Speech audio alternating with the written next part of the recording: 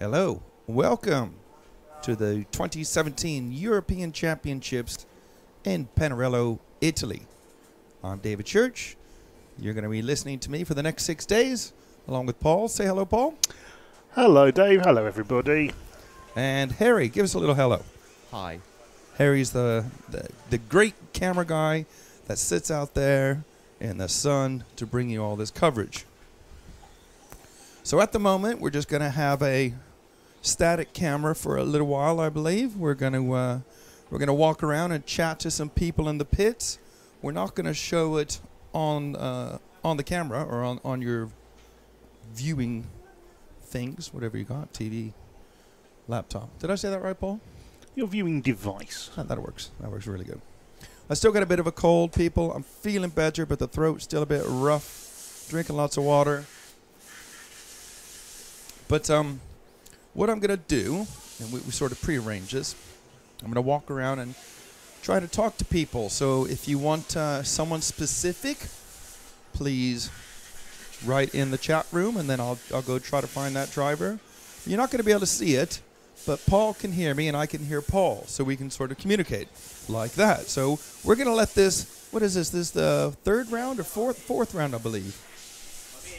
I'm trying to look. I can't see. I think it's the fourth round. Fifth round. Fifth round already. Fifth of 7 today. Fifth of 7 today. So I'm going to start just wander off out to the pits and go find some people to talk to. And you're going to watch the racing. I can tell you that nobody knows this is happening. So I'm going to walk up to Mr. Carlson and say, hey, how you doing, Ben? Hi, Davey. Good. We're live on RC Racing TV. Okay. How's it going for you today? Started out a bit rough. She broke down in all the 3 first practice heats, but the last one was really good. She was doing consistent low and dead 35 laps, so should be up there top 10 maybe. Excellent. And have you done a lot of work to the car today? I just changed to another chassis with testing, so it's a bit different flex. See, I think that's incredible because I can't even be bothered to change my chassis at home, and you've done it in between rounds. Yeah, it's been busy today. Okay. Well, we're going to do this all throughout the week. Just come out and talk to people. I think people want to hear what people have to say. Yeah, for sure. Thank you very much. You're welcome. And I forgot that I was supposed to tell Paul who I'm going to speak to so he could put it on the screen, wasn't I, Paul? Yeah, let's wait on that bit. Okay, no problem. Okay. I'll just go grab people. Let's see who's over here, who I can harass. People want to know, has anyone found live timing? Would you like to explain the timing situation? They are working on that. Let me just ask Carlos. Carlos, have they sorted out the live timing yet? Somewhere for people are asking. They're going to be on, okay, we have the internet now. We don't know where the Italians have decided to hang out the results. I know they're going to post the results in EFRA round by round, that's for sure. PDFs will be at the EFRA website as soon as they are produced. But we have to find a system to work out for the live timing. Although we have the live timing for RC Racing TV on the screen, which is not bad. Exactly. So we're sort of scrambling on our feet around here, trying to figure things out. And let's talk to John, the head referee for the week. Morning, Dave. Afternoon, John. Even, yeah, whichever day. I forgot what time it is. So you looking forward to this? Yeah, tracks. Looks pretty. It's tough. You see in practice, the cars are struggling in places. The top drivers obviously are just getting their lines. They're looking really good. Savoia looks really good at the moment from what I've seen. Lee, Neil, they're looking good. Disappointing. Bruno's not looking too hot out there at the moment, but he'll prove me wrong in qualifying as always. Well, certainly when it comes to four-wheel drive, he will. Oh, yeah. I mean, he's four-wheel drive. You've seen in the last 2 Brewers I've seen him, qualifying, he's just in a different league sometimes. Okay, well, thanks for that, John. It's just cutting in and out a little bit. I think I'm a little bit too far away. That's John Cockale. He's going to be the head referee for the this week. And I've required him to give 42 stop-and-go penalties this week. So that should be good. We're just going to keep wandering around. Well, let me see if there's anyone else on this side that I can talk to. Depends on where my on my... Oh, hey, right here. The ever controversial JQ. How you doing? I'm good, thank you. Do you have time to talk? No? Okay, let's talk. Sure. What do you want? I want to know, how's it going for you today? Well, average. I'm still trying to get my car comfortable for me to drive. And what seems to be the problem? Just the balance overall. Going into a corner, spinning out, then pushing. You know, just the overall balance. To have steering, but maintain rear grip. Just drive around the track smooth. Easy. And you're very well known for being good at setups and all of that. So do you have lots of ideas on things to try? Yes, I do actually. So I'm not really worried. We still have 3 more rounds today and 2 more tomorrow before qualifying. So if I haven't figured it out by then I don't deserve to do well. Okay, well, that's fair enough. So I was reading one of your posts on Facebook last night. I think a lot of people upset. I think it's funny. If they don't like what you say, why do they get involved? I don't understand. Well, I'm okay with that, actually. I just think that they should at least not like me for the right reasons. You know, if you call for, you know, equality or humanity in a way, like, how about we don't kill people and people get mad at me because of that? That I don't understand, really. Like, people can't think outside the box. What if it was my kid? Or what if it was me, you know? They probably wouldn't think the same as they think now. I completely agree. I completely agree. And obviously, I'm a little bit fortunate that I was born and raised in the States. And then I moved to Europe, and I woke up. I got to be honest with you. It was like, wow, this is life. Well, I think it's a lot different. There's a lot of great things about America, and I've done a road trip around the whole country, and I think it's awesome. It's just some attitudes that I can't stand, and that's why I post what I post. I think that's fair enough. I think a lot of people enjoy reading it. And so tell us, how successful at the moment is your 8th stuff?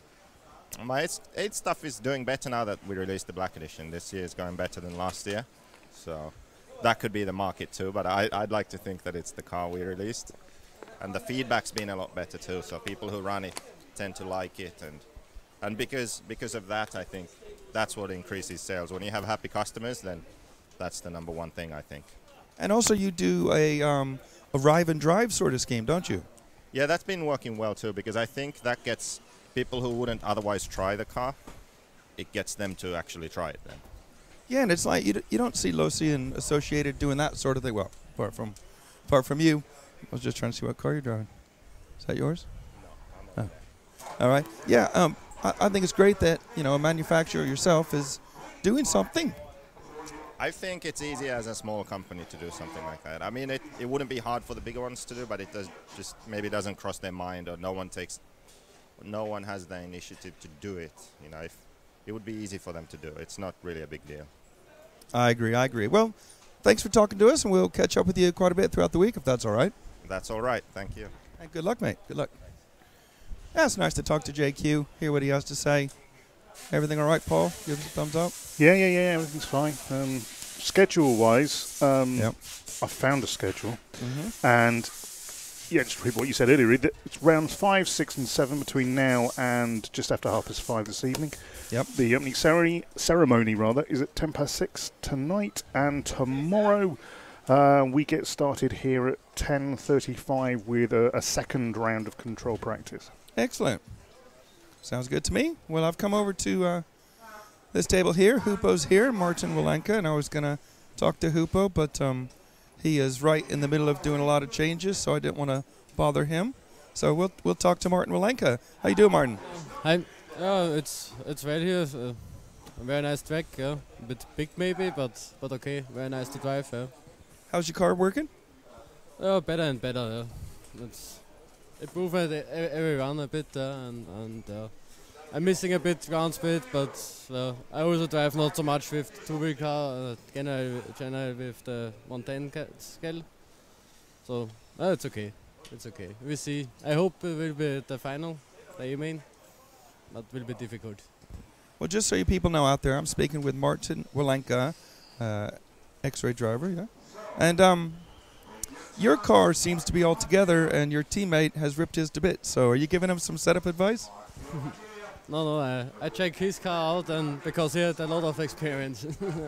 I know, it's fun to poke fun at Hoopo because he doesn't smile very much. I not understand.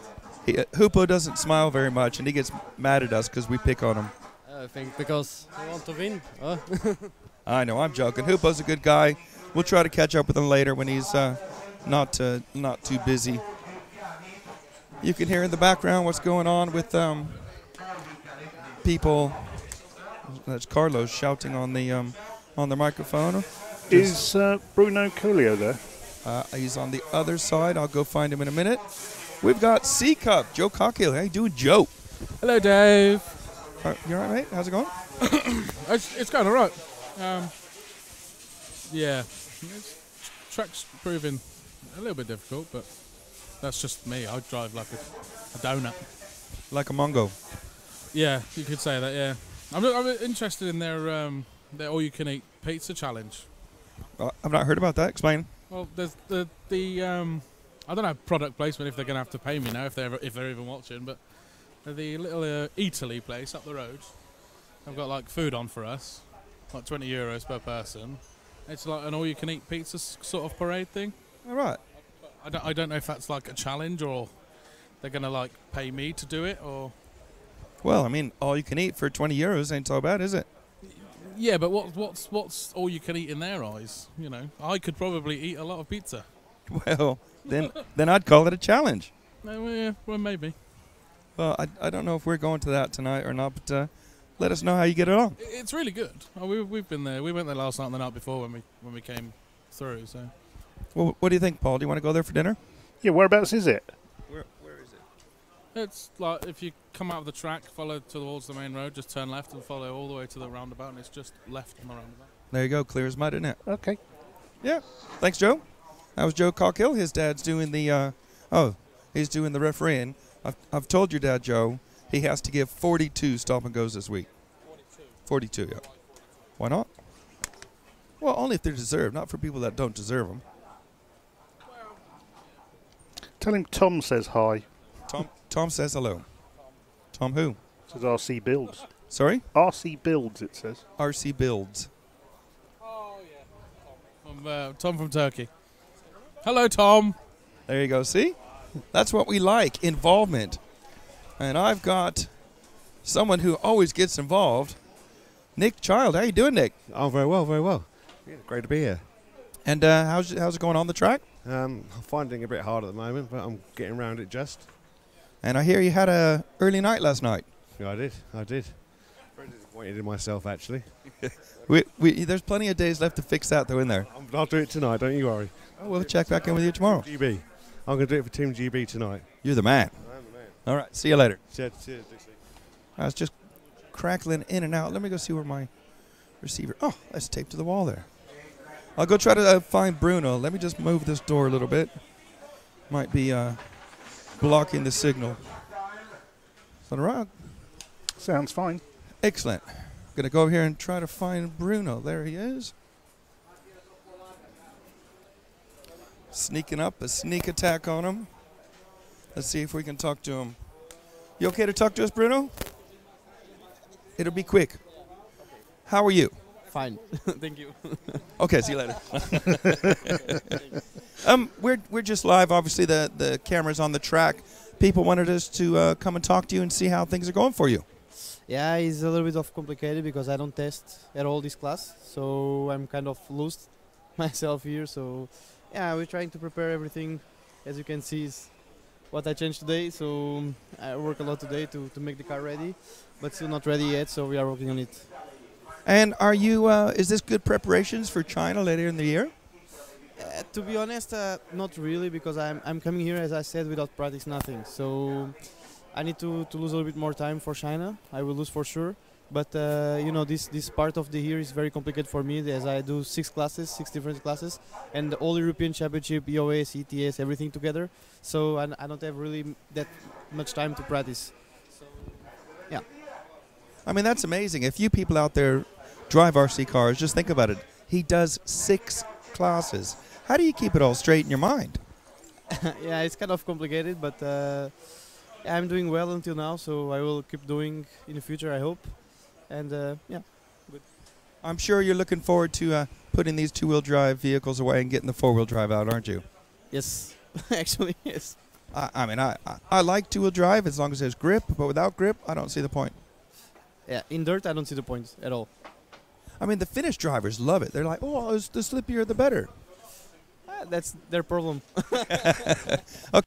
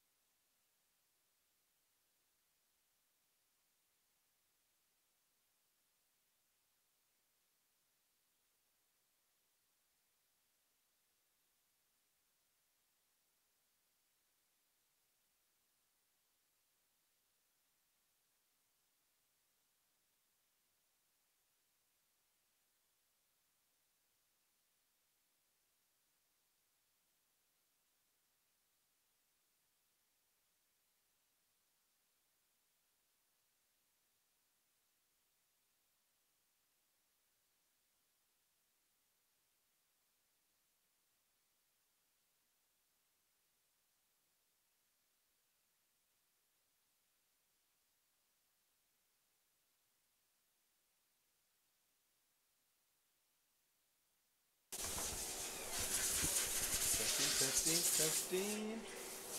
Hello, hello. I think we're back. I'm not back. You're not back? Nothing's happening. I can hear you, but nothing. It's because we needed to do your gain on that. I see. There you go. Okay, we're back, and I'm in the studio. So, no idea what caused that. I had to do a system reboot, and then it's just miraculously just reappeared. Well, we'll call it a power cycle. Yes, okay. That's the a DC power cycle. And Harry, how is it going there? Are you going up, or are you staying where you are? Staying where you are. Okay. Okay. We're gonna exactly. Easy for you not to say. We're gonna stay here for a little bit.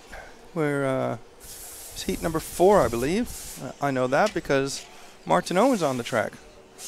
Mongo Martin Owen, good friend of mine. He's crashing. That's bad. Commentator's curse. So because I am in the fortunate position that this is the class I race, I know a lot of people. I've been racing in this class for a long time.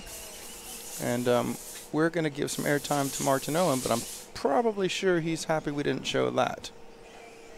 So we've not named the sections of the track yet. Obviously the big jump in the middle we'll probably call the ski jump. And then the, I don't know, maybe, obviously the triple is easy. And the, maybe we'll call it the tabletop, which is a big jump onto a tabletop, just for simplifying terms. Corner tabletop. What would you call it? What would you call that big jump at the back? The what? Jump of a death. I like these French guys. The jump of the death, he said. Yeah, it's not wrong. Did you know there's a swimming pool right on the other side of that wall? If you get it wrong, your car could land in the swimming pool. There's a swimming pool on the other side of the wall. So you could... So if Harry is following somebody now, if you could follow the white, pink, and blue car coming onto the main straight now, coming off the step down, that is my good friend Martin Owen. That didn't take long, did it? Exactly. It was nearly time for our replay, our Serpent Innovation replay. Oh yeah, by the way, I suppose I should have done this already. I'm terribly sorry. Huge thank you to our sponsors, Jeep and EFRA. And we're going to have a special Serpent Innovations replay sponsor for this event. Without these people, we wouldn't be here. And also thank you to Nick Damon for giving me the opportunity. And thank you for Paul and Harry for putting up with me, because I know I can be a royal pain in the butt. Isn't that right, Harry? Yep, he nods his head. Let's see if the system works then. Okay. I'm going to try and press the button, and let's see our first Serpent Innovations replay. Okay. There you go. Was that Martin? Oh, sorry. Yeah, that's Mr. Owen. That's not how to take that jump. But it proves the Serpent Innovations replay. Yeah. Sorry, just confused. It's what's SBT then?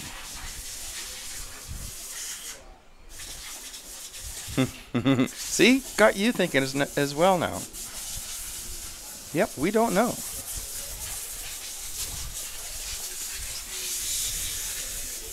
Okay. William, yes, the insert issue has been sorted, and they're doing nothing. Basically, I've spoken to quite a few people about what the deal is with the inserts. And do you want to explain the whole situation for those people who don't know? I can do, but or not. It's mostly what people think have happened. Nobody knows for certain what has happened. Let me just get my chair. Hang on a second.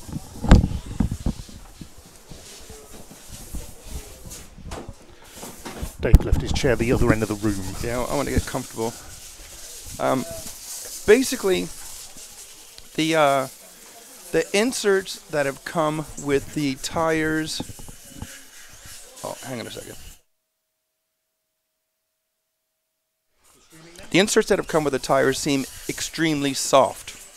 So they have like two different batches, like a batch that you can use for practice because that's not controlled, and the insert in there is what I'm being told is the correct insert. And then the insert for the control tires is a different insert. It's much softer. People are saying it's the insert for a pin tire or a different tire.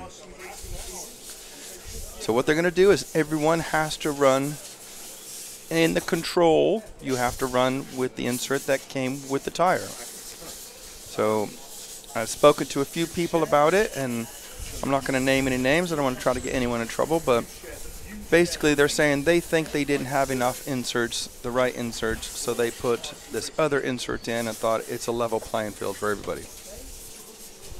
That's what it is. You have to buy your tires here. If you didn't know that, you have to glue them in a controlled area. You know, it's the efforts that they're taking to try to prevent people from cheating. And it will get a little bit more interesting when we go to the four-wheel drive event, because apparently they've looked through all the four-wheel drive tires, and the front tire has the correct hard insert, but the rear tires have the soft insert. So there's been some discussions that they might allow them to cut the front hard inserts down. I don't know how you would cut them down. We're not talking the width, we're talking the thickness. So yeah, I've got no idea. Absolutely no idea. But Paul's working hard here with one of the organizers. I'm trying to see how close I can get down here to my computer. Almost. Oh, can you hear that? It's a fan. Yeah, so that's the deal with the inserts. From what I can see, the traction, the grip on the track looks really good. The jumps are proving a bit tricky, but certainly from first round this morning, the sawdust or the wood chippings have cleared away mostly. They've been doing a little bit of sweeping. They're allowed to sweep, but I just think no one's bothering, or very few people are bothering, because it's it's hot out there. Probably like 30 odd degrees in the sun. That's about 90 degrees in the old Fahrenheit. Yeah. And we're just watching practice. It's been a nice chilled out day for us. We're still looking to see about where they're getting the timing, putting that up. Are you dealing with that, Paul? Is that... No? Sorry? Is that anything to do with the timing? They're going to post up. No? From what I understand, the timing was meant to be sorted through Carlos, I thought. Yes, but he didn't know where it was going to be put up. It was over to the Italians as to where they were going to post it. Carlos is still thinking that it's going to go on EFRA via you-know-who. So I'm sure we can post stuff up later ourselves, but not to the live page. I think that's the way it works. Yeah, we can't put PDFs on Facebook. No. And as far as I'm aware, the EFRA website will be updated this evening. Yes, that is correct. But during the day, the Italians are going to put it somewhere, but we don't know where. I'm hoping that we can wangle it in to get you live timing so you can follow that. Yeah, I mean, the best we can do here on screen is what you can see in the top right-hand corner. It's not our normal graphic system. We can't use our TV graphics like we normally would do, so we've had to hook up a system as best we can. Let's put it that way. Because exactly. they're not using my RCM. That's right. And I'd be interested to know what you people think about the timing on the display. What do you think, Paul? Does that look all right? I think it looks really good. Yeah. Would you like to see how we've done that? Yeah, sure. Yeah. Well, that's one way of doing it. Innovation at its best. Come on, Paul. We're going to get Mr. Worsley to have a chat with us. What do you want me to do? Hello, Paul. How you doing? Yeah, I'm doing okay. Do you like our little timing screen innovation? I think his time screen is really good, and the way in which you've done it is certainly unique, and who cares, it works. That's all we need. Yeah, well, I'll explain to the people. What it is they're using a different timing system than here in Italy, a local one, I'm guessing. Is that right, Paul? Correct, it's Italian one. And it doesn't work with our graphics package. So we literally have run a wire from downstairs, or from upstairs downstairs. We've got the timing, this little box you see, on a monitor, and we've pointed a webcam at it. That's it. It's pretty low tech. Okay, so there are more ways than one of skinning a cat. Exactly. We're pulling out all the stops for you. It means we don't have a webcam to look at ourselves, but never mind. So, Paul, what's happened with these inserts? I was just explaining. William White in Ireland was asking, has it been sorted? And I said, yes, they're doing nothing about it.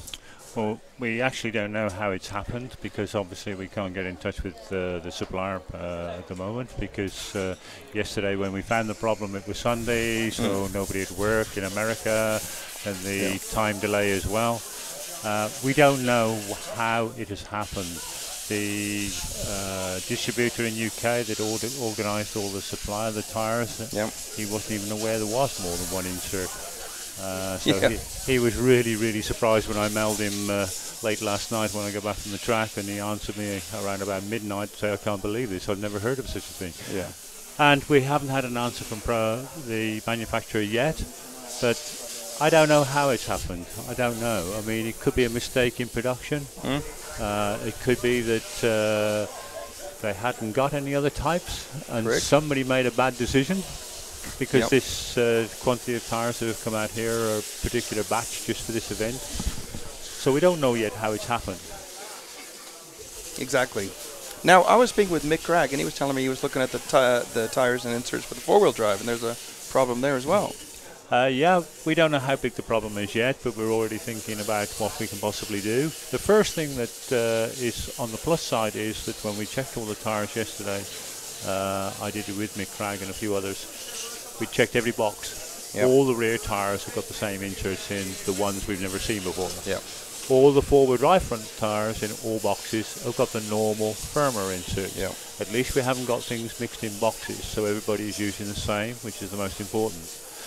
The second thing that we found today, that whilst everybody was really concerned yesterday because they said the soft inserts would be so bad to drive on, etc., once they get onto the track and drive them, they're finding, oh, these are okay actually.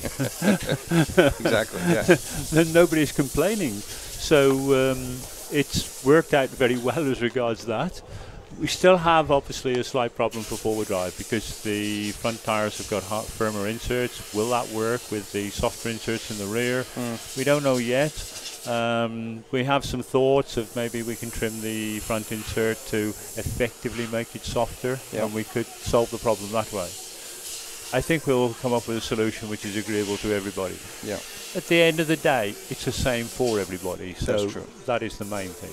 And that's the part of the big reason why EFRA and other governing bodies are going to a system like that, is to try to make it the same for everybody, so there's no cheating. Yeah, that's the main thing. Tyres have been such a big thing and big question marks with them over the last few years.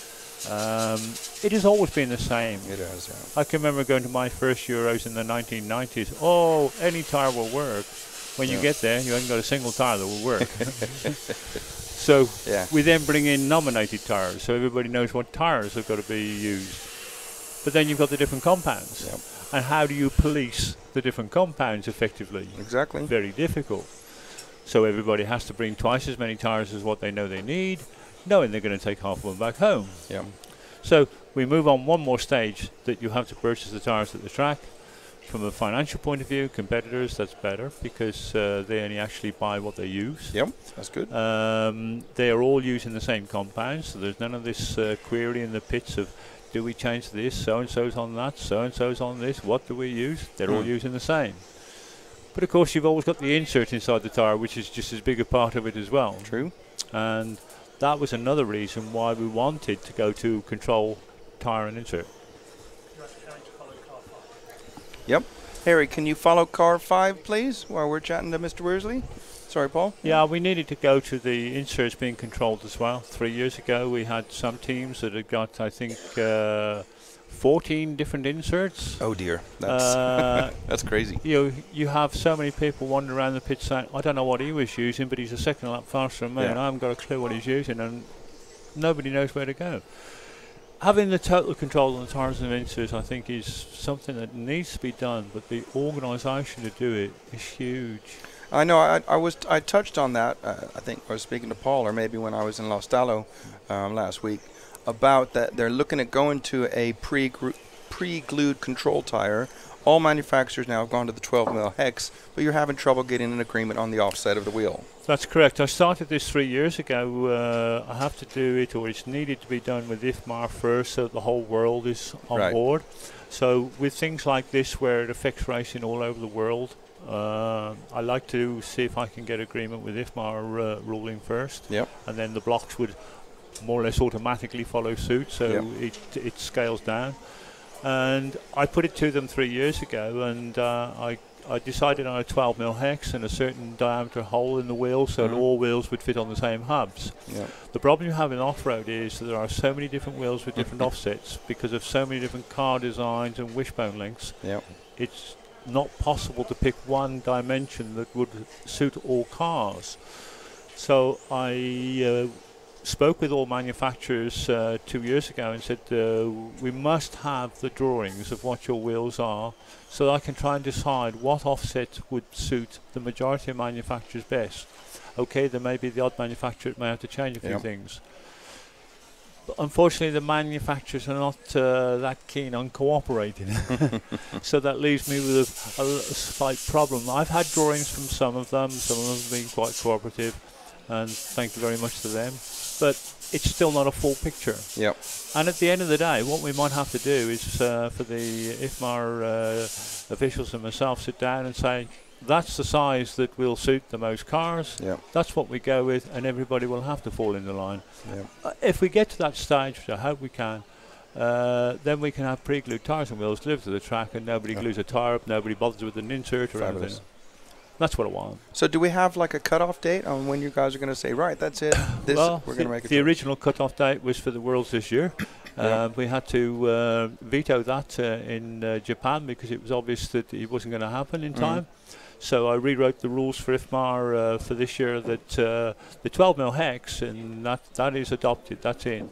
And the offset we will put off to decide to the next Worlds in 2019, but it's got to be done by then. It can't go any longer. I agree. As a racer, myself, I mean, gluing tires is a pain in the butt. I don't like it.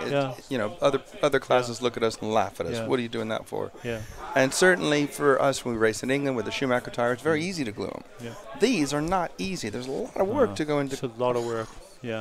It would just make it absolutely equal, and it's going to be the best driver with the best setup on the day is going to win.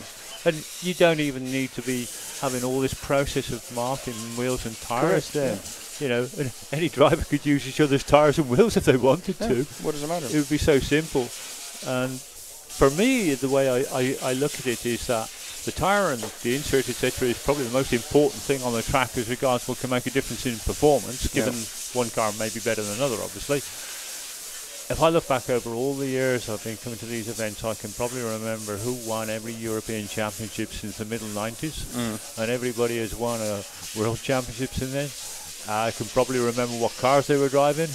Can I remember what tyre they were using? No. Exactly. Once the event's finished, apart from the actual manufacturer of the tyre, nobody's interested.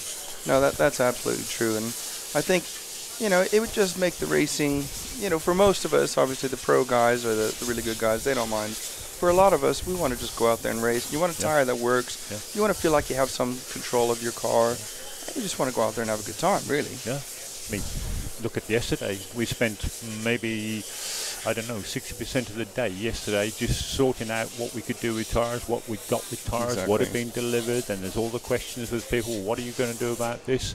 You know, the whole day was taken up with sorting the tyres out.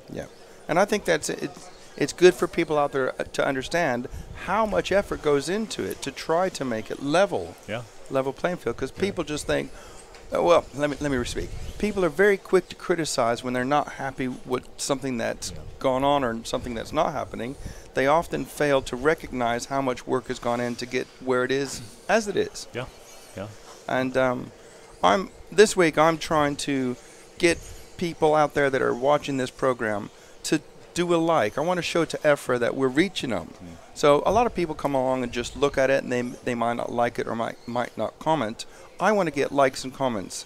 I want to be able to show to EFRA and to Nick Damon and RC Racing TV and everyone out there that what we're doing is working. Because if it's not working, it won't be here. No. You know, it's cost a lot of people a lot of money to be here, and if people aren't watching, then that's right. That's right. And on these tires, I mean, there are a lot of people put a lot of time in on them. I mean, I personally have put a lot of time in myself because I realised there could be a problem, so I made sure a distributor that was reliable to me did them. It was all done in the last few weeks, and then of course you get holidays in America, so nothing moves for a week, and then UPS lose them, and then somebody has to hire a van and a trailer to go and find them at an airport to get them here. Because it wasn't at UPS that had the big system crash, and so it was lost. Could be. Yeah. It just goes on and on. It does, yeah. People think, how hard can it be? Well, that's how hard it can be, because that's the stuff that goes on. So, are you looking forward to China later this year? Yeah, I think so. I've not been to China before. Okay. I've heard good things about China. Certainly the views I've seen of the track area and the facilities they've got there look very impressive. Yeah. I'm not sure the experience of the organising team. I know that the one person that I've been dealing with is pretty clued up. He was involved with the Touring Car 1 last year as well, so he knows all the sorts of things that are needed. Yeah. I'm sure that a certain guy from Femke will be giving him some help as well. He's done a little bit of racing in his past years. And so we're talking about Masami. He knows a few things. So I'm sure my old friend Masami will give some help as well. And he was incredible in Japan 2 years ago, wasn't he? Yeah. I mean, the guy never stops. He doesn't stop working. He's just racing, or the sport of racing, should I say. Yeah. Now he doesn't drive himself, but he works so fast and continuously, but also he works with people well. Yes. If he came up with a new thought of changing something during the event, he'd always come and find me first and say, we can move this to here, and what about that? And I said, Masami, don't forget, you have to finish that by such and such. Absolutely brilliant to work with. I enjoyed working with him. I've worked with him before. He helped me out at Touring Car Worlds. Super person to work with. Really is. Yeah, and you told me a great story about him that obviously if you think back to a World Championship, it was 8 or 9 days long with the beginning and the end, and the guy was working non-stop, day and night. And Paul would tell the story that he had fallen asleep, nodded off. Yeah. And then he woke up, and within a millisecond of waking up, he was like trying to figure out what he should be doing next. It was just mindset of just go, go, go. And that's it was actually from the night before. He'd had a long night in as much as that he and I had dinner. And he said, Paul, I need to go back to track to do some work, and I'll pick you up at 6:30 in the morning. And he's outside the hotel at 6:30 next morning, no problem. And I said, what time did you finish your track? Paul, when I finished the track, I had to go back to Tokyo to Hobe to do some more work there. And I got to bed at 4 o'clock and then had to get up to be here for you at 6:30. Fine. And then he crashed out middle of the day. But I went into the room where I left him asleep, and there was paperwork everywhere. When I went back up there, no Masami, but all the paperwork's all tidy. Fantastic. Now, go on in. I was just going to have a quick query over a battery, Mr. Worsley. Paul's just having a private chat about a core RC battery, whether it's legal or not, and they're going through technical inspections and stuff. But I was going to ask you, Paul, where's it going to be in? Hang on, the headphones flipped around, crazy things. 2019. Where are we looking? For Euros or Worlds? We don't know yet. We have to have applications in for people that are interested in the EFRA block, because it's during the EFRA block in 2019. And when I get back from this event, I should be contacting all the federations in EFRA and asking which of them are thinking they can do it and want to do it, and get some applications in so we can discuss it towards the end of this season. So isn't it about time we had one in the UK? I don't know. Would you like that? But obviously, I want to see it go in any country in EFRA, because I like to see different countries have a chance of doing things. Yes, UK, we have one before in 1993, of course, and we had the first one as well. Yeah. Oh, really? First ever? First off-road one in '87. Wow. We've run some Euros recently. I don't mind which country it goes to. It's how capable they are and what sort of a show they can put on is the most important to me. That is the most important. Yeah. Whichever country can put on the best show, then that's where it should go. You also have to consider, if we're doing it outdoors, which no doubt we will be, then weather has to be thought of as well. Yeah, I'd say do it on an Astro track. I'm not sure that the world drivers overall prefer Astro. I'm not sure. No, I appreciate that, but I think it's time. We've done one indoors in Japan on the Astro, and I think it went well. Yeah, it did go well. Yeah. And I think, why not have one outdoors? Yeah. We race all through the winter, or all through the summer, and rainy conditions in England. Yeah. On that sort of surface. So yeah, I think it would be great to see him there. So has anyone shown interest yet, or is it all secret stuff? Or I've actually had one application some time ago for an indoor track. All right. But I'm not sure what its sizes are, and I've got no details yet. Just an acknowledgement of interest, if you like. Okay. I have another country that wants to run one outdoors on Astro as well. Excellent. And again, we're interested. Yeah. We don't have full details of exactly what they're thinking of yet. But to be honest, it's my job really to make sure all the federations are aware. Yeah. And have a think, guys, and let's see how many we get. Yeah, I think it's great. Yeah. So what are you thinking? Have you watched some cars going around today? Yeah, I've watched a few, and I've watched should we say, what we consider to be the faster ones and some of the slower ones. I'm thinking the track is probably slightly easier to drive than what I thought it might be, because I'm noticing that some of the lower guys are doing just as good a job as the faster guys. Yeah. They're not as fast maybe, but they're getting around the track. Yeah, I think it's an interesting track. It is a little big. It is big, yeah. We're not used to doing this low number of laps. No. But very difficult for them to change the length of the track without missing a huge chunk and then making it map too short. Very difficult. But I think you have to compliment the organisers on the job they've done of building the track and the general facilities here. It's very, very, very good. I mean, everything was highly maintained, clean and tidy. Yeah. You know, did they think of everything? Probably not, but you never do you? No, I mean, it's always difficult for organisers doing something like this for the first time, because they think, oh yes, we've got enough people to help. Yeah. The first problem there is, my experience tells me that of all the number of people that say yes, we'll help, only 50% maximum actually turn up. Yeah, and if you anything to do with the track, you know all about that. Yeah. So you think you've got plenty of people, and all of a sudden you find, wow, we just haven't got enough. Yeah, exactly. I mean, I have to say, I'm impressed with the surface and how well it's cleaned off and how much traction the cars are getting. Yeah, yeah. The drivers are saying this as well. They've got more grip than they thought they would have. Absolutely, and for me, from a lower driving standard sort of person, I can't drive at all when there's low traction.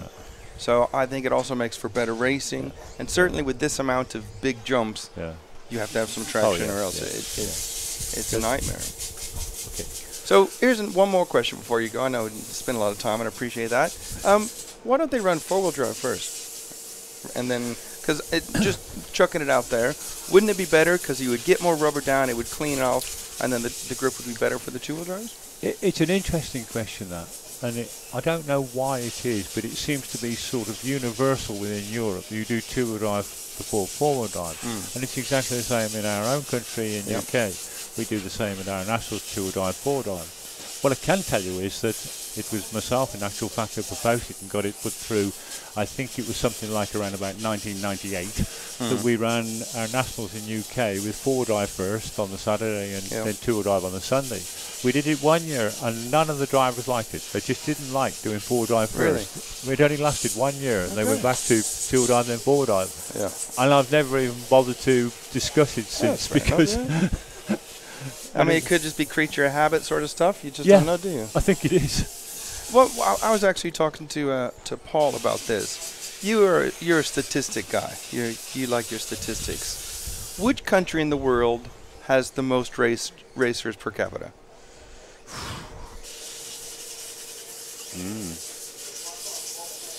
I don't know much about the Far East countries. Yeah. If we're talking about off-road, we're talking this class, I think in Europe, I suspect that UK has the most in Europe.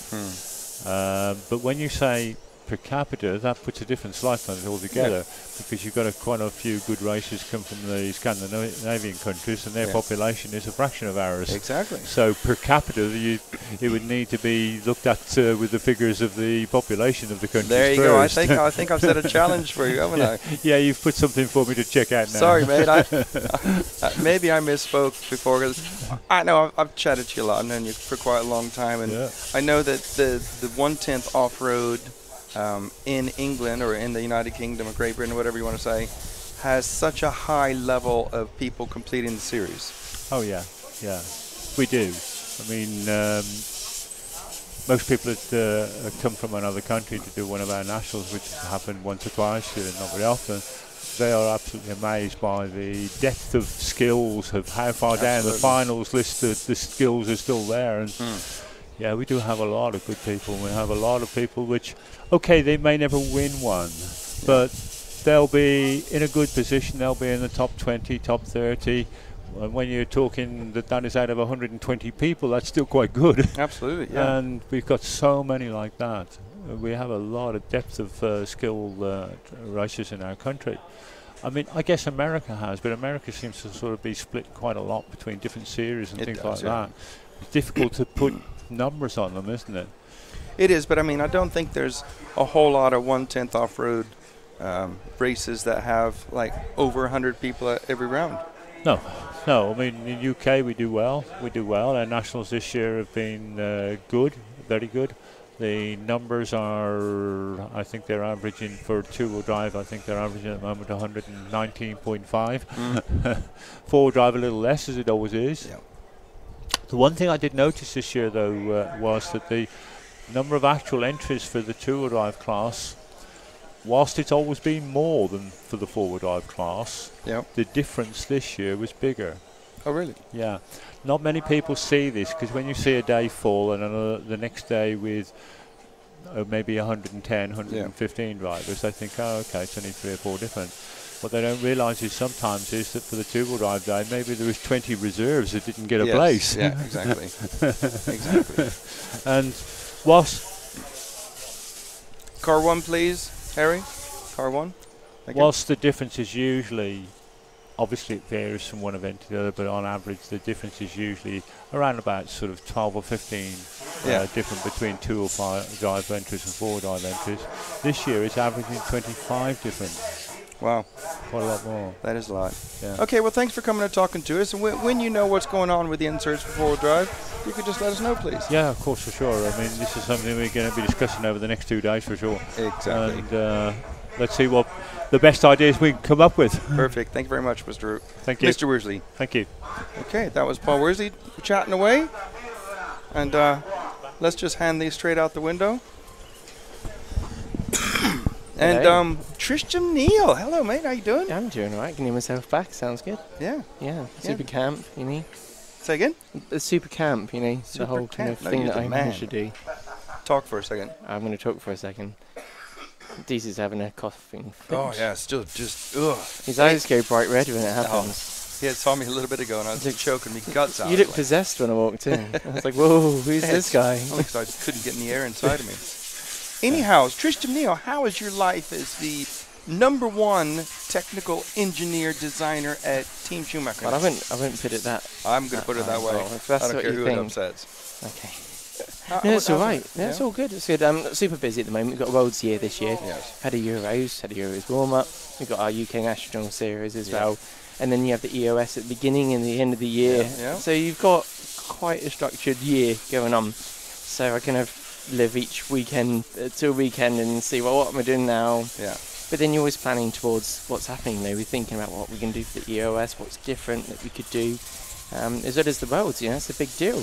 And then you do all this while working a normal job, which is designing for the future as well? You're developing the future. You're developing what you've already got. You're trying to really think ahead. You're thinking about everything you've already been told. And so it's a case of, what should I be thinking? You could organise your thoughts. You could be writing down your to-do list before your brain thoughts, otherwise it all gets a bit scatty and it looks like a brainstorm.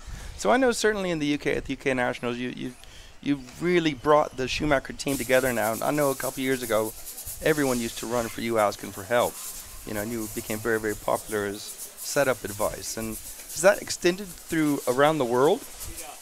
Maybe not so much around the world, but when we go to the EOS races, the team is growing. The team's getting... there's a lot more guys running our cars. They're talking. They want to be part of the team. Yep. And the success of what Michael's been showing has been one result of them joining, and I guess the team support is the other thing. So I won't take it all on solely. There's a lot of guys back at home that do a lot of support. Yep. Over email, phone calls. Well, what's it like being a world superstar now? It's a bit. I'd always be modest about that stuff because obviously I still look at all the other designers in awe. All the top drivers, I stare at them in awe. As we all do, but really. it's all a big surreal thing still for me. I'm just enjoying being part of this big world of RC. Yeah. And getting to talk to some of these really cool people, Yeah, and traveling around. Say China later this year. Yeah. I was speaking to someone earlier and they were saying, yeah, I've been there before and the food isn't really to our liking. So I try to speak that way because, it's the way they eat it. If they come here, they're not going to find the same sort of food as they find in their country. But yeah, well, from what I understand, there's still McDonald's there. So is there? you could just go get a Macca's if you really want to. There you go then. Or have some sticky rice. That's what I understand. It's very sticky. They have their rice much different. But obviously I haven't got a judgment yet. But every country you go to, you can have your home food if you want with McDonald's. So. Well, I look forward to seeing that. And just thinking, do they have a Facebook ban in China? I don't know all the politics and all the bits that are behind it all, but I understand it's a bit more difficult over there. All right. But I'm going to have to go. Okay, mate. Michael's about to go on for Thanks his for next talking one. to us. All right, dude. Okay, bye. Hey, that was... turned down the wrong one. That was Tristan Neal. He's engineer extraordinaire for Team Schumacher. I'm going to pass you over to Paul for a moment. I was just going to say, can we follow somebody else? Because these are only 5 minutes. We sort of need to spend about, no more than 2 minutes on one particular car, Harry. Yes, we can. I'm back. Let's see what's happening out there. There's been lots since I was last in the room. Good. Mike Craddock says, hi, Trish. I'll lean out the window and say, Joe. Trish, Mick Craddock says hi. Hey, Mike. He said, hey, Mike. I said, what's happening, man? Say hi, Mick Mike. Hey? It's Mick Mike. Mick Mike. Mick Mike, because I was asking. Is it Mick? Is it Mike? He was telling me a story about how his father said when people call him Mick, it's more like comments about him and stuff. So generally, people call him Mike. That's what he likes. So, yeah, I never know what to call him, so... Just call him, though. Okay, that was good. Stefan Svensson, follow Keri Samela, please. That's fine. I don't know. I know Stefan well. He is a timekeeper extraordinaire. So let's see what is he out next? Or is it done? No, he's already done. Maybe that was follow car 1. Craig Mayer, how you doing, DC? I have to read these out.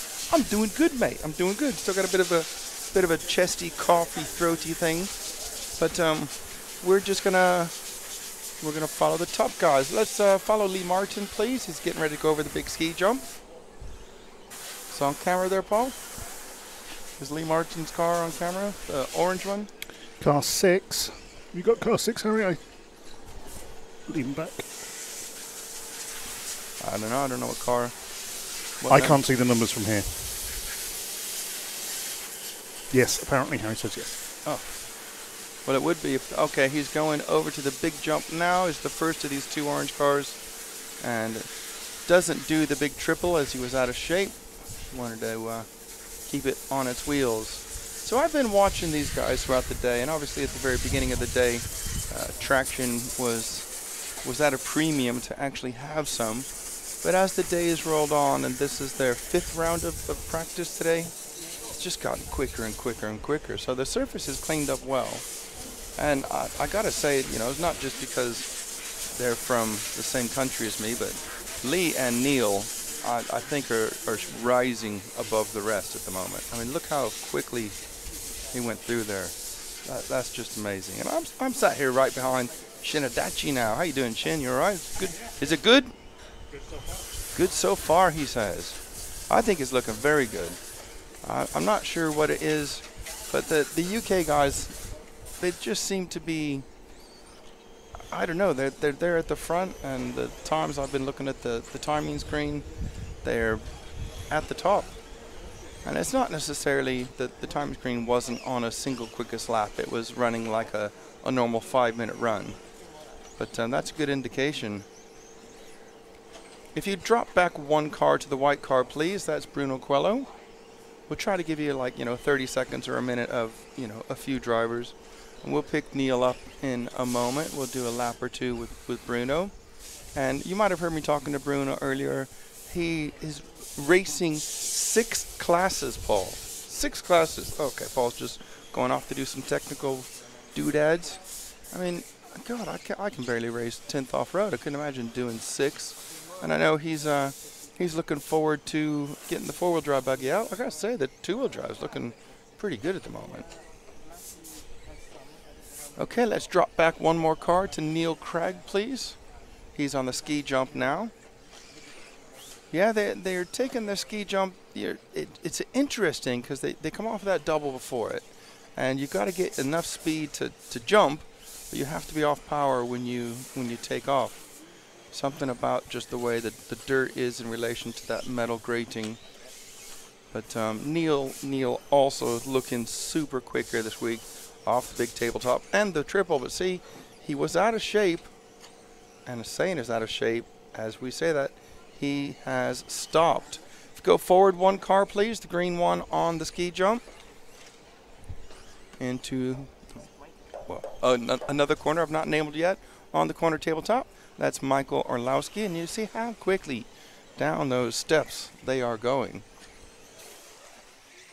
And underneath the bridge now, of course, we were talking with Tristan Neal. He's helping engineer that car. And just below me, Mick Craig is looking to see what could be the problem. And they figured it out. Not sure what it was, but it doesn't matter because he's back on the track. So Michael's looking quite good, I'd say.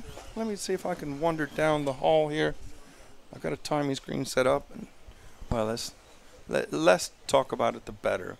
So it's Orlowski who is showing on top. It's only an indication here. Martin Bailey, Martin, Hupo, Honegold, David Ungaro, Peter Panish, Carlos Pineda, Bruno Coelho, and Neil Craig. So we've, hang on, I'm all hung up here. Let's follow the 3 car, if you can see that. A little bit tricky to see the numbers. They're only having to run 1 number on the car. And the 3 car will be Martin Bayer. But, yep, I don't know where he is. I'm thinking Martin and Bruno are both running white shells. I could be wrong, though. I know, maybe we were following Martin Bayer earlier. Indeed we were, so that was my mistake. And I see now Bruno is running the correct shell, or his normal colors. Oh, well, they're pulling them in anyways. Well, that gives you a little bit of an idea on what they're doing, what sort of pace, what the top guys look like. Say this is their 5th round of practice today. So they're getting better and better. Just wet the old whistle. Trying to keep the throat from completely locking up. Let's have a look. William White, times has changed, DC. A Schumacher 2-wheel drive on the pace on dirt. Absolutely right. And I know Michael was very happy to join Team Schumacher, and Christian Lassen says, hi David. Hello Christian. Oh, Craig Mayer, all pop it. Oh, thanks Craig. Race friend. Yeah, Schumacher are looking really good in with Tristram and Orlowski. So I had a brain fart. Yeah, Orlowski looking really good, and I can see Orlowski talking with the guys from LRP and Tristram. So it is good to see them doing well on the dirt. I think it is a combination of both the cars being a lot better, but also Michael Orlowski is a great driver. Let's see what else people are saying on the chat room. Magnus Bergeland, good afternoon to you as well. Let's see, Schumacher Racing, or Schumacher Racing TV, okay. Orlowski on point, wink, yes he is. And I think he went quickest in that last one, just looking down there. He was quickest on the 5-minute time. Of course, Neil Craig had some sort of small gremlin which saw him lose power to his car. I don't know what that was. It was a quick fix, and I'm sure they will have that fixed up before the next round. We do have opening ceremonies today, but I can also tell you that I've done some filming of bits and bobs, a few pit walks, so we got quite a few people talking on camera, and it's not always the best guys, it's just, you know, people I know. Now I've gone out and shown the track surface up close, so that'll be good. And I can see Paul speaking with the track owner via translator, Eugene, who's helping out. Who else is there saying hello? Kaiosha Neil. Hi David, hello. And I'm guessing that's Neil Skoll. Nice to see you there. Do they tech the motors? Says Edward Pickering.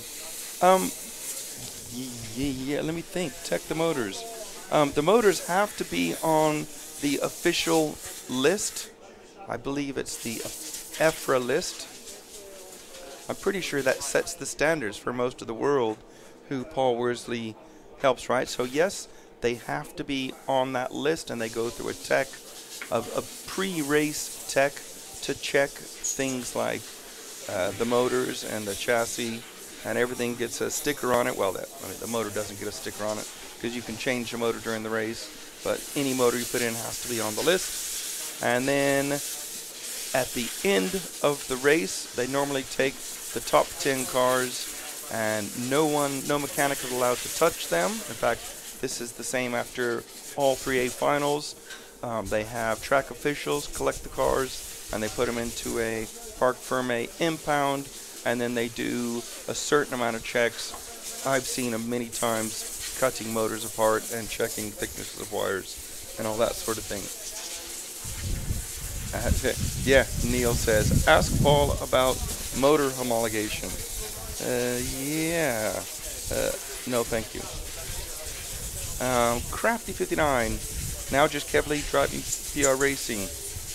No, I think PR have 6 drivers here.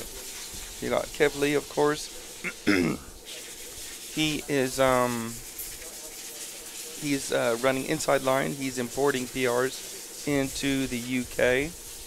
Alex Springer, the team manager. Martin Owen. Pete Loynes is here. And I think there's a few other people, so I don't know all of them. And Idle Murphy, great coverage. Thank you very much. And thanks Neil for the smiley face. No, we won't talk to Worsley about homologation. I mean, that I do have my limits, right? You guys, you carry on with that sort of stuff, you're gonna correct me. No, not really. Nothing corrects me. Over to you for a minute, Paul. Oh, okay. whilst he gargles away in the background, trying to sort his throat out, we should be moving on to the next heat, shouldn't we? We should be. I think there's been like a 7-minute gap. And it's the Headley, and that's Mark Headley. What's up, DC? Great to have you here. Thank you very much, Mark. Yeah, I'm having a great time just sorting this throat out, which has been giving me gyp like the day I left on my trip. But it's better every day. And I gotta say, I'm a lucky guy. You know, I've just been to Switzerland and the Swiss Alps, watching the 1-5 European Championships. Some fantastic racing had gone on out there. And now I'm in Italy. The sun is shining. We're indoors. We have a fan. We have a chair. The food has been good. Our hotel's good. It's pretty good. Lovely. We're about to start round 6. That's why there's been a slight delay, I think. Yes. So there we go. I've been negotiating. Have you? Go on then. Yes. Because we've got an issue with one of the cameras. Or the second camera. Well, rather, the issue with the main camera, that we've got a blind spot really on this top corner as it goes into that jump. So I've been negotiating getting power to that corner. What, for a freestanding one? No, we're going to move the other camera. That's what I mean, yeah, the one that's at the pit lane. Over there. Yeah. Okay, cool. And it's, yeah. So I think I've succeeded. Good man. Via Eugene, our translator. Yes. Right, let's back to the chat room and all my friends saying hello. I like it. Bring it on. Chris Stewart, how you doing, Chris? He says, hi, Dave. Thank the Lord you're here commentating. Well, you're welcome. And I'm looking forward to the coverage. That was a joke, by the way. But thank you very much, Chris. I appreciate it. And Alan O'Brien, my Scottish friend, hello. Says, what's happening, DC? How you doing, buddy? Yep, all good. And Neil from Kyosho saying, did I prefer scenic La Sallo or sunny Italy? Right. Here's the facts. This is my class. I know loads of people. They're friendly. I mean, I'll choose 10th Off-Road over anything else in the world every day of the week. Simple as that. You know, when I was younger, I raced motocross. And when I found out you could race off-road quietly, I was sold. I was hooked. You know, this is a statement I've come up. It used to be a hobby. Now it's my new habit.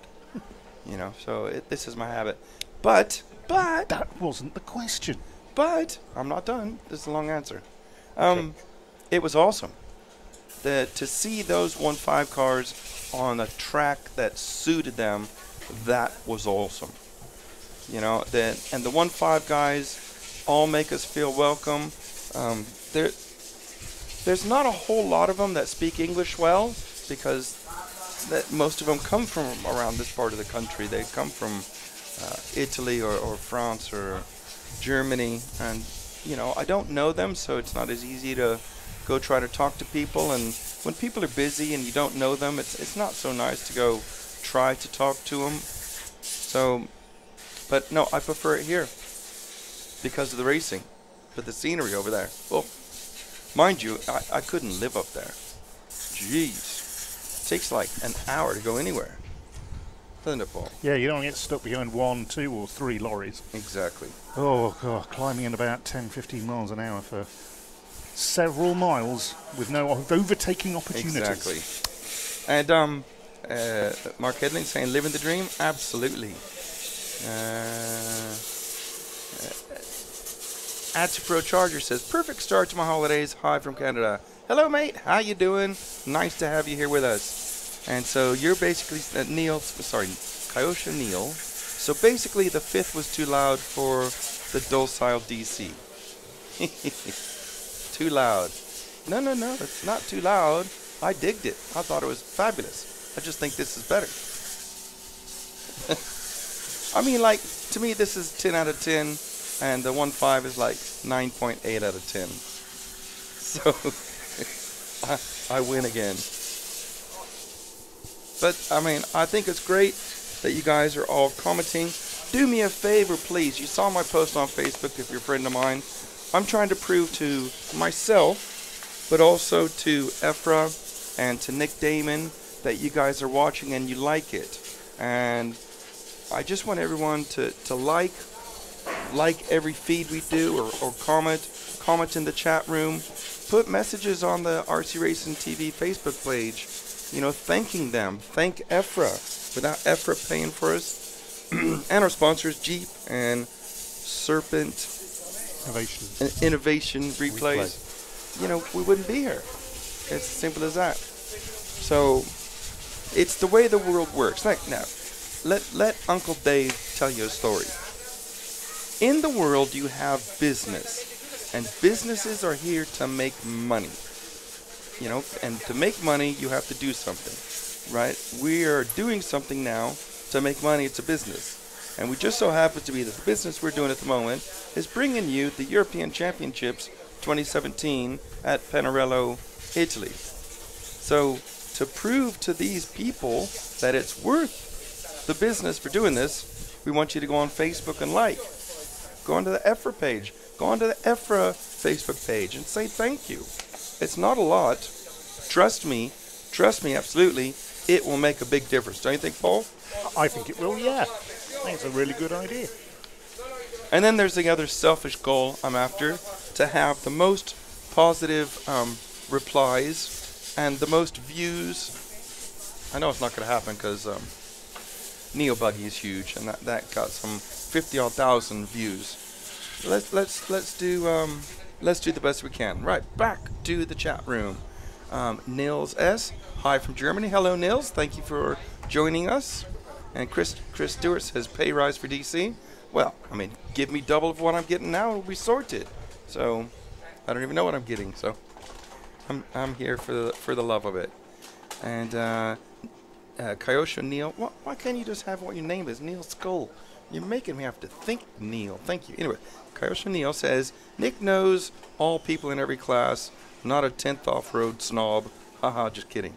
Hey, thanks, Neil. You hurt my feeling. Yes, I only have the one feeling, and I shift it around, and you've just heard it. That's my bad jokes. But you can see back on the track, things have started. Hey, Auntie someone I still can't say your last name. How's your throat? How's it sound? You sound a bit sick. No, you're joking. I nearly said something I shouldn't have. It feels all right. It feels better.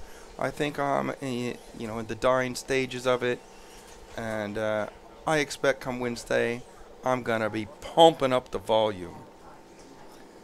And Kyosho Neil, I'm official today. Official what? Does that make sense? Yeah. You're official. Okay. Good for you. Nigel W. Has Jorn Newman been spotted? No. Ah, someone answered it. Thank you. No Jorn. That's a good point. Well, next time I'm off air, I'll wander over and ask Hoopo, see if he gives me any information.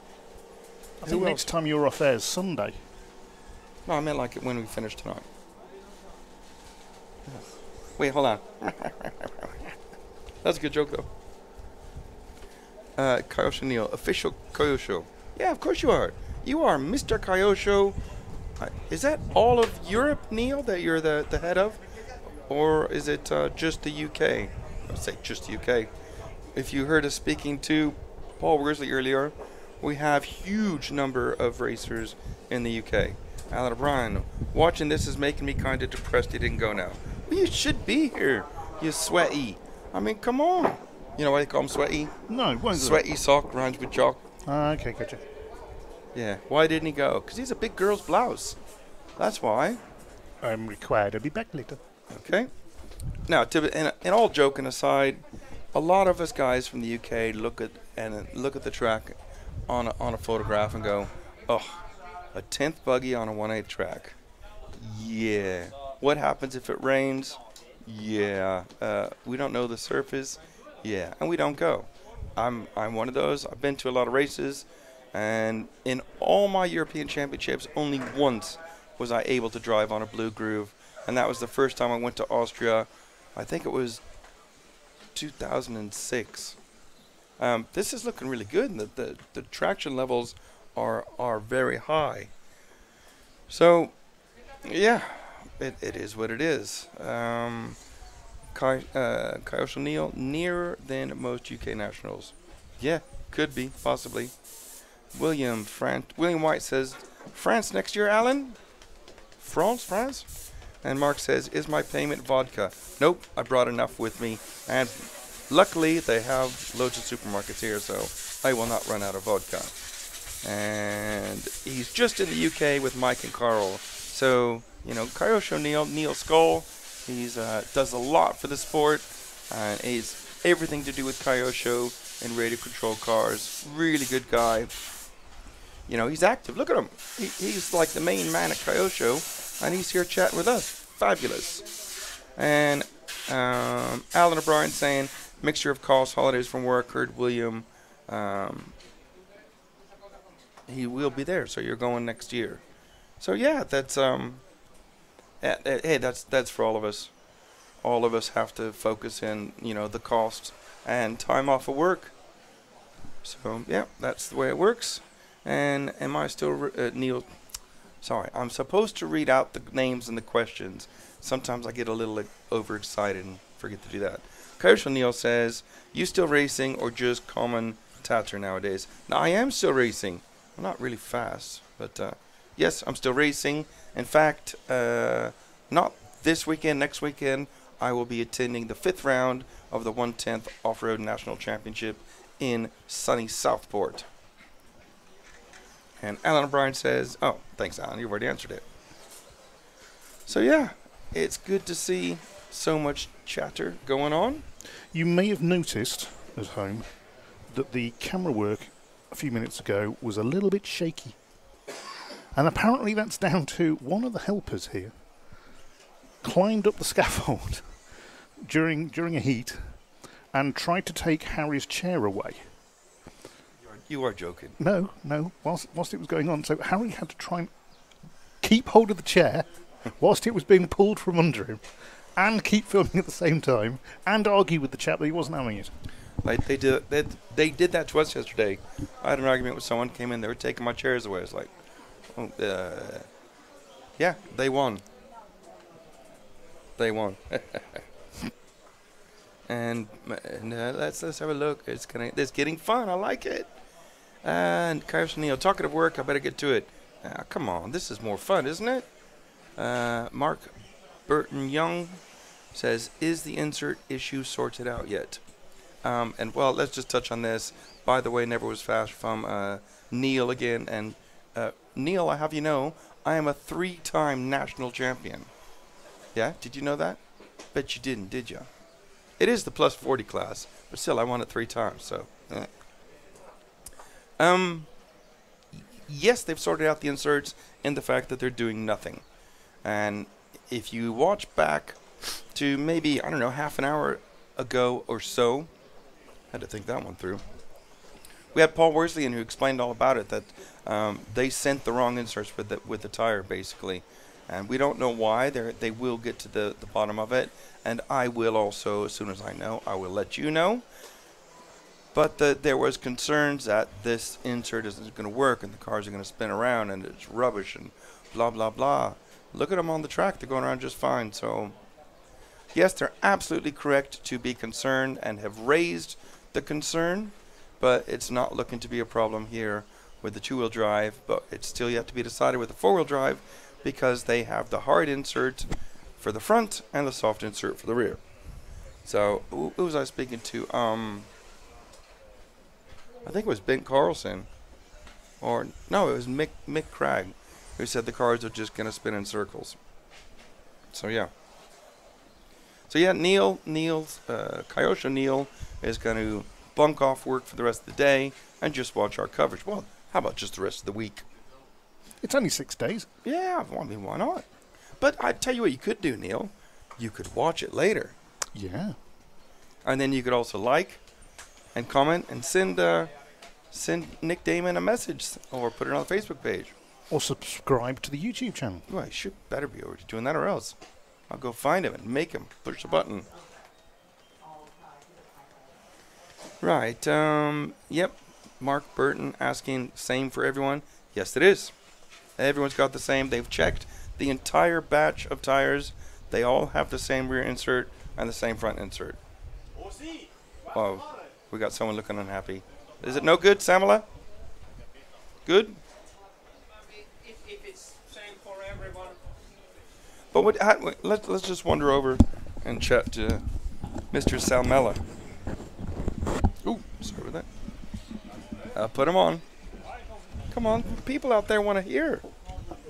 They want. I mean, this. This is Mr. Salmela, Kerry's father. I forget your first name.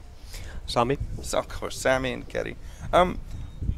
From what you thought the inserts were going to be like to what they drive like, what do you think?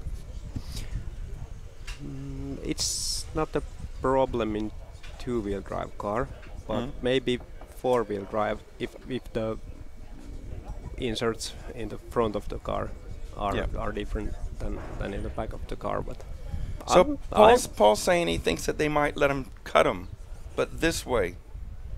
So could you physically do that correctly trackside? I think no. I don't think you could. I know I couldn't do it. I'm not sure. I haven't thought about it. But what about it's not. I have tried both tires from homemade and harder insert to these I bought here and the softer insert, and the difference in two-wheel drive car it wasn't so big that maybe I think the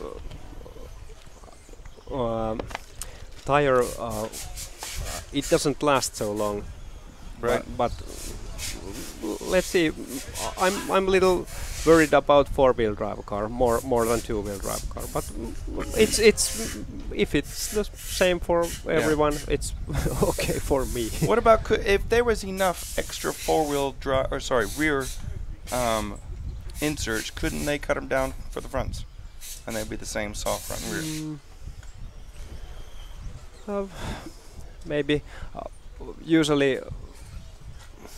Just trying to get Craig over. He's making wonderful gestures towards me. Usually I don't do them so narrow that it's possible to do two from the one insert. No, but maybe you'd have to cut. You'd have to use two rear inserts to make two front inserts. Okay. Not cut it straight in half. Yeah, it's possible if they have enough then. But what I think I'm going to try to suggest to Paul Worsley is to get someone that's not racing and let's try something tomorrow so we don't get to Thursday and have a problem. Yeah, but it's I'm just waiting this because this may be my year because because this tire thing. maybe I'm the black horse of the race. I like it. I like it. Now okay. I have to go. Thank you very much, Sammy. Let's see if we can get Dresser. Craig? You got a minute? Yeah, no problem. Okay. What about you guys want to hear from the legend that is Craig Drescher? He's busy watching somebody. And Fireman, hello, mate. He's one of my friends from Finland. And David Fraser, absolutely. There you go, 194 watching now, and only 32 likes. If there's 194 watching, I would like to see 194 likes. William White, am I doing commentary for all 6 days? Yes, I am. I'm here. And Kyle O'Neill, I like a big track. We can expect some overtaking in the final. Hey, there's going to be a lot of overtaking in the final. Unlike tracks in the UK, you see all those big, tall, pointy things out there? They're big jumps. That means big overtaking opportunities. Absolutely right. And Fireman says, Sammy, Beard, Salmonella. We call him Salmonella. And there's Salmonella and the son of Salmonella. It's easier than saying Salmonella. I can't even say it. Salmonella. Never mind.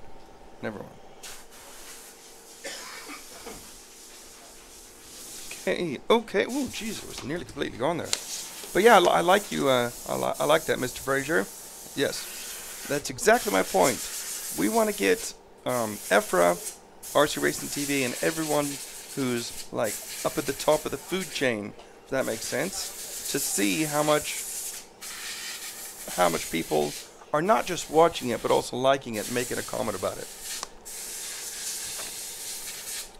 No, we're not going to expect you to do it every day, all day, but maybe just for this one event, let's make an extra special effort to try to prove that it's worth it to have us here. Because the facts are, and these are the facts, if EFRA doesn't think it's worth it to have RC Racing TV be here, guess what? They're not going to be here, are they, Paul? No. No. No. So, yeah. Well, we're going to try to grab Craig Drescher. Let's see, who's he talking to, or who's he watching? I'm looking at the list of drivers. I don't know. But, you know, these people like Craig Drescher help out loads.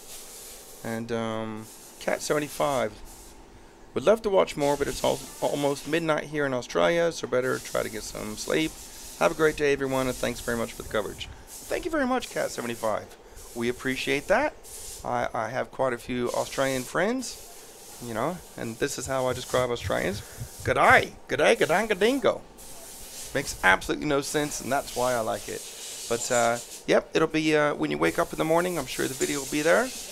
And obviously tomorrow it's going to be a lot more coverage, and, you know, we're into qualifying, so there's going to be a lot of stuff to talk about.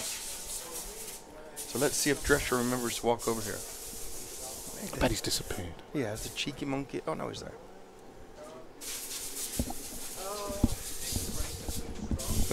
Who's talking to? I don't know. I don't know if that's his name or is his sponsor in his shirt. All right, we're going to try to get Craig Drescher in here. Something also I've been working on for a little bit. I'm going to try to, I could actually ask Craig this. That's a great one. About sponsors and sponsorships and what people expect. I've heard a lot of unrealistic expectations I've heard stories of a lot of unrealistic expectations of what they think they should get from their sponsors. Well, is this recently? Yes, recently. I mean, things like, okay, they've been racing 2 or 3 years now. They make their first A final in England, which is a fantastic thing, and now they want everything for free and get paid for it. Yeah. That doesn't work out. BBT Racing, that's big blue tint, always worth it. Keep it up, guys. We love it. Thank you very much. And the headline, we have a links up for the coverage on our Facebook groups I run, Kyosho Off-Road Army and Yokomo YZ2/4. Thank you very much, Mark. We're just still hanging here for Drescher. Yeah, so I've been, you know, I know lots of people, blah, blah, blah. And I know some team managers and manufacturers. And it's always interesting to hear what people think they deserve from a sponsor.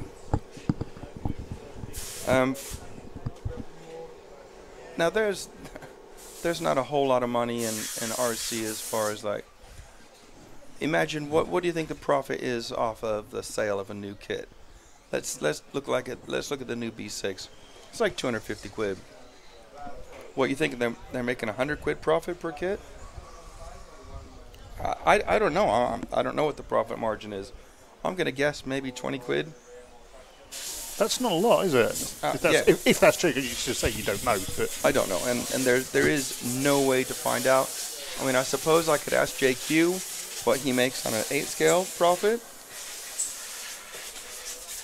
but I doubt he's going to tell me. Why would they? They wouldn't tell you, but I'm pretty sure there's not a lot of profit on it. But there's a lot of volume. Here he is. So I've not pre-spoken to him about this. What have you done? It's not what you've done, it's what you're going to do. Wow, what's happened? Nothing. I was just something. I've been talking to some team managers and some people involved in the sport recently, and there's been a lot of people that are looking to get sponsored, and they have really high demands on what they think their sponsor should give them. Have you had any dealings with this in your life? I thought everybody was sponsored. Yeah, but it's to what level? It's a really difficult one. You have It is. different guys that cover different jobs for you, and then it causes problems when they all go to the same race and one outperforms another that gets a better deal, and it's a little bit of a world gone mad these days. You know, when I was racing, it was an honour to be sponsored. Nowadays, it's you know, people are whoring themselves out. Yeah, you know, if you're not going to give me this deal, then screw you, I'll go and get another deal from somebody else, because they will get one from somebody else, and that is a problem. Industry globally, I think it's an issue that needs to be tackled. You know, you've got companies that sell direct, and it's you know, it's a dealer direct drive. It cuts out the dealers. Sorry, like it's a model shop. Yeah, it cuts out the model shop, and we lose the service side of the industry, and it's the way sales are going. But it's quite frightening. It is. So let me just chuck this out at you. Let's use me. I'm not a good driver, but obviously I've been around for a while, and I know a lot of people, blah, blah, and all that crap. If I came to you and said, Craig, I want a sponsorship, can you give me 25% off of retail? Is that, now don't say yes or no, I don't care what deals you give you guys, I'm just saying, would that be like a realistic place to start? In this day and age, with what people get, that's what they expect. Yeah. You know, they expect the trade prices because of the direct selling that's going on. It's, you know, maybe a little bit above trade, but I think there lies the problem. Everybody wants a deal. Yeah. Everybody gets a deal, and how do you go backwards from you know, this being the norm? And it is the norm. You've got so many manufacturers out there that want a driver, so any sniff of any decent level driver, they will jump at the chance to get them. Yep. And new companies that come in and throw money around, and you know, if they survive, then you know, it's lucky for them, but generally they're around for a couple of 3 years and then they're gone again. That's it. And in the past they were replaced by one other Asian Far Eastern company. Now they're replaced by two. So it's for me, it's, you know, guys getting discounts and deals. Used to be through the model shops, now it's through the distributor. For us as a company, with anybody that's on a drive, we try and push through, you know, a discounted drive, we'll try and push through the distributors in the relevant countries that we cover. And it's generally the top end drivers, you know, national champions, etc., that get a direct sponsorship. Yep. And even then it's limited. Yeah, and I think that's a good thing, because like what I'm doing here today on the chat room, I'm trying to get people out there to show their support for this by commenting on the EFRA webpage and the RZ Racing TV webpage. And I'm selling it like this because they're paying for us to be here. They need to see feedback for their efforts. Yeah, it's the same thing with you. If the manufacturers don't make profit, do you think they're going to be here in 5 years? Oh, of course not, because everyone has to. You got to pay the bills, don't you? I'd like to see it where, you know, the I guess as manufacturers we limit the number of drives that we give. Yeah. You know, you're never going to get it because it's not going to happen. But somehow, in all of the forms of motor racing, it's pretty cutthroat to get a deal. You know, it'd be nice for somebody that we give a deal to. Not nice, I'm saying. I know what you mean. In the real world, what it should be is, look, Billy, we give you this deal. Yeah. You didn't perform.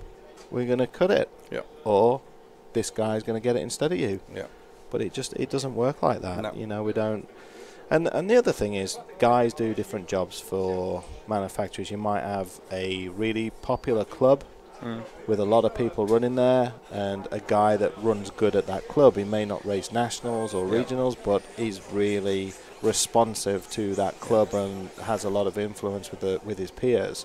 So that guy could get a good deal because he does a good job and brings a lot of people on board. And it's one thing we constantly try and monitor and justify, with the UK distributor, for example, CML, it's, you know, what's this guy doing? How can we improve what we do? Does he warrant the drive that it gets? And it's usually, you know, well, he covers this territory, they cover that territory. How many people did he bring on board? And you do start to break it down and see the value of some people, even though they may not actually get the results on the track of the races. I agree. And what part of the reason for doing this is I want to raise awareness to you drivers out there that when you go asking for a deal, just think about what you're doing before you just start demanding this, or I want free cars because I've won some series or some race meeting. You got to understand that this is a business, and they want you to drive their cars. Absolutely, they do. But we need to have some sort of self moderation or self-discipline to do things the correct way. They have to know what they want from their racing. Yes. Do they want the best deal, or do they want to race for a particular team and work their way up to that? That's ultimately what it comes down to in my book. And there's guys that jump ship every year and do themselves no good. They've got every right to if they're paying for the gear, but if they get a deal, then they should be, you know, kind of responsible for the manufacturer that's helping them. So, but it never works like that because, like I say, there's so much choice out there. Yeah.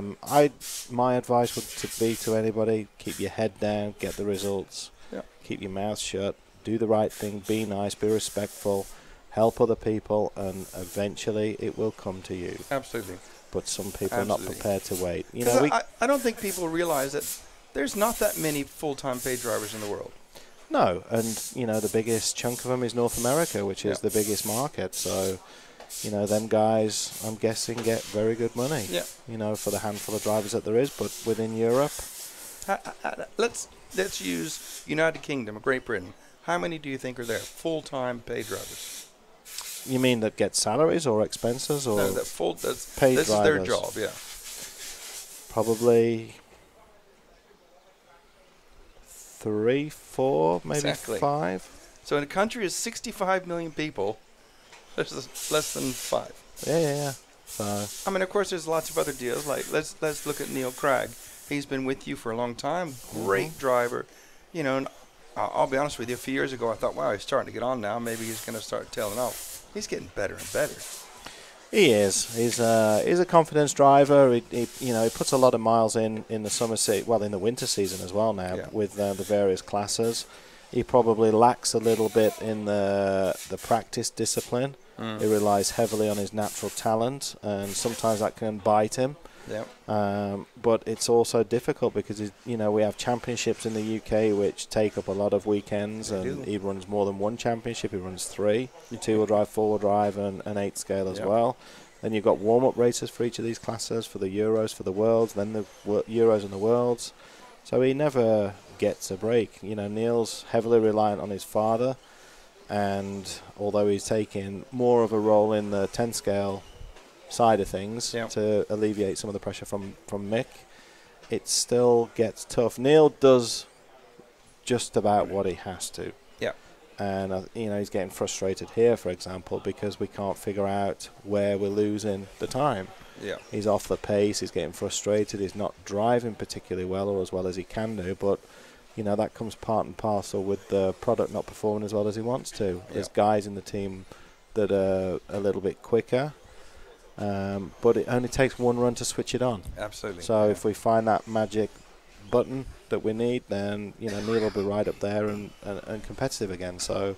And Neil is not a full-time paid driver, is he? No, he works full-time. Absolutely. So he's a salaried driver, gets expenses, but he couldn't live off what he gets. There are some guys in the UK, I believe, that do, but not many. No, exactly. It's I think it's more of a dream than a reality. So if we look at Neil, being he has a normal full-time job, or obviously they're very allowing him to do the sport he wants. He's an ex-world champion. He's just won his 21st title in England, and he's not a full-time paid driver. Yep. So people out there are thinking, you know, they're going to go make an A final in England, and all of a sudden they're going to start racing full time as a paid driver. Well, this is what some people expect. You know, we have guys that race, that get a deal, and then they do well at one race, and it's like, hey, what can you do? I've got an offer from somebody else. It's like, well, you know, work on your consistency. But yeah, it's a tough ask for anybody out there. And you know what? The guys that are paid the good money, like in North America, and the ones that are paid well in Asia, I think it's well earned, because it's a very, very time-consuming and I guess kind of lonely. It is.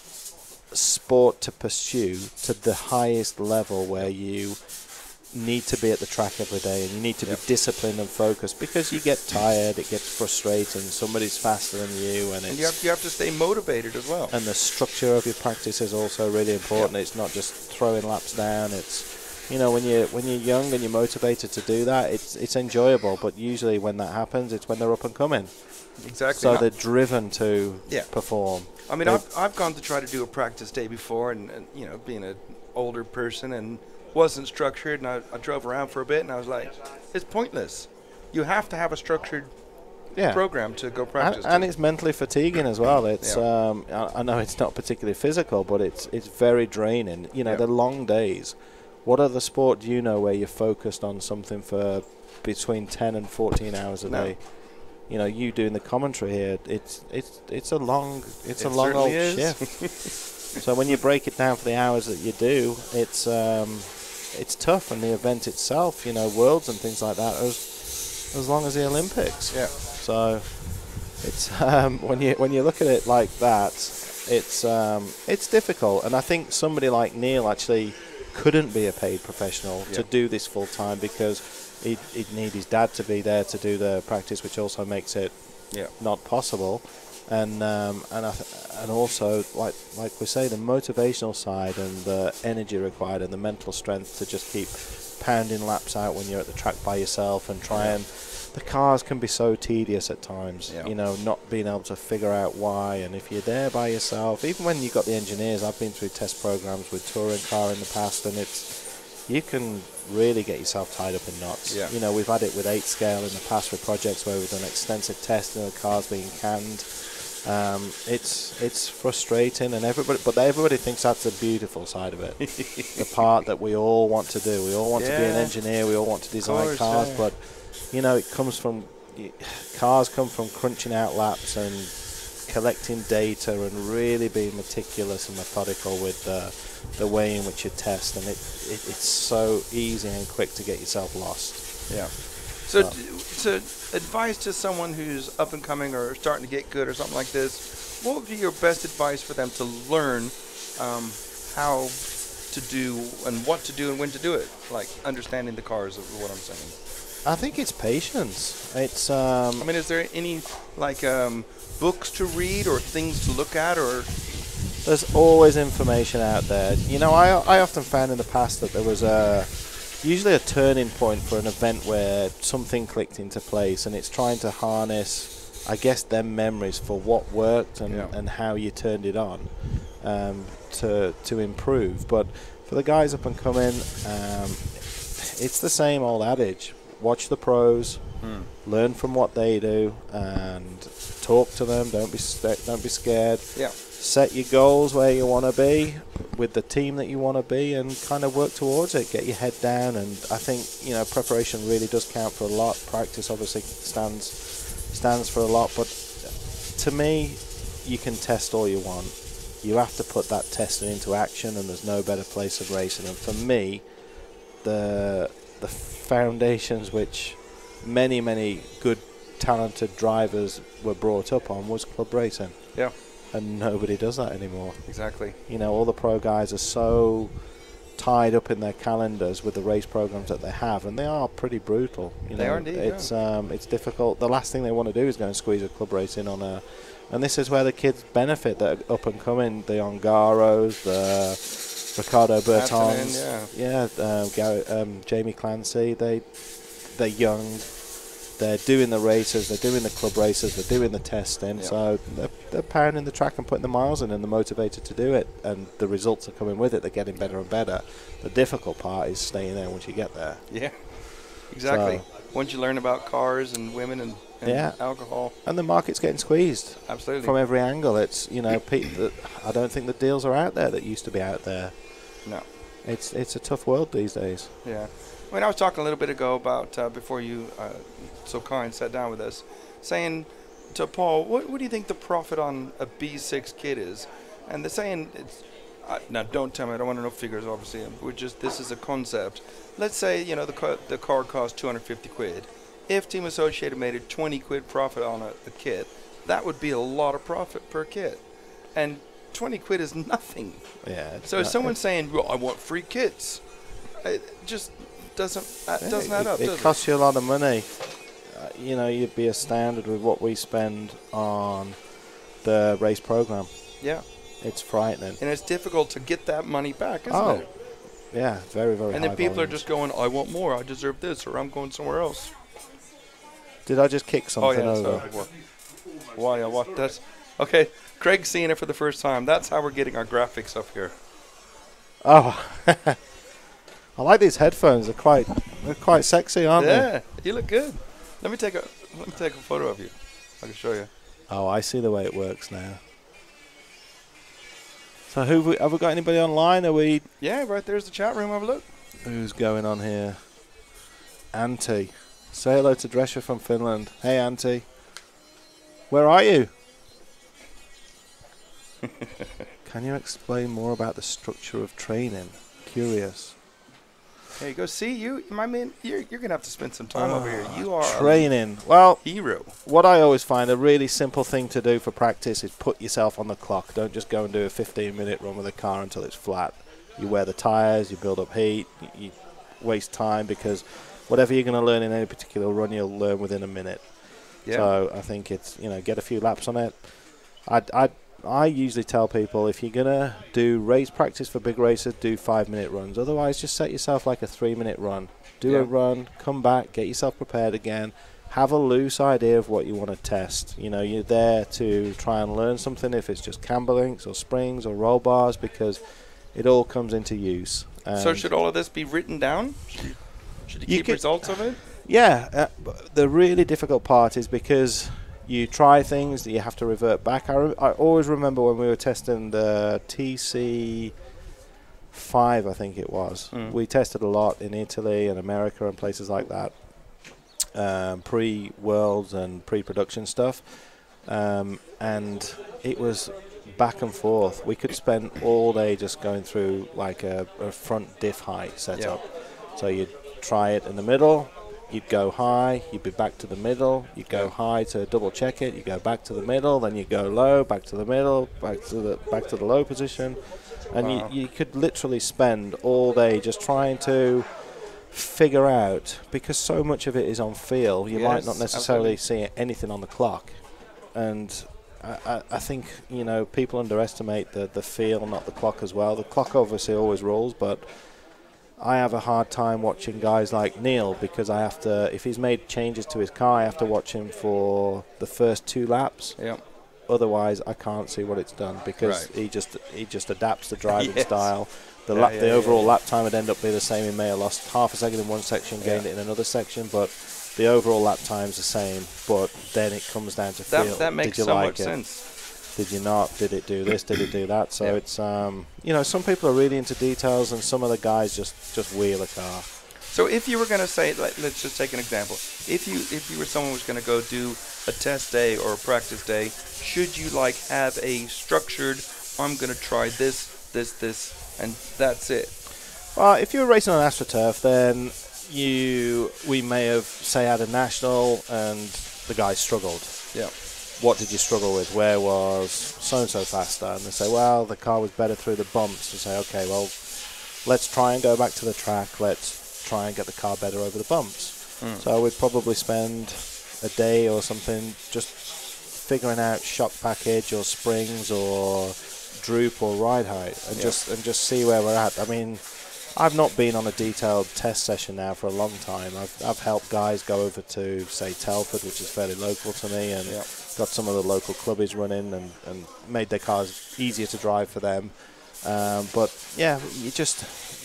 sometimes you do, if you've not raced for a while, you just want to go and pound some laps and get yourself up to speed, but very quickly you'll start tinkering with the car and it's not doing this, it's not doing that, and it's always good to gauge yourself against either lap times that you know are fast there or somebody that's running on the particular day where you can gauge yourself against, which is what you do at a race meeting. You know, oh, Savoy's fast, Lee's fast, why are they fast, why are they better than us, where's the car different, and you're always trying to be faster. Yeah. No matter what you do, you're always trying to improve. Exactly. And it's the same all the way down the field. I mean, if you're a middle-of-the-pack runner, you know who you're normally similar placed with. That's who you judge yourself against. Yeah, you have your rivalries all the way through, whether you're racing at the top, middle or bottom. You want to beat your best mate or the guy that's racing for the other team that's switched, and it's racing. You know, that's it is. The competition side is ultimately what drives us all. Wow, I mean, I could have it in here all day. I know you're a busy man, and it's very kind of you. And well, it's nice and peaceful in here. I like it. It's good, isn't it? Yeah. And I think it's just fascinating for you people out there. I'm not reading through the chats at the moment because I want to absorb all that's being said to me, and I'm so lucky to be sat here. I mean, look at this, Craig. It's harder things in life, is there? What are people saying? Anything good? I was just reading. What's this say? Alan O'Brien, as Craig said, I was honoured to have a deal. Good for you. Well done. Nicely said. Japanese nationals allow foreigners to participate. You can participate in any national you want. You can go to UK and participate there if you buy a BRTA license, put your entry in, pay the money. Yeah. What's this? He turned me down. Yosh O'Neill. He turned me down. That's Neil Skoll. Who turned him down? Yeah, I guess he means you. Ah, well. Sorry, buddy. Wooter Wine and Two Heroes on the Mic. Keep it up, DC. Thank you, Wooter. You're a legend yourself, mate. But what do you guys think about what Craig's saying? Are you listening to this? I mean, you finding it good? I think it's fabulous to be able to get people to come in and sit down and talk. And it's practice day, and you're seeing the practice on your screens. But we're just exploring different parts of the industry. You know, without the industry, we wouldn't be here. You know, we need the industry to be successful for us to keep doing this. In order to be successful, we've got to sell kits. You've got to like what we're doing. So, yeah, so let's just talk some normal blah, blah, blah. Craig, what do you think of the track? As a racer, I would find it very frustrating. Yeah. I think it's a really difficult challenge for the 10 scale cars. It's only just too big, but the jumps are very big, which I like. As a neutral watching, I think it's spectacular. I think it's brilliant. Lots of cars smashed up and crashes happening, and you know, when the guys hook up a lap, it's really impressive. I was watching Savoy earlier, and he was dynamite, to be honest. It was I was really impressed with seeing him race at 10 scale. So well. I didn't expect it. I know he was fast at the warm up race, but you know, he's wheeling that thing like an 8 scale. So the 4-wheel drives are going to be unreal. Yeah. I mean, if they're getting the 2-wheel drives around this good, what's going to happen when you got 4-wheel traction? Well, I think we've just got bigger jumps for the 4-wheel that can clear the tabletop, I guess. That can do the triple. So I think it's just going to be bigger and more spectacular. I've got to be honest, I'm a 2-wheel drive guy. Are you? I much prefer the 2-wheel drive cars. I think they're just a bit more elegant. Yeah. The 4-wheel drive cars, yes, they're brutal, they're fun, they're fast. It's you know, it's really hard hitting racing. There's just a little bit more finesse required in the 2 wheels, and it's good to see them back on the dirt. And yeah, I mean, this track should produce fantastic racing with plenty of overtaking opportunities. Yeah, you know, the first day syndrome happened last year. 8-scale track, it's too big, it's too bumpy, and the guys were crashing everywhere. But once they lock themselves in, it's really impressive to watch the top guys perform and race against each other. And you know, when you get them tricky tracks where there's a difficult section, a make or break section, it's always really exciting. We've got about 4 or 5 of those on this track. You know, we were at the EOS races we attend. It's all the crappy sections on the tracks that the drivers moan and groan about are the ones that I love the most. Yeah. Because that's where all the action happens. So was that where you were really good at when you raced? I think, you know, when I was racing the the style of driving, I think, was a lot different. You know, we had to be careful with runtime, and equipment was a lot more sensitive to preparation and having the best stuff. The way the cars drove with the shorter arms was, at the time you don't think anything can go any faster, which it can't at that time. But I think we had to drive with a lot more finesse because the tracks weren't as well prepared. Yep. They were a little bit more kind of raw and rough. Rough and ready, I was going to say, yeah. You know, there was less of this jump-in style and flamboyancy, and it was a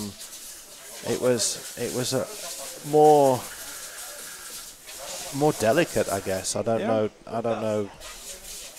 I've seen a few guys run old cars against new cars. On a track like this, there'd be a marked big difference. But on some of the indoor tracks and stuff, you're only looking at about a second a lap, which is not a great deal. Second and a half a lap, you know, on the carpet where there's traction and stuff, which isn't a lot. But, you know, with the new equipment, motor-wise, battery-wise, you know, the brushless stuff and the lipos, I think it's a lot simpler, and the cars take a lot more. So, I mean, I'm always amazed on the higher grip surfaces how they don't just fly off the track. It's like it's trained muscle memory, isn't it? It's you get into a rhythm, and it's, you know, on the indoor stuff, it's to me, I mean, even here, it's about setup. But the indoor stuff, if your car's not set up, you can't go fast with it, and it's all about the setup, the details in the setup. When the traction's high, and it's become so detailed that it's quite frustrating to be able to figure things out sometimes. You know, to run as fast as the other guys, and you can make slow progress and get there, but you have to be putting the time in again. And on this stuff, again, you know, it's for most of these guys now, it's totally different and alien to come and race on dirt. It is. It's a one-time-a-year experience. Absolutely. And luckily, we've got the weather for it at the moment. I mean, yeah, we heard rain tomorrow. Oh, but really? No. Just for the start of qualifying, but we'll see what happens. I think there was showers supposed to be scheduled for yesterday as well, but that didn't happen. So we'll see. You never know in Europe, do you? But hopefully Italy should be a little bit more kind than the UK. Fingers crossed we get a dry week, because we want to bring it all to you, and I want to see the track with this much grip and traction. It would be fantastic racing. You know, a big open track, big jumps, good grip. Yeah, it's fast. I think it's going to bring some good challenges. Right now, I think there's a few guys that are ahead of the field. Yeah. I like watching the racing on the dirt. You know, the US tracks and stuff have always inspired me. I've always found them really challenging, but it's great to see the off-road cars racing on off-road tracks with big jumps. Yeah. And, you know, I think once the guys get used to the size of these jumps, they'll actually, by the end of the week, you'll ask them and it'll be a completely different view. They actually quite enjoy the challenge and the fact that, you know, the cars look cool. Yeah. You know, flying through the air at 10 foot and doing... So 2019 World, Great Britain? That's the rumour. Is it? Yeah. Yeah, I think it'd be great. I was talking to Worsley about it, and he didn't really... Have they had any applications? Have they officially been put in yet? He said one place has said they're interested, but not UK. I didn't press them on where it was because they hadn't put a formal application in. But I think next week they start talking about it. Yeah. It'd be good to see it in the UK, and from past history, you know, not blowing our own trumpets or anything, we always put on the best events. Yeah. You know, the IIC and races like that, Basildon, it's always super well executed. Timetables, the preparation, you know, from the BRCA that usually get involved when these races kick in is second to none. They do put on a fantastic show. I don't know if did you attend the Reedy race in the UK that was at the Milton Keynes Shopping Centre? Again, flawless. Yeah. Amazing to see it. Them guys do an amazing job, so I can't big them up enough. You know, we don't see, I know it's an effort for them and they've got a great team of guys, but they really do put on a show. You know, they don't have any major cock-ups go on. No. You know, they run a professional outfit, which is great to see. And I think the key thing would be, obviously, you know, you get a track somewhere that decides you want to do it, you're going to have to get a lot of helpers. So you people out there, if you want to see the World Championships in the United Kingdom, get behind your track and offer your services. Well, we see it a lot, you know, we're desperate to have tracks, and we have the club guys that go and moan about the tracks, and new tracks that come up that have to take some time to get established, guys moaning openly on Facebook about them, and it drives me insane, because I think it's a thankless task running a club and a track. It certainly is. And everybody's got to start from somewhere, and it just drives me up the wall. You know, these people can scream and shout and not do anything to help them. Yeah. So it's just that's a new age of social media, I guess. I mean, I was at the fourth round of the National Series at Boughton, and there was a sign on the little race control that said, "Do you have a complaint? Have you volunteered recently?" Yes. Don't say it. Like an army slogan. Yeah. And it's true. It you know, I think worldwide we struggle to get people to either have the time or the motivation to go and help and put some time into what they love. And I'm as guilty as the next guy, but I also appreciate what the clubs do, and I never sit there and moan about this track and that track. I actually, you know, like supporting them, and I think race series that, you know, bring these tracks to us are vitally important for that, to help them, you know, get the funds to start building things up and not, you know, not having people shout them down. Exactly, and I think it's easy to become critical. I mean, I lived and raced in Sweden for the last couple of years, and you know, race entry at a Swedish race is, you know, 20 or 25 pounds. Yeah. And in England they go, "Ooh, 12 pounds for a national. Oh, it's a rip-off." Yeah. What? Yeah, I guess we need to probably desensitize ourselves against that. Yeah. In the grand scheme of things, with the cost of tyres and travel and hotels and food, that you know, you travel an extra £10 to have a well presented race. It's important, and you know, the people had moaned, but within 6 months it'd be forgotten about. And you know, when you look at the entries for the worlds and stuff, I think that's a little bit on the other side of the scale. You know, it's a little bit too expensive, and and also Euros as well. You know, for the license and things, it's pretty costly. Absolutely. You know, I'd prefer to see the race filled than you know, try and generate revenue from, you know, higher entry and less people attending. I think the rules need to be reviewed for having this race full.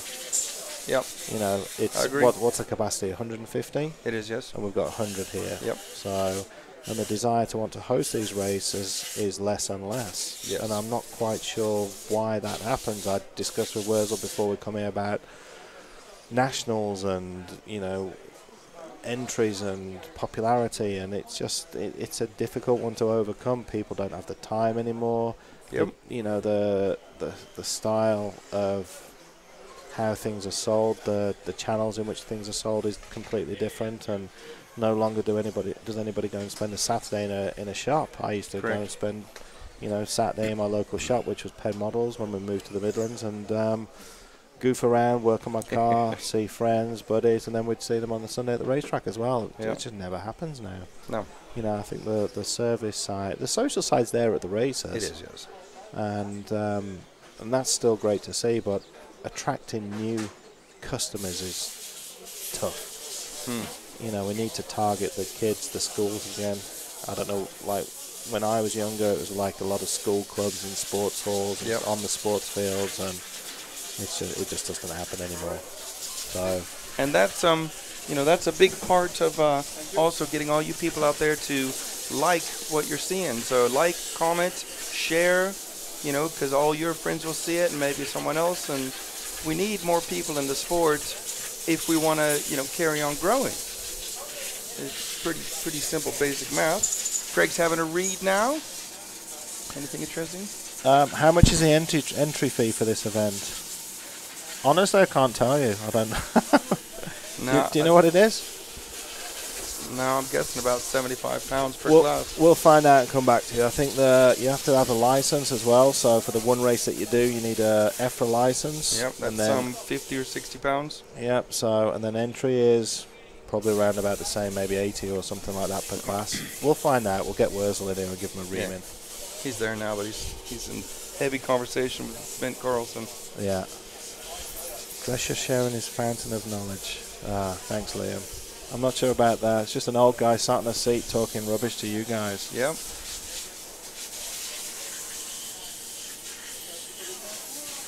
Yep, the BRCA does stop drivers, but it's not the BRCA, it's the EFRA rule that stops them wanting or allowing the drivers to come.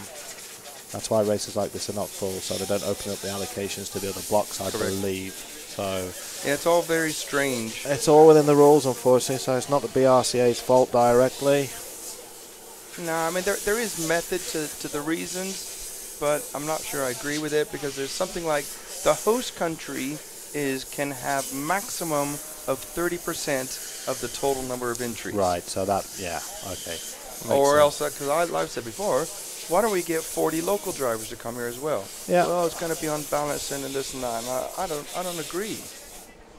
But let's look at the other way. Let's say you live local, like within 100 miles of here, and you can come here and you can race for, I don't know, say 15 euros for the day.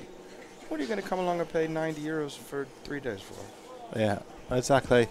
The privilege of racing against the Europeans' best drivers, I guess. Yeah, I mean, it's a big event. It's great to be involved with. But just the nature of the beast, and it's a little bit out of balance, wouldn't you say? I would, yeah. But then there's a lot more that goes into this than just, your Sunday club race. Oh, absolutely. I mean, there's so much other stuff that people don't even think about it. License, insurances, hotels, food, helpers, cleaners, toilets, track, health and safety, blah, blah, blah. I'm sure when we ask the powers that be, if the fees are justified, of course they will be. Yeah, of course they will. So it's just, somebody said that the entry for Robin Hood was £90, Yep. Alan O'Brien, so there you go, £90 plus your EFRA license, £150 for just being able to race one class, and then another 90 if you want to throw four-wheel drive in there as well. Yep, and it soon adds up, but if you think of things like they had to put on an extra pitting area here, so they had to hire a structure. What is the hire of the structure going to cost for a week? Yeah, I think Robin Hood just about broke even when they did it last year. I don't know what the figures are for here. Was it? No, year before, sorry. Yeah. And what a show they put on. Yeah. Oh. Again, a race hosted in the UK. James and the crew and the BRCA did an amazing job. So, I mean, to my mind, that was the best Euros I've ever seen. Yeah, I think the one in Sweden was pretty good as well. The Austrians always seem to put on a decent show. It's they're the places that do the best jobs. Yeah. And like you, I agree. I was only at Robin Hood for I think two and a half days, but they did a fantastic job. Yeah, I mean, they did a great job with everything, but also you had the weather cooperate, so it's not just about what they did. Obviously, Mother Nature had a part.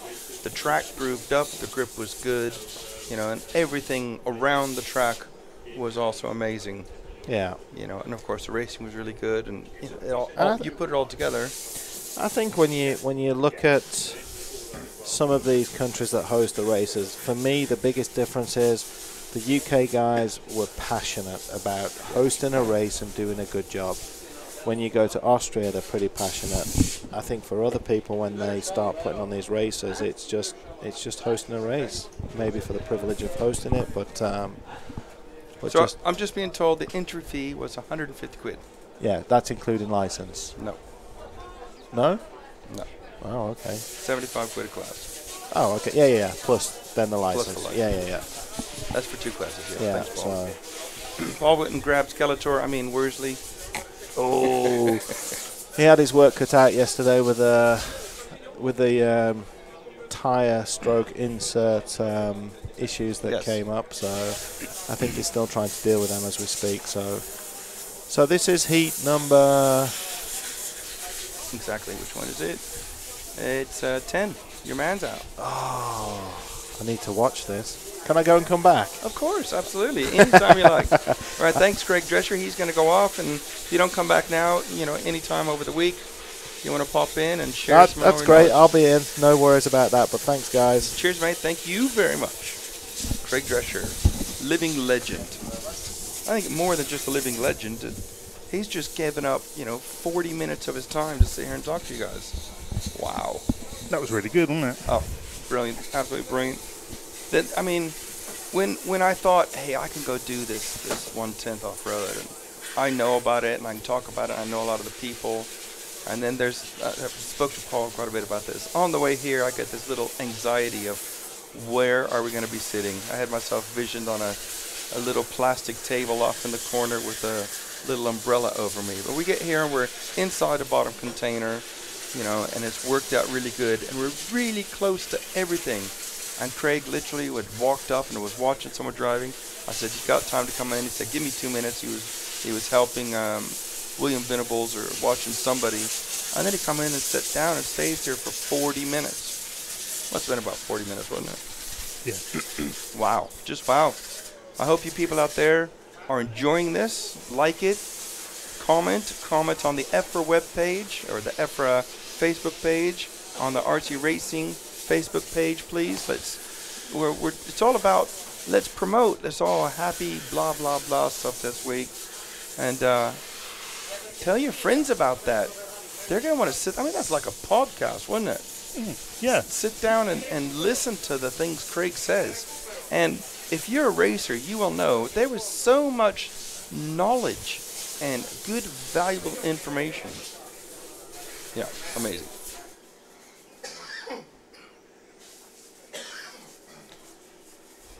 So we've not actually got that much further to go today. No, it's like deja vu. I'm just going to have a look at the timing screen. I have to move a bit. So at the moment, it's Neil on the track, Orlowski, Bayer, Lee Martin, Bruno, Ungaro, Peter Panish, and there's one more. It's just bounced around. Carlos Pineda. So looking at it on track, who are we following? Can you see? Just coming to the end of the straight now. Coming back. It's the white car, I believe. That would be Martin Bayer. So we're following Bayer now. Over the big triple. No problem there. Let's see. Let's pick someone we didn't follow in the first one. Off of the step down, please, now. Coming onto the main straight. This is Hupo Honegel. We followed 3 or 4 drivers before, so I want to try to pick up the other ones. And it's easier for me when I know the shells and the color of the car. The one car I don't know is Carlos Pineda. So we are following Hupo's car now, I believe. Could be wrong. It's a little bit difficult today because they're only running one number on the front of the car. And of course, we're sat at the side of the track, so I don't really get much of a shot. Well, let's just make it easy for ourselves. I'm going to pick up Neil Craig in a moment, and Neil's heading for the big ski jump now, please. Harry? So when we were talking to Drescher earlier, he was saying that Neil was a bit frustrated that his car wasn't working as good as he wanted, and he didn't feel like he was as competitive as he'd like to be. I mean, I guess we're talking numbers, lap times, because it looks really good. We're going to call this a big tabletop, although only because you land on the tabletop, into the big triple and on the infield. Hangs a right and a left, and he's heading towards the ski jump. I mean, that looks good. That looks really good. See if I can get close enough to see lap times. Ooh, almost pulled it off the table. 34.1 for Neil Craig, 34.1 for Orlowski. And I'm guessing Lee Martin has the fastest lap because it's in red, but the computer's too far away to see. We can see it on here. Well, 34.6 though for Lee, but that was the last time round. Hang on a second, I'll be right back.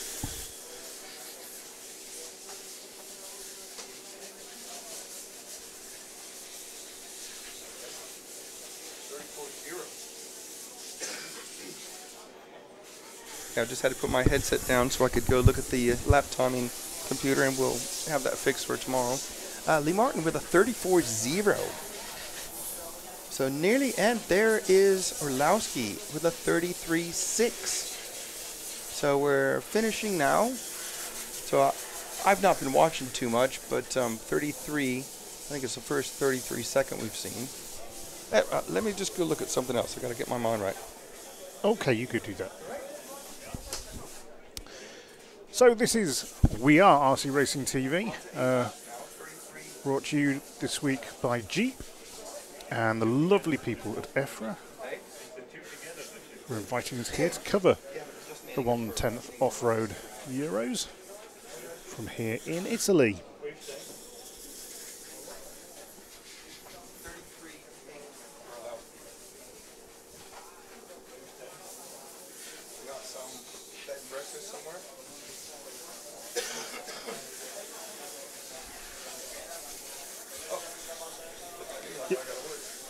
Remember this bit? Yeah, I was talking. I'm busy talking to somebody. So yeah, a 33.6 or 8, I think it was, for Orlowski. So we're getting into the 33-second lap times now. I think they'll find some more out of it. What have you seen the forecast for tomorrow, Paul? You have to do this. Otherwise nobody can hear you. You've not seen the forecast? No, I've not seen the forecast, no. I heard maybe a bit of rain. Oh, okay. I looked at the forecast before I came out here, and it was supposed to be relatively cool for the first 3 days and then warming up, but I didn't see any rain forecast then. Well, I'm going to do something I did in Lostello that probably shouldn't have, because the Met office showed it as rain, and there was no rain. Learned a lesson there. Learned a lesson, but so we're good today. It's only a 5% chance of rain tomorrow, so this is the Met office. Yeah. I think out here you have to ask the locals, because with those mountains so close, it's difficult to read it. It is indeed. It is indeed. So yeah, we've just had Craig Dresser in, and he's spoke about so much. We were talking about drivers' expectations on what they think sponsors should give them.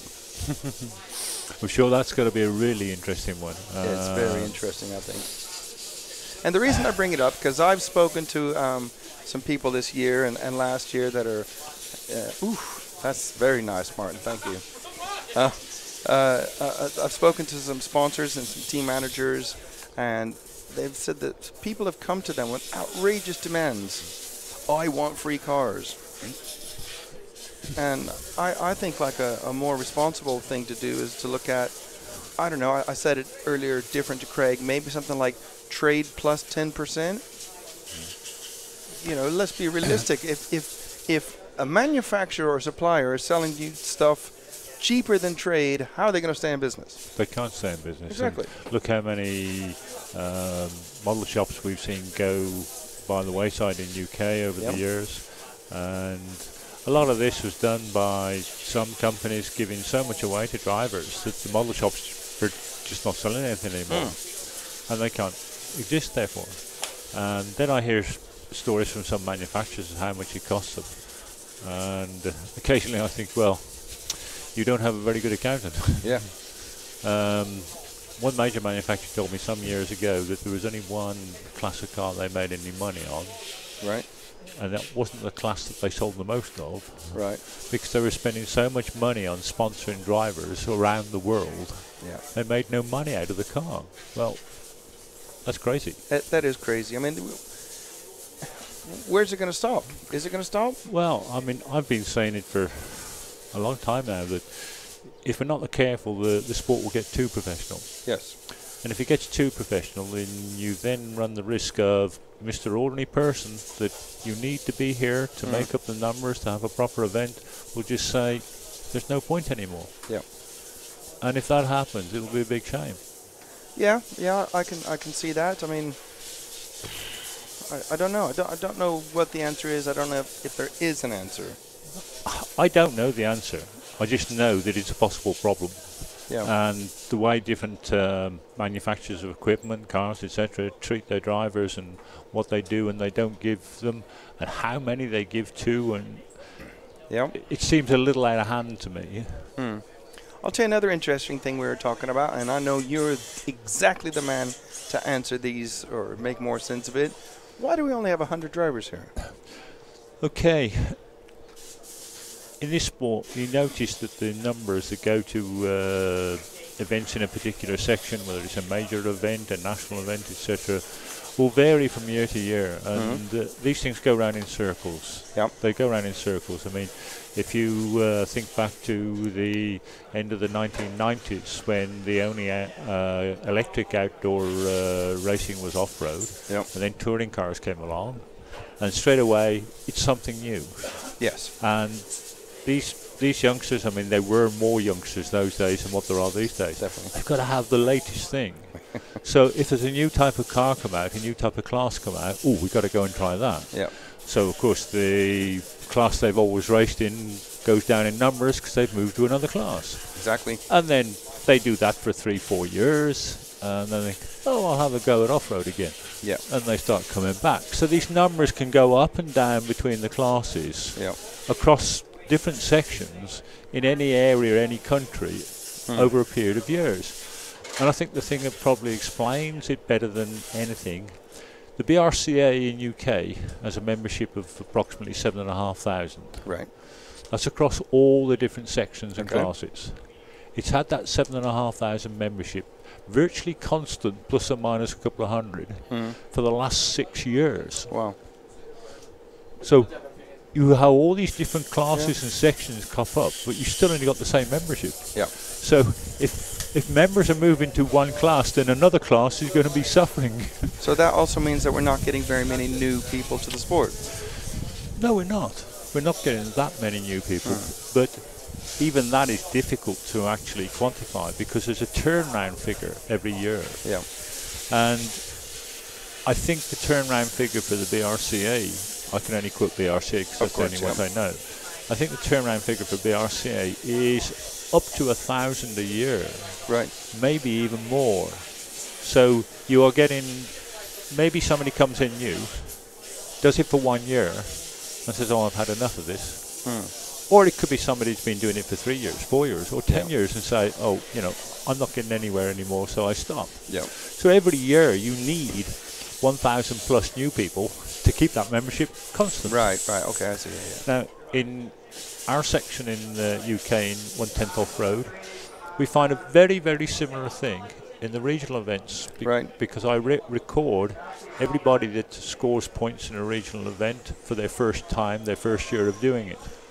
And every year, 25 to 28% of the drivers that came in and did regionals for the first time 1 year don't come back the next year. Really? Yeah. The turnover is amazingly high. Yeah. Especially when you come to events like this, you see people in the pits that you've been seeing for the last 10, 15, 20 years. You think these guys keep on doing it, but not all of them do. No. It'd be interesting to know what the reasons are for those 25-28% people that don't come back. I'm not sure. I think that some of it could be, I can do that, I want to have a go at that, and they find it's a little bit more difficult than what they thought. Well, certainly in your region, geez.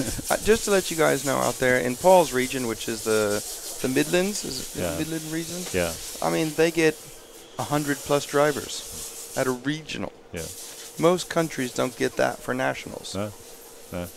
Certainly in we'll talk Europe being wide. Yeah. I know it's different in America that where they can get 150 or so, but they have some nearly 400 million people in the country. Yeah. So it could be that people come along and think, I'm going to do good at this sport, and they go, geez, it's hard. It's a little bit more difficult than I think. It is hard. It's a long learning curve in this sport for sure.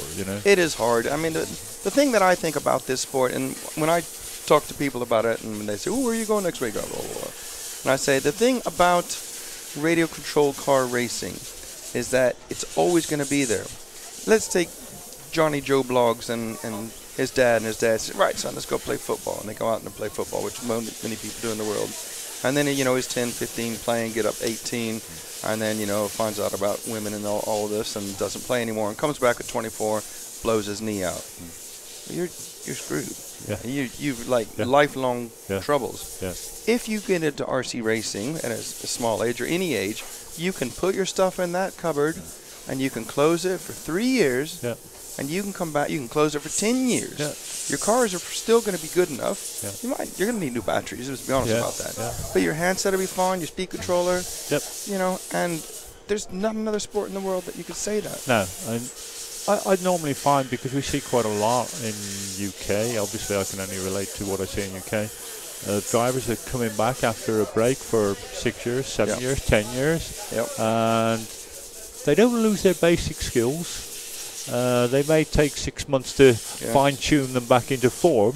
They don't lose their basic skills. In fact, that reminds me, I'll tell you, guess who's coming back? You go tell me that one. David Belston. Oh, right, okay.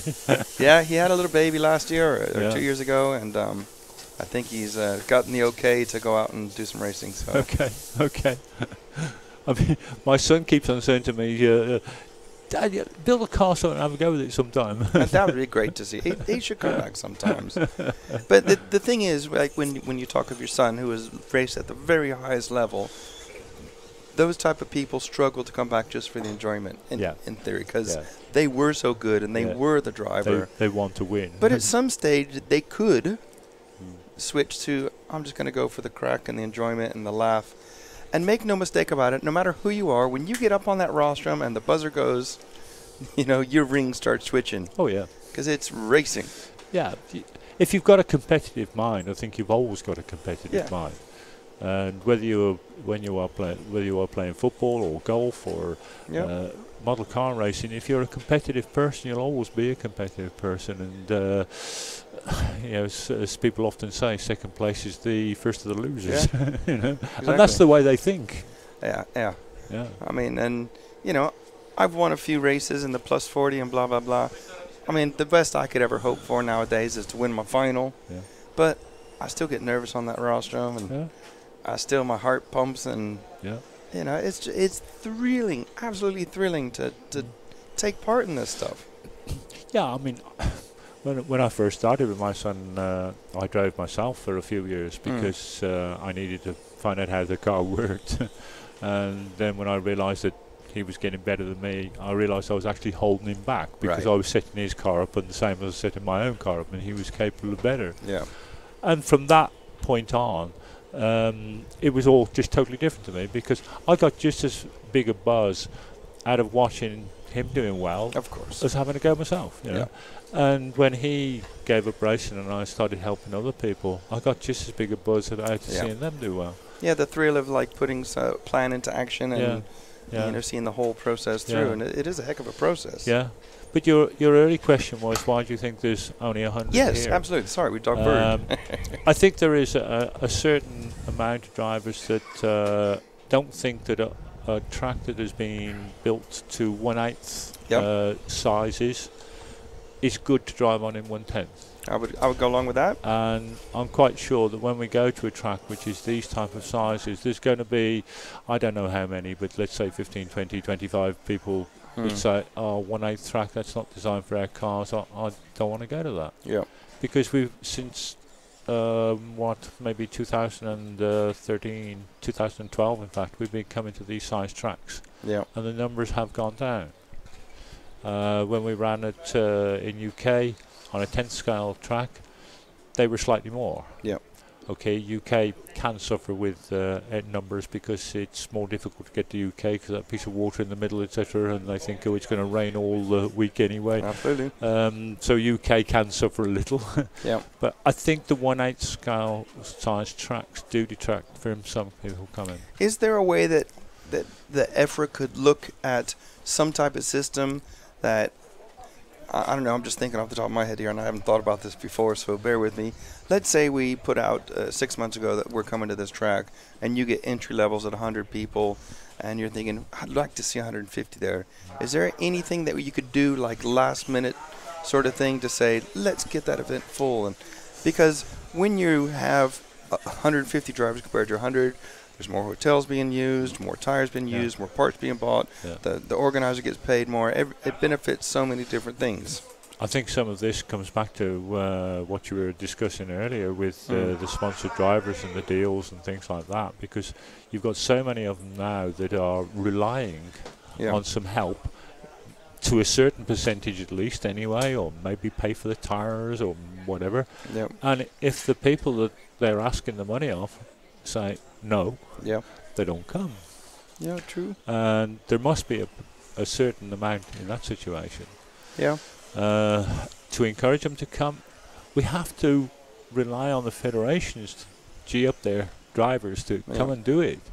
A lot of federations are good, but even then, you find a big difference from one year to another between how many come from each federation. Yeah.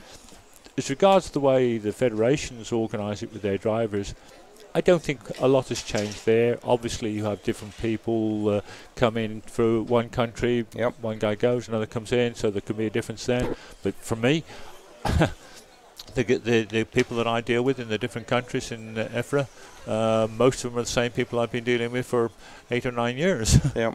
And those people have sent big numbers to events not that many years ago. Yeah. So exactly the reason, I don't know.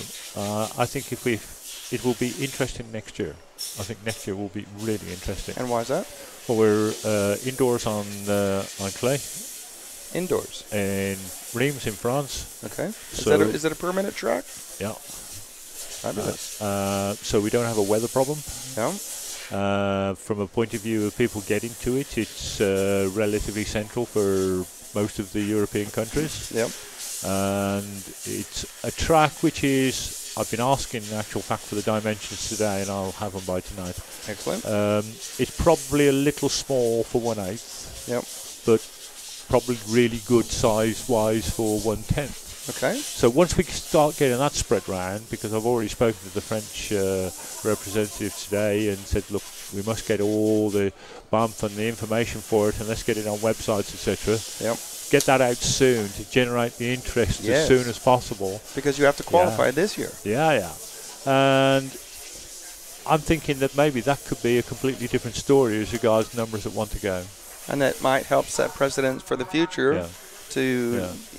You need people to make the numbers to make it work. And so if any of you out there who are thinking about it, how do you qualify, Paul? I know the answer. How do you qualify? It varies from every country. Every country has its own rules and procedures for how you qualify for the international events. Obviously, if it's an international event, whether it's a Euros or Worlds, it has to be done through EFRA. The entry has to. Yep. But each country has its own qualification. So let's talk about the UK then. In the UK, it's very simple. The drivers that are chosen for the international team from UK are chosen from the drivers that did the national series the year before. If there is any limit on the number of drivers that we can send, then they are obviously chosen in the order which they finished in that national series the year before. Yep. So quite simply, if you haven't done the national series, you're not going to be on the list. So would one race national series qualify you? Just one, if there you're on the go. list. Yeah. There you go. So any of you thinking of going, or like what you're seeing and thinking, geez, I want to go try a dirt track indoors, don't have to worry about rain next year. We have how many rounds left, Paul? 2. Yeah. There you go. Yeah. Yeah. And you can't just do 2-wheel drive and qualify for 2 and 4. No, it's got to be per class. So you have to do a 2-wheel drive and a 4-wheel drive. Yeah. So it might be too late. No, because there's still 2 of each. So, but are there entries available? 2-wheel drive, there is a short reserve list at the next national. At the last one in 2-wheel drive, the reserve list at the moment is 23 or 24 in 2-wheel drive. Yep. So 2-wheel drive could be a little bit of a problem. 4-wheel drive, there is a few places left at the next national in 4-wheel drive, and I think it's probably 6 reserves in 4-wheel drive at the last one. Okay. So there's some possibilities. There is possibilities. I mean, also it's down to how many drivers are allocated to go. Yeah, of course, yeah. Did we take our full allocation this year? Not quite, no. We have 20 UK drivers here this week. Wow, And 20, really? Yeah.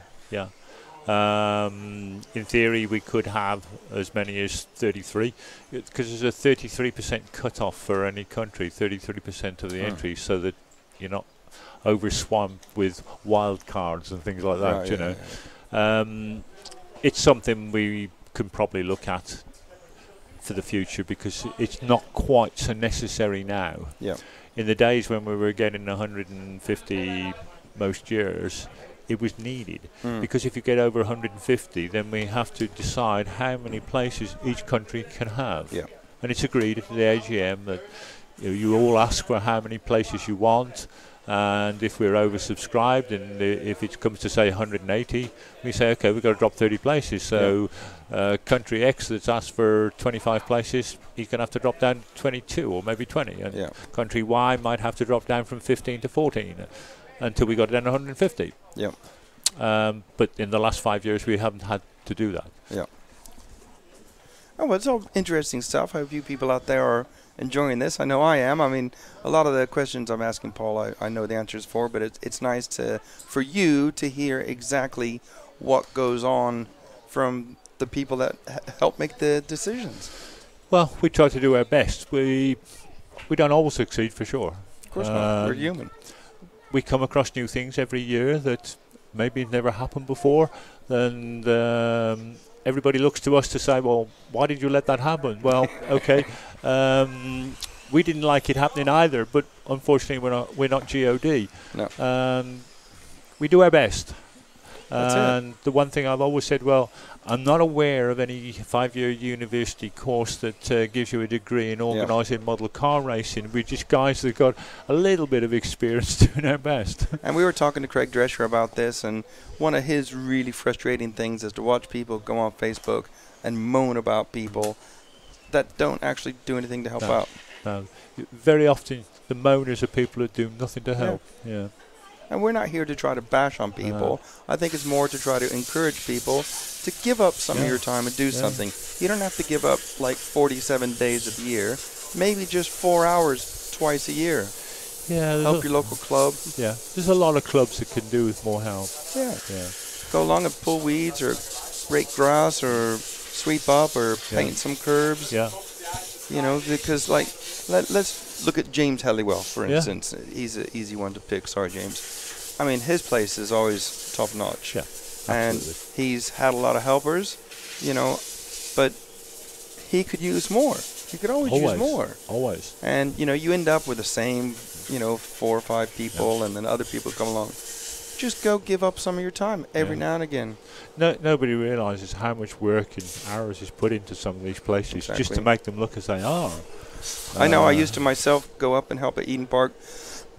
Pardon me. Before I moved to Sweden, obviously I was a painting contractor, so I, you know, helped go painting, and you'd be there sometimes in the morning by yourself for 2 or 3 hours on your hands and knees painting curbs. Yep. You know, it's a thankless thing, but you know, it is very rewarding. Yeah. Yeah. It's good. It's good to see it when you have a good event with some good numbers there, and everybody goes home and you only need 3 or 4 to say, thanks, I've had a great day. Yep. And that's all it needs, isn't it? And that's the other thing I'm touching on this week. I want people to like or put a post up on the RC Racing TV Facebook page or the EFRA Facebook page to show that this is reaching them and they're thankful for it. Because like with everything we're talking about, and I've been thinking about this for a while, and I've been waiting for this time, that everything needs to be justified. And EFRA are obviously, you know, the biggest sponsor for RC Racing TV to be here. But if you people out there aren't giving a lot of feedback, how does EFRA know it's working? Exactly. So, you know, it's always a fine line here, because I could sit here and sound like I'm begging, oh, please do this, do that, blah, blah, blah. No, it's for a reason. Yeah. It's to justify to the EFRA committee for investing their money to do this. Without EFRA, RC Racing TV wouldn't be here. Yeah. There's not enough money from other sponsors to cover the 12 or 15 events they cover per year. That's right. You used to get, host clubs organising things like this, Euros and specifically Worlds. They used to get quite a lot of sponsorship off manufacturers. Yes. I'm not just talking about car manufacturers, I'm talking about battery manufacturers, motor manufacturers, etc. Today they just say, we can't afford it. Because they give so much away to sponsor drivers. You see, it's all connected. It's all connected, and the more you actually start to think about it, the more you realize, geez, we're in a bit of a strange... It's a big wheel going round. We're in a bit of a strange, vortex at the moment. Yeah. And there's no simple answer, and what I'm trying to raise awareness of is let's talk about it. Let's try to find solutions. And always the best solution is more people, more money. You know, that's solves everything. Yeah. Certainly, more money is difficult because people are on fixed budgets, and you know, everything's going up. The price of milk and bread is going up all the time. Blah blah blah blah blah. But you can give up a bit of your time, can't you? Exactly. So yeah, everything works to everything. But from a lucky guy who's here, sat in Italy, my second event in 2 weeks, it would be helpful for me, and if you could help encourage them as well, Paul, help them understand, if every person, there was like 194 people online, and only 30 odd people had put a like on there. What I would like to see is 194 people viewing, 194 likes. Yeah, be good. Yeah, be good. Yes, of course, we can look back at the numbers, and that helps. I think a video we did last weekend, Paul, was close to 9,000 views already for the 1/5 scale. You know, I want to see 25,000 views. Yeah. But I also want to see 25,000 likes. It's something I think we've always had a problem with. It is being able to understand exactly where all the interest comes from and what people think of it, because it's so difficult to find or justify a number. I guess other sports have the same. I expect they're exactly the same. I mean, as you well know, we've always had for every year, usually in the winter, part of the show at the NEC in UK, where we have a stand and a small track, etc. And so many of us said, well, you know, it's good that we do that because it's a way of showing our sport to the general public. Yes. And to help generate more membership. But we have no way of knowing of if any of those people that saw it for the first time ever joined. Yeah. It's so difficult to get any true justification out of it. I think the biggest draw is if someone accidentally stumbles across it. Yeah. And then you know, someone out there who's maybe played football in the past or something and think, geez, I'm getting older now, blah blah blah. Want to do something, I want to be competitive. But how do you figure all that out? I mean, I'm not a sales type person. I've never been in that type of world myself, or PR stuff or anything like that. But I think one of the things we have to recognise is the sport in general is getting older. Yes. So if you're not recognising those sort of things, then you might not be going in the right direction. Right? You have to recognise where your clientele is first, don't you? It is, yeah. And it's definitely getting older. I mean, again, I can only refer back to UK because obviously I've got all the records and the figures. When I first started doing nationals in the UK in the early 90s, the age of the person in the A final was youngest maybe 15, occasionally 16. Oldest was probably 21. Most of them were 17, 18, 19. You go to the same national event today, sometimes even at the same track, and your oldest is 42. Usually your youngest is 26, 27, with the occasional 19, 20-year-old getting in occasionally. Your average age is, I'm thinking, maybe 34 to 37. Wow. You're talking about 20 years older. It's the same people. That made it 20 years ago. So we need to get kids then. Yeah, where you promote yourself today is an entirely different situation to what it was in those days. So we need to get kids. We need to get kids in, because when the youngsters started to drop off in numbers, I got quite worried to start with, for obvious reasons. But then I realised, well, we've still got 120 people at an event. We've still got 100 people at a regional event, so we don't have a problem. But then the junior events started going down, and I thought, this is going to collapse. Well, the reason why we're still getting the numbers is because people started staying in the sport rather than once they found girls and real-size cars leaving it, they carried them in the sport. But of course, that's got a finite end somewhere, hasn't it? Because they're carrying on doing it in their mid and late 30s and early 40s, but they're not going to carry on and do it in their mid and late 50s, early 60s maybe. So you've got to bring these youngsters in. Yeah, we're going to have to, look at that and start thinking about it and try to find ways to get it out there. I mean, we've got more under 17s here this week than we've had for probably 10 years. I will have to check the figures, but when I came out here, if everybody turned up, there would have been 27 under 17s in the Tour Drive event and 26 4, I think, in the four-wheel drive event, which is more than we've had for a long time. And that's good. Yeah. But we're talking Europe-wide. Yeah. So it's bad. Yeah. Yeah. I mean, what we did back home for the last 2 years by allowing under 13s and under 16s to internationals with no entry fee cost, that did help, for sure. The numbers went up from sort of 3, 4, 5 to 12, 13, 14, 15. Yeah. So that has been good. Yeah, I mean that's good. I think you got to look at, maybe you guys out there can come up with some ideas, and writing it in our chat room will help. But why not send an email and let's try to figure out ways to get people. Why not? Yeah. There's nothing wrong with talking about stuff and trying to figure it out. And like I say, without all of this, where would we be? And I think also, just stuttering through here, but now I remember what I wanted to talk about. With the difference in the way people are sponsored now, means there's less model shops, so less model shops with less local, let's call them small indoor tracks, therefore less people doing racing, less people coming into the racing. I was speaking to someone the other week that said they had a little model shop or something on a track, and they had to just show up and drive, and it was very popular. I don't know, short course trucks or something.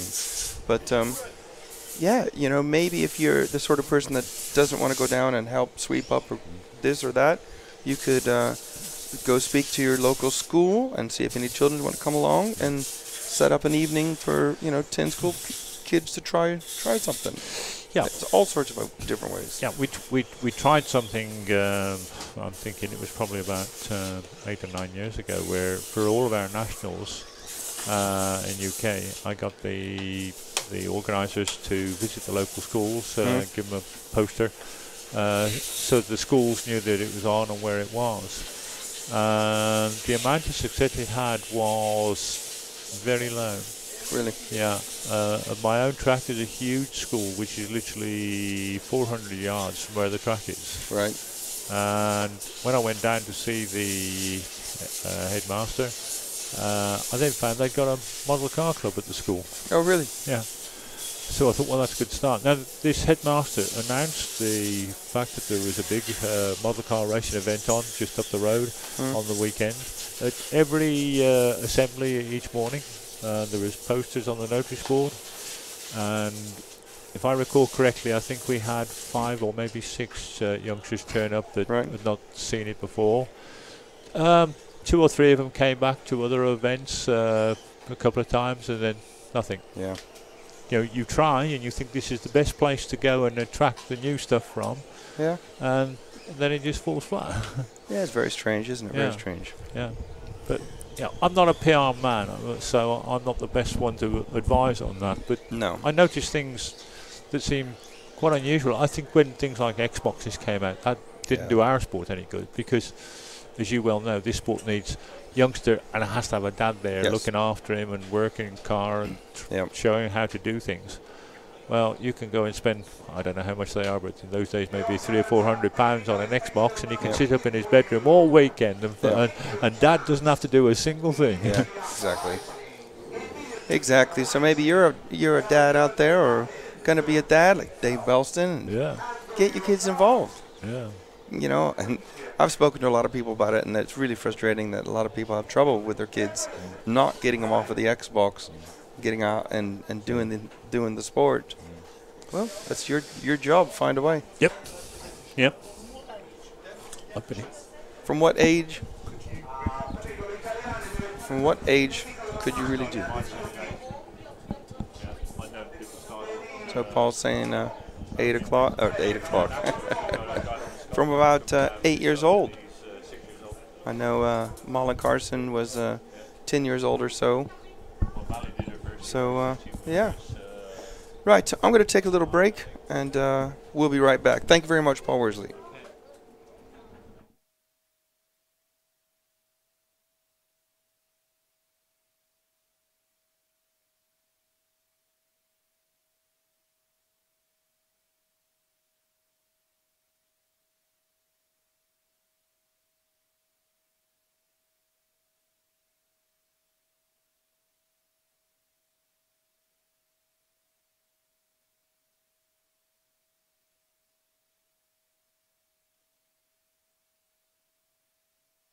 Right, so that's Paul.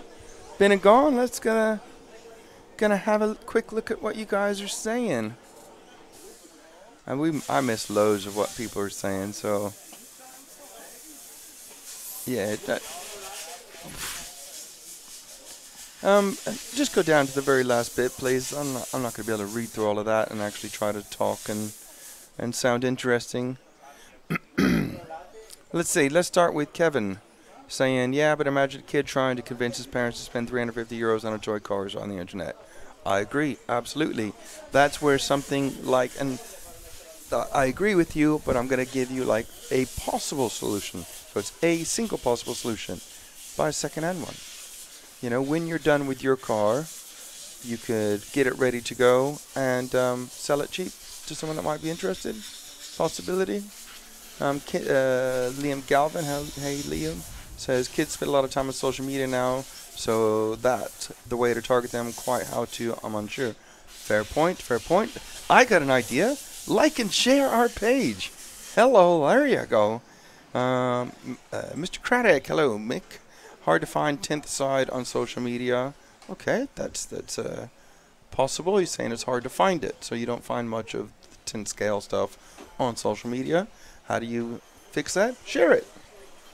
Well, maybe sponsored. You know, a sponsored one. Blah blah blah. I don't know. Neil, hello Neil, welcome back. Or I'm guessing you didn't go. Yes, kids spend a lot more on kids now more than ever. Liam says, yep, that's the problem. It's time investment required. Parents also, easier for them to buy an Xbox. It is easier. Normally it shuts the kids up and it makes it easier for the parents. But we're not into easy. We're into racing. So, Roadhog saying online gaming would also stuff it up a bit. Yeah, I suppose so. Anything online means that they're in their virtual world. And what I try to say to people is this is like a game, but it's real life. So it's like a computer game. If you can get some people out and get them to try it, you know, and it's not just get a car and go sit in a park and drive around like a numpty. You know, if you could get to a track and it could get it set up correctly and working well, you know, maybe, just maybe. You know, maybe there is no answer. I don't know. That's what I do. I'm here to talk, so I'm talking. Kevin says, yep, the parenting seems to be hard for some. Gave his cousin an RTR 118 buggy for his birthday. He ran with battery and straight back to PS4. Yeah, exactly. You know, that was an excellent effort, a good try. Like I said, maybe you've got to... Now, take what I'm saying as just an idea. It's not saying what you did is right or wrong. Like I said, get them to a track, you know, when other drivers are around, try to get involved with the excitement of all of that. Give them some time on the track to drive around, and then, you know, maybe the excitement of being in a race. Jared Kirkwood says the issue is not the cost, in his opinion. It's the practice needed to be competitive, and most aren't willing to put in the time. That is true. I mean, they're willing to sit there and play Xbox over and over and over, and by playing Xbox over and over and over, are they the best in the world? I doubt it. So it's not about being the best in the world. It's about taking part in the enjoyment of it. And you know what? You're going to win a race. The law of averages say you'll win your finals. How's that? Eventually. Yep, I know what you mean. Jared put in the time. Yep. And Eddie Murphy's saying tracks are great. Craddock, what am I doing now? Is the best thing to get people into the job. Thank you very much, Mike. Wait, let me just read Kevin's. We own a track, so that wasn't the problem. Fair play. Thank you for that, Kevin. You know what is the fabulous thing to see? That you guys are trying. You are out there. You're trying to do it. We're talking about it. We're thinking about it. We have identified that things are a little bit strange at the moment, and there's not, you know, with the population getting bigger and bigger and money getting tighter, we're not seeing the people come in to the sport, which means manufacturers are struggling with the people wanting, or the drivers wanting better and better sponsorship deals, entry fees going up, tires going up, blah, blah, blah, blah, blah. But what we're doing is we're trying to talk about it so we can come up with some ideas, some game plans. I've been involved in this sport for 15, 16 years now. It's been so long I don't even remember when I started, if I'm honest with you. And I just love it. I adore it. I can't see myself doing anything else, you know. I would like to have driven this track in four-wheel drive, not two-wheel drive. Well, not two-wheel looks all right. But I'm quite enjoying sitting here, involved in the sport and talking to the people I get to talk to and doing this. So, yeah. Let's see what else people are saying. First cousin, yeah, Kevin, I understand. Kirkwood saying mini PC/console games scale the difficulty. Yeah, okay. Craddock saying Booch would have been awesome on this track. Yeah, so why isn't he here? Apparently he didn't do a national last year. Well, there you go then. Apparently he didn't do a national last year, so didn't qualify. Never mind. Frederick Thorin, yeah. I love RC and I've been trying to get my son to like it. What I've discovered is the more I want him to like it, the more he doesn't. Yeah, fair enough. I mean, I have heard this same discussion from lots of people. As I've never done this, Yep. so if I'd taken up golf, Yep. and I therefore bought some golf clubs, I'd probably go down to a driving range and hit a ball and see, or I might have a lesson or two. Yep. If I thought I'm going to do this, so I go and buy a car, and then do what? Turn up at I mean, how do you do it? Literally the first time. The first time to do it, and I'll use a club down in the Kent area, Faversham Off-Road Car Club. They've been going for like 30 years. They race on a very small indoor hall. Just go along and watch and talk to people. Don't buy a car yet. If you think you might be interested, this is more from like an adult or a person making its own decision. Go along and look and talk to people. You know, the thing is, it's always intimidating. You walk into a hall or inside a building and it's all a little bit nervous. You'll find that people will talk to you. So go talk to them, and you'll often be able to find someone who's got some second-hand cars, second-hand bits, and start that way. If you're just going to get involved in the sport, don't try to figure it out yourself. That would be a mistake. Just a non-starter. Just get advice from people, and the best thing is people where you're going to race, get advice from them because they know what works on that track. Yeah. Let's just have a quick read through. Oh, it's going so quickly. Let's start here. Idle Murphy. Boots need to drive more 10th. They'll only benefit his 8th program. Okay. Boots was awesome to watch. Yes, he is. Let's see. Stefan. I support a lot of people to get into RC racing, but it's really hard to get the kids into the sport. Nowadays, we're most drivers 40-plus category. Absolutely. That's what they were saying, what Paul Worsley was saying. It is difficult, but it is also possible. I suppose, depending on what sort of relationship you have with your child. You know, if we're talking like a parent trying to get their kid in. How's about this for a crazy idea? How about just sitting down and talking to them, and, you know, seriously talking to them and not moaning and nagging, and use the correct words, and just try the old heart-to-heart and say, I would really appreciate it if you gave this 6 months. You know, we're not talking 7 days a week for 6 months. Maybe 1 day a week for 6 months, or one evening a week for 6 months. I think that's a really good one. Right, let's see what Duncan says. We have found that kids get bored very quickly if they can't be the best immediately. Because they're used to the whole game thing, that they get the hang of it after 20 minutes, half an hour. Yeah, but that's the thing, the best immediately. I think that's the misinterpretation. Yeah, I wouldn't have said anything the best, but as in, I can do it now. I understand, yeah. Meaning that they're trained at playing online games or computer games. Maybe I misspoke there. So they could get a new game and they could become very good at it very quickly. The learning curve's different. Correct. They haven't got the patience for this sort of learning curve, possibly. Absolutely. But what we need to try to tap into is when they get up on that rostrum and the timing starts, the excitement that's there. Yeah, because everything else is talking blah, blah, blah. You're going to have, in this particular form, you're going to have your 5 minutes of racing. That's when the excitement starts. And let's have a look. Harry Trunin, is RC racing popularity growing or decreasing in our opinion? Worried newcomer. I think on the whole it's increasing, but it's just like increasing at a strange direction. But I do think it's increasing. The problem is that in this, here I'm going to get my soapbox now, in this capitalistic world we live in that needs never-ending, expanding growth to be sustainable. Make sense? That was a big one, wasn't it? But I think, don't be a worried newcomer. Go out and race and try to encourage your friends and family to race, and you'll soon find a sport that could last you the rest of your life. Garcia Bastion saying, every parent should offer an RC car, even low cost, in Christmas to their children. Why not? Let's see. Aya 342. There is always a way ebb and flow in RC popularity. Look for an uptick in the next cup, I guess. Cup. Yeah. Yeah, there's always a way to do stuff, and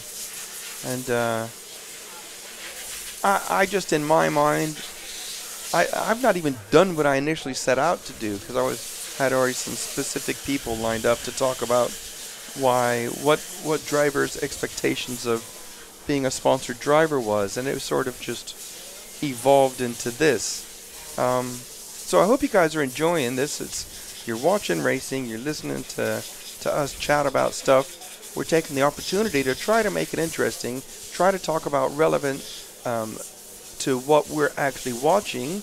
We were specifically talking about this specific class of racing, but it's all racing in general on anything, whether it's boats or motorcycles or RC we're talking, of course. And I suppose it's relevant all the way up through to Formula One, But yeah, I think it's an interesting subject, and I've been involved in RC a while now, and I've also had the lucky opportunity to be able to chat with people at the top of the sport, and like the Neil Craggs and Lee Martins and Bruno Quellos and the Dreschers and Masami and all that, and not a lot of people are able to do that. So I thought, well, you know what, I'm going to be in a position where I can sit down and share the things that I've learned, only because I was lucky enough to be able to afford to go and do it, and the only way I could afford to go do it is working. So like for me, I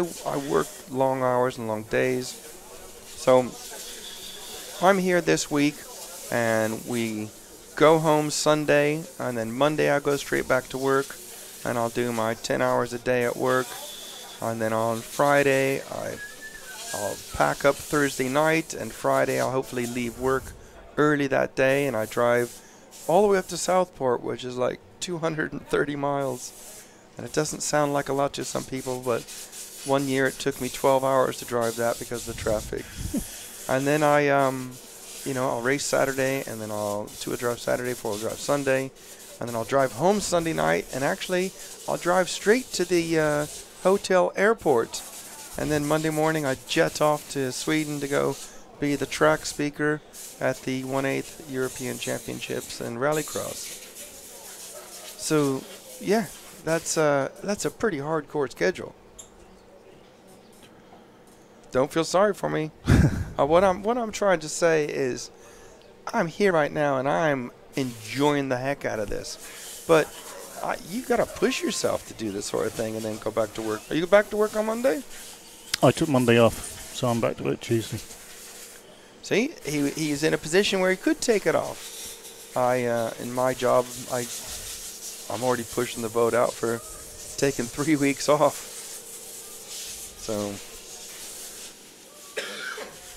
So we've got 4 heats left for the day. 4 pardon me. Hang on. Okay.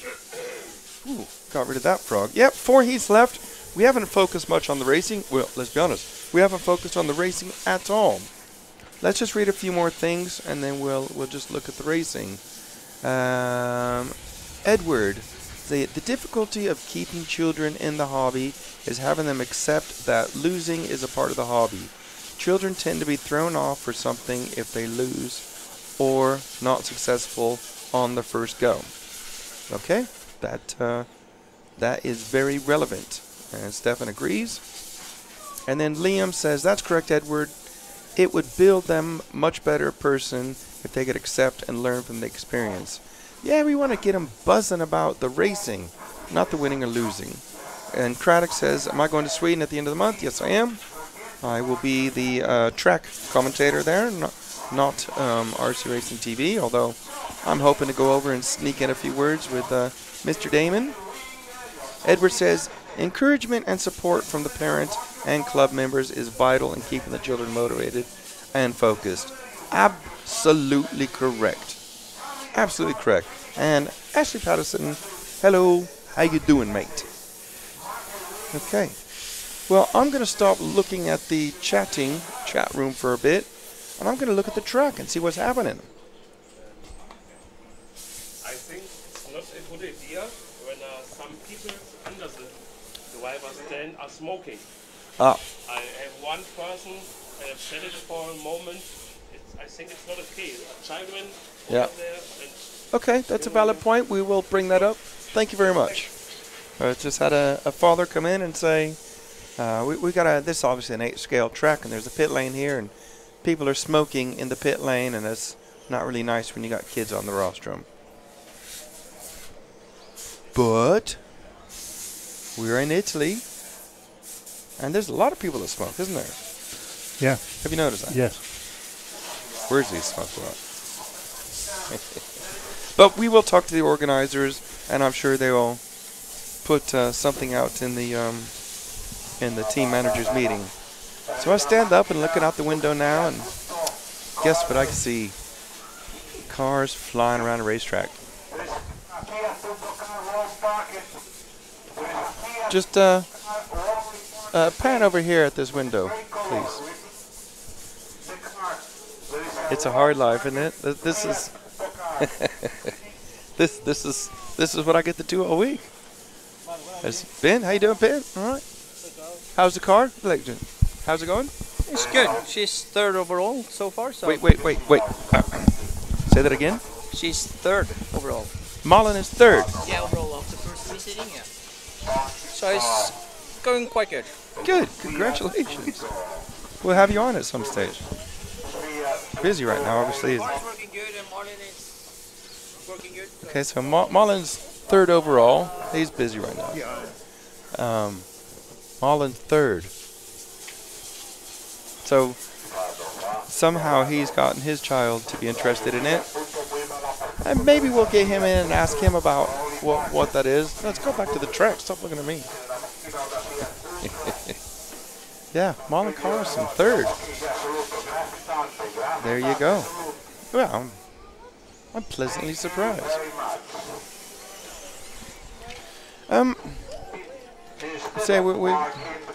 I don't have a computer that shows the full timing close to where I sit, and the reason that is because when we got here, when did we get here? Yesterday. Yes. Was it really? Yeah. Wasn't it? It's Monday today, isn't it? Yeah. Yeah, Okay. it's Monday. So yesterday. Yeah. Brain fade Oh, there. dear. We I'm chuckling because it's funny. We pushed the Italian organizers here past their braking limit, didn't we? Oh, they were very happy to see us to begin with, and Yeah. then we started asking for things. I think it more was on things like and everything. the 379th demand that we had. That they started getting a bit twitchy, wasn't it? Yeah. So I'll try. Well, no, I won't try. I'll make it happen tomorrow. Once qualifying start, things tend to settle down. But the organizer today, who doesn't speak English, so we had to do it through a translator, is answering so many questions, and he's working hard. And they've done a great job. Make no mistakes, they've done a great job. But everyone has their own demands as we do, and we've basically taken over their room and we set up and we need this and we need demanded that. the window opening. Yeah, oh yeah, so I needed the window opening. So the screw had to come out, so and yeah, a new screw had to go in. Exactly. And then you needed the monitor moving, so they took Yeah. that outside, and then you thought, oh, actually, I'd rather have it inside. Well, no. if we go back to that, I asked them to remove it because it was sat right here and I wouldn't be able to lean out the window. And then I looked back up and he was screwing it to the outside. I was sort of thinking he was just going to take it away. But so I'll fix that tomorrow. But then we couldn't hardly move the windows, so he greased the track. And if you saw paper on that where I'm leaning, I got the paper there because I'll get covered in grease if I lean on it, which I will lean on it. Anyhow, hang on. Ben. What number is Mullen? What number is Mullen? Okay.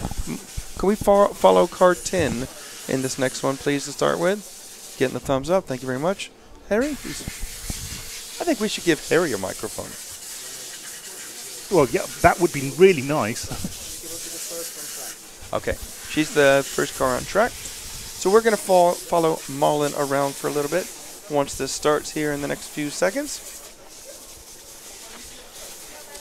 More water, Vicar? Yeah, just make stuff up as I go. Okay, here it is. Mullen is on track first. And our eagle-eyed cameraman, Mr. Harry. There's a lot of jokes there, Harry. And I'm going to watch her, like I did last week in Lastallo. It's one thing watching the cars on the monitor, and obviously that's all you guys have to do at home, but I can actually stick my head out the window. And, wow.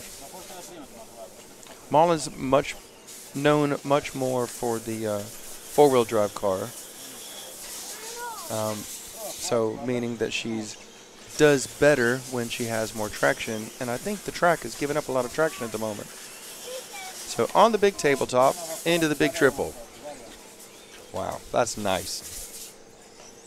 Okay, it's turning. A lot of people talk about mid-corner pivot. And I think she's driving very good, and I think the car looks very good. Wow. I drove like that once, but it was a dream.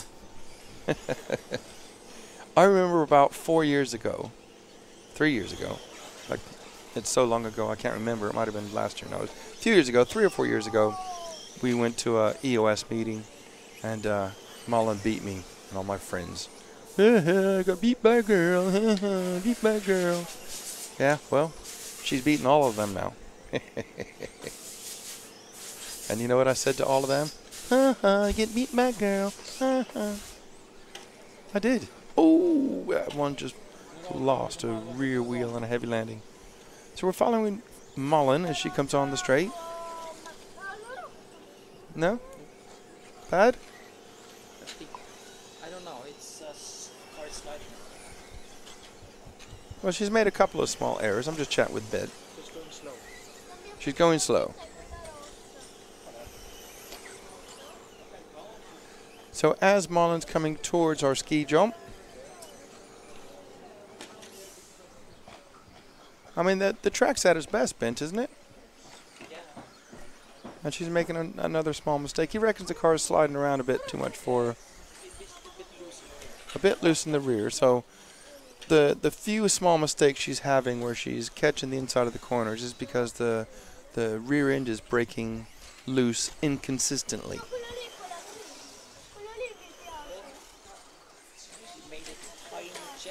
All right, yeah. Okay, so you're saying they made a tiny change and it's not for the better. They've been working hard, you know, for a good year and a half now on this two-wheel drive, trying to get it where they like. Yeah, so he'll chat with Mullen when she comes off, and they'll discuss and decide whether that change is good or any other changes that they could make. Let's see who else. Let's pick up the 9 car of Kevin Lee, please. And I'll see if I can help you find him, because I know Kevin's colors. It's easy to pick on people when you know them. Right, he's going underneath the bridge now. the car at the front of those two. And just going past Paul Crompton, he's another UK driver. Actually, Paul's a younger driver. I think he's 18 now, and he's made a couple of A finals. I think he's made every four-wheel drive A final this year in England, so he's rising to stardom. So over the big ski jump, and Kev driving the PR cars. We'll get those guys in maybe a little bit later. Certainly tomorrow morning I'll get some of them guys to come in and sit down with us. They've been like a lot of the British drivers, not all of them. You know, the Neil Craig and Lee Martin stuff do this type of racing a lot, but certainly like, you know, Kev Lee and Alex Springer and Martineau and Pete Loynes, those guys, they don't race on dirt very often, so they don't have much time today. I'm sure they're ripping their car parts in between each round, trying to figure out what's wrong with it, and then they realize it's just their finger and their talent. No good. Malin is not happy, I'm being told. So is she going to tell you off? Probably. It's the mechanic's fault now. It's not the driver's. Never the driver. Inconsistent in the corners for Malin. Well, we gave her a good 2 or 3 minutes of coverage, so if you want to look back on that, you can see it from a... Should have been the previous one. Yeah, we were busy chatting away. We had Drescher in here for 40 minutes chatting to us. All about all the relevant stuff about... Well, we'll talk to you about it at some stage when things calm down.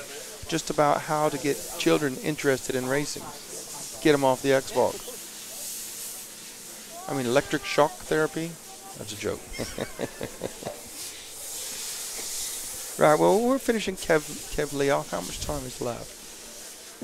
Not enough time to follow anyone else. We'll just let that one finish. Look at the chat room exploding. I like it.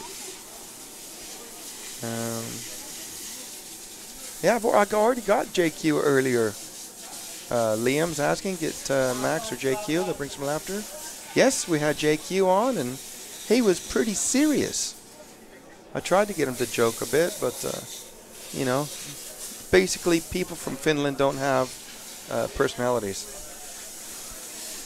And yes, disclaimer, that is a joke to get attention. Jeez, I can feel Auntie and all my fireman friend and everyone from Finland probably throwing nails at the computer at the moment.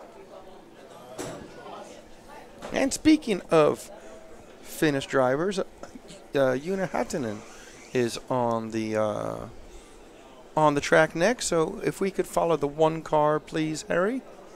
And a funny little story. We got Daniel Kobovic in here as well. Here's a good story for people. What year is it now? It's 2015, isn't it? 17. 2017, of course. 2017 and 2015, we had the Euros at, or maybe it was 2014. Yeah, it was 2014. We had the Euros in Sweden indoors, and Joona Häkkinen made the A final in the two-wheel drive class, and he was the youngest driver ever to make the A final at European Championships. And then we went into the four-wheel drive class, and Daniel Kobovic made the A final in four-wheel drive, and he became the youngest driver ever to make a A final in European Championships. So Joona Häkkinen held that title for 2.5 days. Cute story. I'm full of all that sort of crap.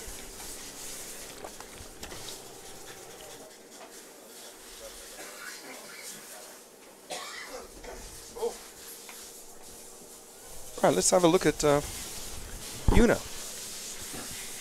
And I've still got this video on one of my old phones of them singing the Joona Häkkinen song. Okay, Joona's car is easily identifiable, green and black. And Joona has recently, it's Daniel Kobovic has recently changed teams from Yokomo to X-Ray. Joona Häkkinen is, of course, an associated driver. So that was my brain messing me up. Oh. A little bit of trouble there for Joona. Over the blah blah, another double jump. Gonna have to figure names out for all of this sections of the track, but Una was very, very good on lower traction surfaces and two-wheel drive. And I think his car is looking pretty good. He will, of course, be benefiting from Drescher's, wealth of knowledge. Okay. Let me pick someone else to follow. Try to give some. Let's do the 9 car of Daniel Kovacic. And that's normally a yellow car or yellow and blue, but it's the 9 car. I'll try to help you out. There is a yellow car coming onto the straight. I'm going to guess that's him.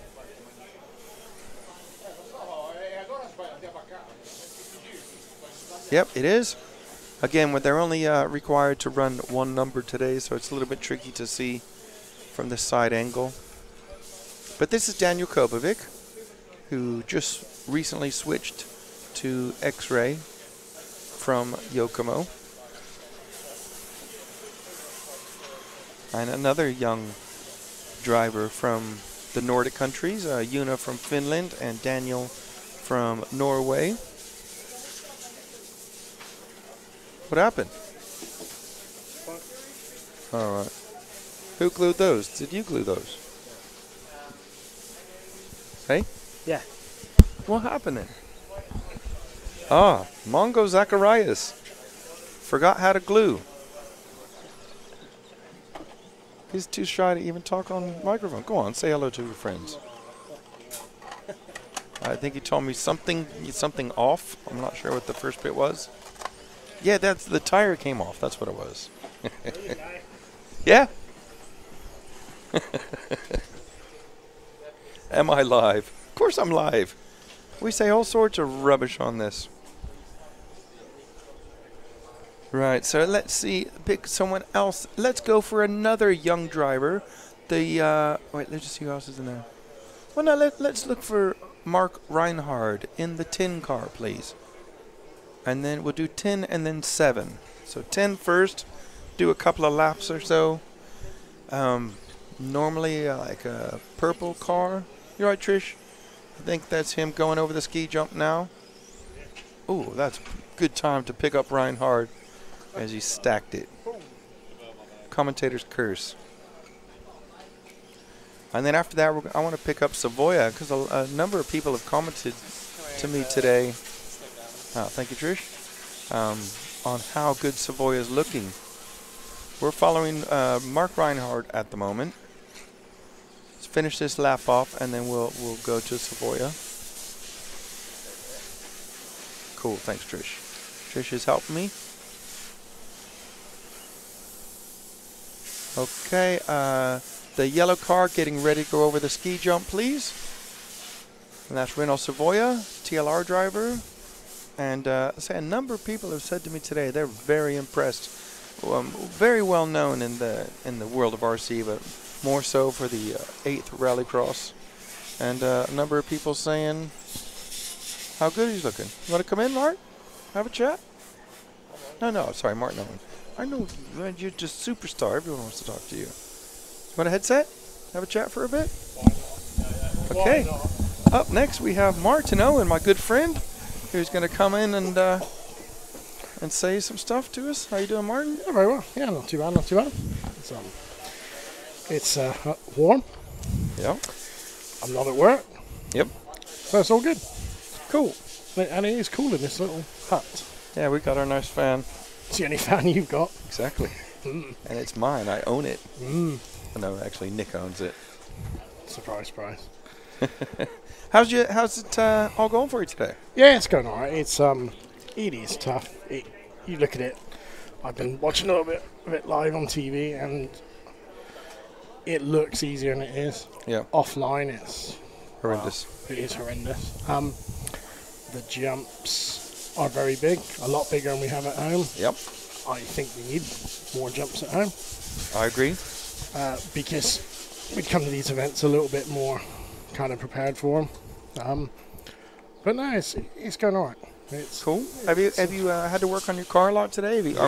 Meaning, are you trying a lot of different stuff? Yeah, we started on the stand-up gearbox on the 3-gear stand-up on the PR. And just so you know, Martin's a Team BR driver, also inside line in McLaren Electrics. Sorry, Martin. Go on. That's right. And yeah, we started on 3-gear stand-up. That worked okay for the first couple of rounds. Then we went to the lay-down, which is much better. You can get it in and out of the corners a lot better than the stand-up, and it's better under braking. So as you come down the end of the straight, it's staying straight, not kind of trying to swap ends. Yeah. So it is a nice nice car to drive. It's great. I mean, it's, you know, because we're a relatively new team, we come to these things and we don't have the great book of setups that you can go to, and we haven't got people, you know, around the world testing over and over. So everything we do, we're learning as we go. But and I have said that to people earlier, that I was gonna get you in and get the PR guys in to sit down and have a chat, but I knew you were going to be flat out busy today, because it's not only are you not used to these type of tracks, you're not used to the surface, you're not used to the jumps, and you're still learning the cars. And I just thought, no, just no, yeah, I mean, it's been a good day. We've enjoyed it. But stand up here with me next to the window. Let's go and have a look at And the window. who are we? Let's pick someone to follow. Look on the little screen there. Let's follow Lee. What number, please? Lee is number 6. Okay. So we're letting Martin get a taster of what I get to do. It's seeming rather natural, if I do say so myself. Yeah, it's a bit easy, isn't it? Yep, it's very easy. It's easier when you know about the cars and the colors and the people and everything. Oh! So they're up at the kibosh on Lee straight away. Commentator's curse. Yeah. How does it feel to have that power to screw up? Yeah, it's nice. As a UK team manager, I'm sure that'll come back and haunt me. Yeah, of course you are, being the UK team manager. And Martin gave a nice pep talk this morning, I heard. Like a whole, you know, team unity, and let's, you know, work together and try to have a goal and support everyone. And, you know, of course, like, everyone wants to beat everyone else. That's why it's called racing. But, you know, and everything else around the racing, you know, be supportive. And I think it's great. Yeah, no, it's got to be, you know, we want to win. I want to stand here and see UK driver win. Absolutely. Whether it's, you know, Lee, Neil, any Kev. I mean, you know, definitely. Anything can happen out there, especially this dirt track. It would be nice to walk away with the UK win. I agree. Right, so we don't have long here. Let's pick another car, please. Right, pick. And look at the number as well. That helps for Harry. Number 7, which is David Ongaro, which is an 8th racer. Okay. So David, good choice. We have not followed him. Yeah. So he's this is relatively new to him. I've seen him race at Neo in the 8th scale. And boy, was he fast. So I'm guessing it's just going over the ski jump now and crashing. And I'm putting the curse on him as well. It hasn't got engine, so he's not used to it. Yeah, it is amazing. But yeah, young David Ongaro won the Neo buggy this year. Well, just 2 months ago or whatever it was, and I think he was a surprise winner. Yeah, I'm not wrong there. He's a surprise winner, but there was no surprise that he's been going faster and faster and faster. And, you know, your first win comes before you know it. And, yeah, that was a heck of a win for the youngster. And he is Italian, isn't he? He is, yes. So he you know, would have been around here a few laps, you know, probably more likely with the 8th buggy, but still we're watching him as he's coming off the steps. The steps. We like the steps. Yeah. And over the little thing and under that thing, and I've not named the place yet. So have you not named it? Well, I'm calling this one here the big tabletop because you land on it, into the big triple. So I guess it'd be big triple, small triple, and then I suppose I could call this the drop off, and then I call this going over up to or over the ski jump. Yeah. Because with a double there and a double there. And I'll tell you the thing about ski jump that I don't know if you can really notice on TV is how, when you come over it, how the track pulls to the right. Yeah, I suppose that's a good point. You might be able to see that from the camera angle where Harry is. That you can see it's not square. It's not level. No. Square to the rostrum. You're sort of coming back towards yourself at an angle. But after this. Heat has finished. This is the last heat of practice for the day. It is, isn't it? Because we're done. This is it, yeah. We've got like a 25-minute, 30-minute break before opening ceremony. We're going to play our clips that we've got where I look at the track and I do a couple of pit walks and sit down and talk to people. We will do loads more throughout the week. So if I've not spoken to a person you wanted me to speak to, or if you want more, let us know. But or less. Hey? Or less. Or less, yeah. Might want less. Probably me. Everyone less a Farmer Mongo as I Farmer Mongo. As I get called by Mr. Stanton. Yeah. Had a nice chat with Worsling. We were talking about drivers that come and go. I said, Paul, guess who's coming back? You know where I'm going, don't you? Oh, I know where you're going. And he just laughed. He just laughed because Belston and Worsley have, had a few choice words in the past. Come on, gentlemen, you know. Okay. Is that looking like it's coming to an end? Oh. Now that's nice of Carlos when these guys are. Oh yeah, that is a little bit annoying. I had that. How much time is left? Can you see? We're finished now. We're finished, Paul is ready. He's clued up, we're going to go into a break, so meaning we're not going to stream anymore because this is the end. We're going to play out the video clips I recorded earlier, and then we're going to bring you the opening ceremony live, and that'll be it for the day. So we'll be back talking to you during the opening ceremony. But it's a pleasure having you in here, Martin. Oh, thank you. It's been fun. Yeah, it's fun to see it like this. And it will be set up better to do it tomorrow because I'm going to get this put here, and I'm going to get that one put towards the window. So I can see the timing screen. Can you get some beer in here? Yeah, it's going to be beer. Yeah. I want some beer in here. We'll get some beer in here. Yeah, no, it's great. I'll just really quick say hello to everyone back home. Say hello to my mother. If I don't, she will never speak to me again. That's true. So, hi, Mom. Hi, Mom. So, yeah, no, it's been great. Thank you very much, Martin. Martin. Talk to you later. We'll catch up with you and see your progress throughout the week. Thank you very much. Talk to you later. Okay, so we're going to put that down now. Cheers, bud. Paul is taking over control of the switchboard and blah, blah. You know what? My brain is twitching. I'm going to say I'll be back in a half an hour for the opening ceremony and over to Paul to see us out. Thanks, guys. Switchboard here. Right, ready, Harry. Okay, and off you go.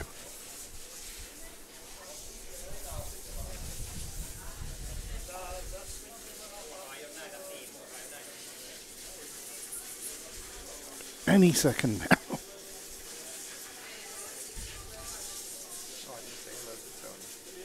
Another pit walk. We caught up with Unihattanen's dad. What do you think of the track? The track looks nice. A little bit more big, but looks nice. Yeah, it is a little bit big. I think the quickest lap time I saw was 36 seconds. Okay, that's long. So we're going to be doing like 7 laps. Yeah. But you guys all prepared? Cars looking good? Ready to rock and roll? No. Need more traction. Okay, thanks for talking to us. We're just going to walk down here and try to speak to a couple of drivers. Let's speak to Mr. Rudog Distribution. How are you today? Good, thank you. What do you think of the track? It's still a bit dusty, but it will get there. And you obviously are, vampire distributor, Mr. Rudog Distribution. Yes. But you're going to put the right shirt on later? For tomorrow. Well, we're going to try to give you plenty of airtime. We want you to sell loads of stuff.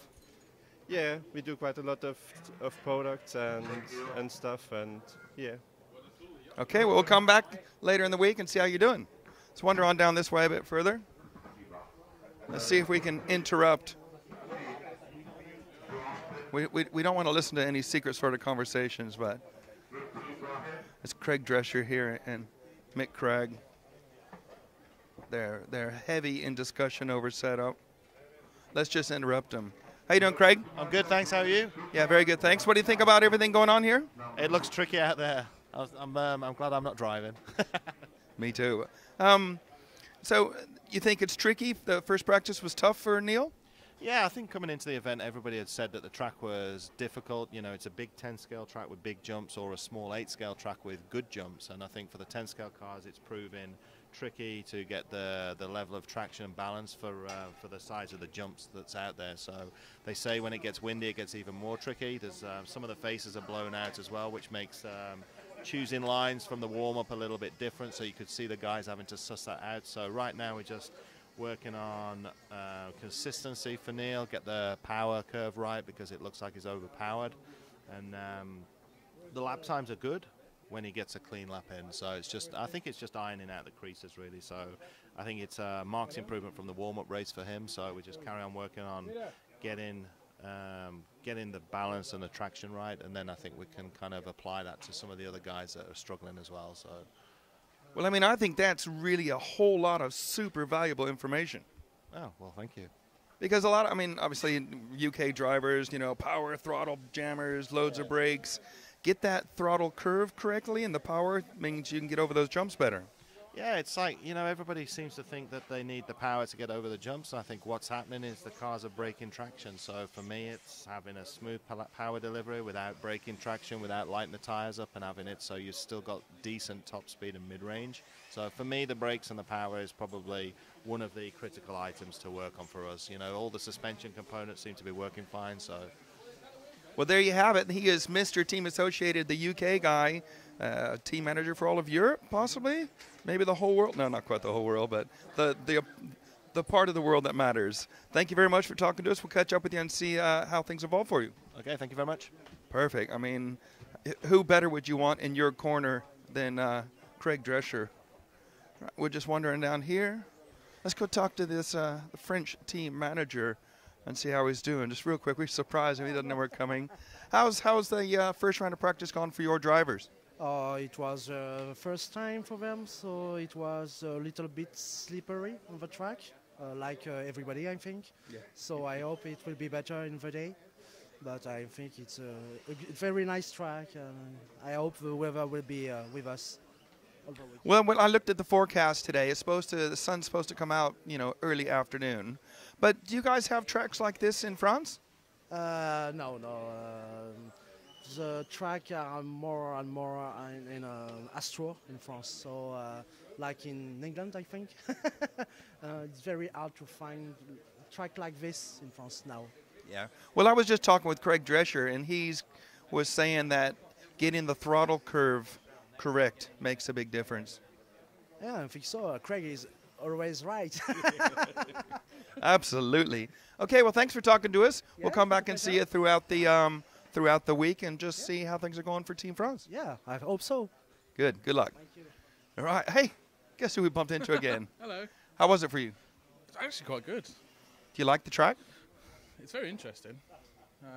Obviously, hopefully the grip will start to appear a little bit more. But the jumps are good. Some of the corners are really cool. I like the step down section. I reckon you could do the whole thing later on. Is that a challenge? I don't know. Is it? Oh, go for it. I don't know if the top eater may be doing it. I don't know. I wasn't really paying attention. I think you guys in the lower heats were doing better than them. Yeah, come the qualifying bit and the finals, it won't be so much like Yeah, but it's the real racing's down in the middle to the lower side, isn't it? Yeah, who cares about top 8? Exactly. Anyways, good luck. Cheers, mate. We're just going to have a little walk out into pit lane. There's someone, William Venables, nice young William Venables. They do have a nice nickname for him. But how was it for you, Will? Yeah, it was all right. Just getting used to the dirt. It's completely new, so drove a bit of a retard, but it wasn't too bad. Have you driven on dirt before? Only once at Robin Hood for the Opel race, but that's about it, really. So you got to get rid of those retard moments? Yeah, minimise that, and then hopefully for qualifying, just get my head down. I mean, speaking of retards, there's Mongo Alex Springer upside down again.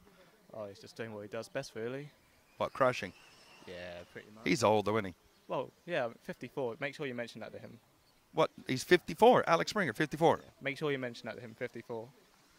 I mean, he might be able to hear me now. Oh, we'll have to go down there and bug him. Yeah. Well, yeah, definitely bug him. Let's do it now. It's fun.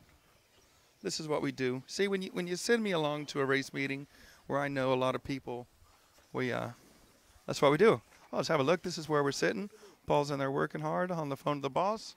And if you just look up, that's Alex Springer, who's 54 years old, I'm being told. Is that true, Alec? Perfect. See? He can actually listen, talk, and drive at the same time. Oh, let's go over and speak to Mr. Owen. How was your first run there, Yeah, Martin? it was all right. Yeah, it was slippery, but yeah, it was good. It was all right.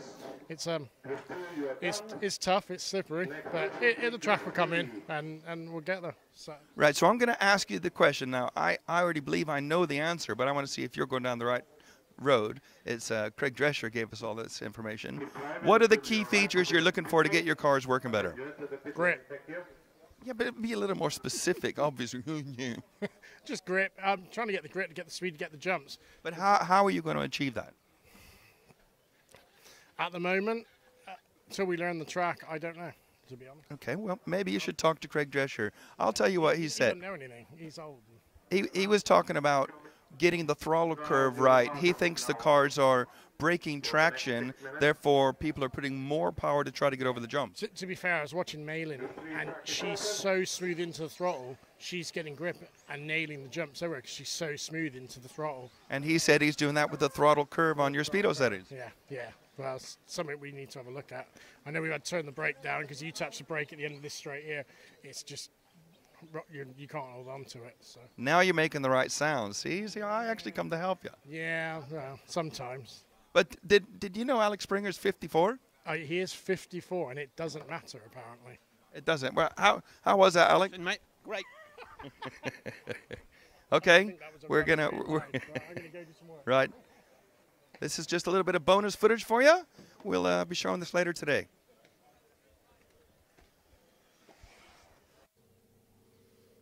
Okay, we've come out to show you a bit of the surface. It's changed a lot since this morning. If you just look down here, earlier today, the whole track was covered with this sawdust, even on the racing lines and on the surfaces. But as you can see now, that's cleaned up nicely. The weather's good. The sun has finally come out here. Traction is coming up. The guys are working hard on their setups and other bits and bobs. We've come out to this jump here in the middle. You can see we've got some nice cracks, which shows it has been dry in this area. There's still this loose sawdust and chippings over, but they have been sweeping a little bit. And if you just pan around, you can see that the racing line is nice and clean. But off the racing line, if you go off the line, you are in trouble, absolute trouble.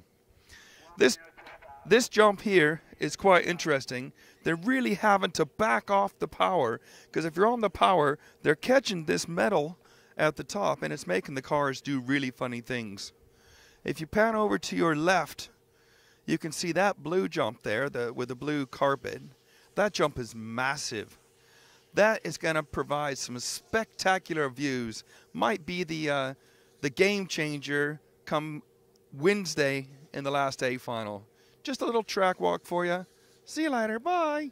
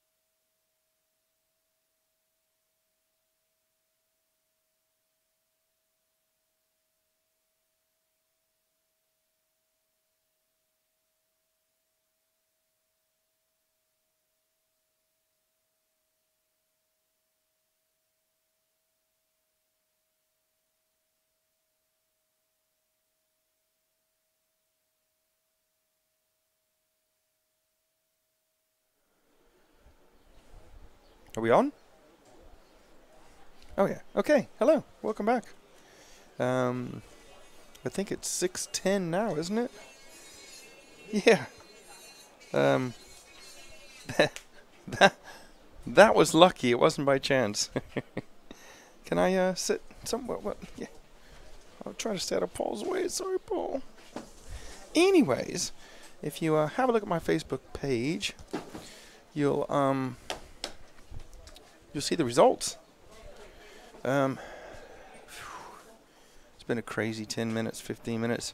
Oh yeah, just a quick shout out to RC Octane. Thank you very much, guys, for watching.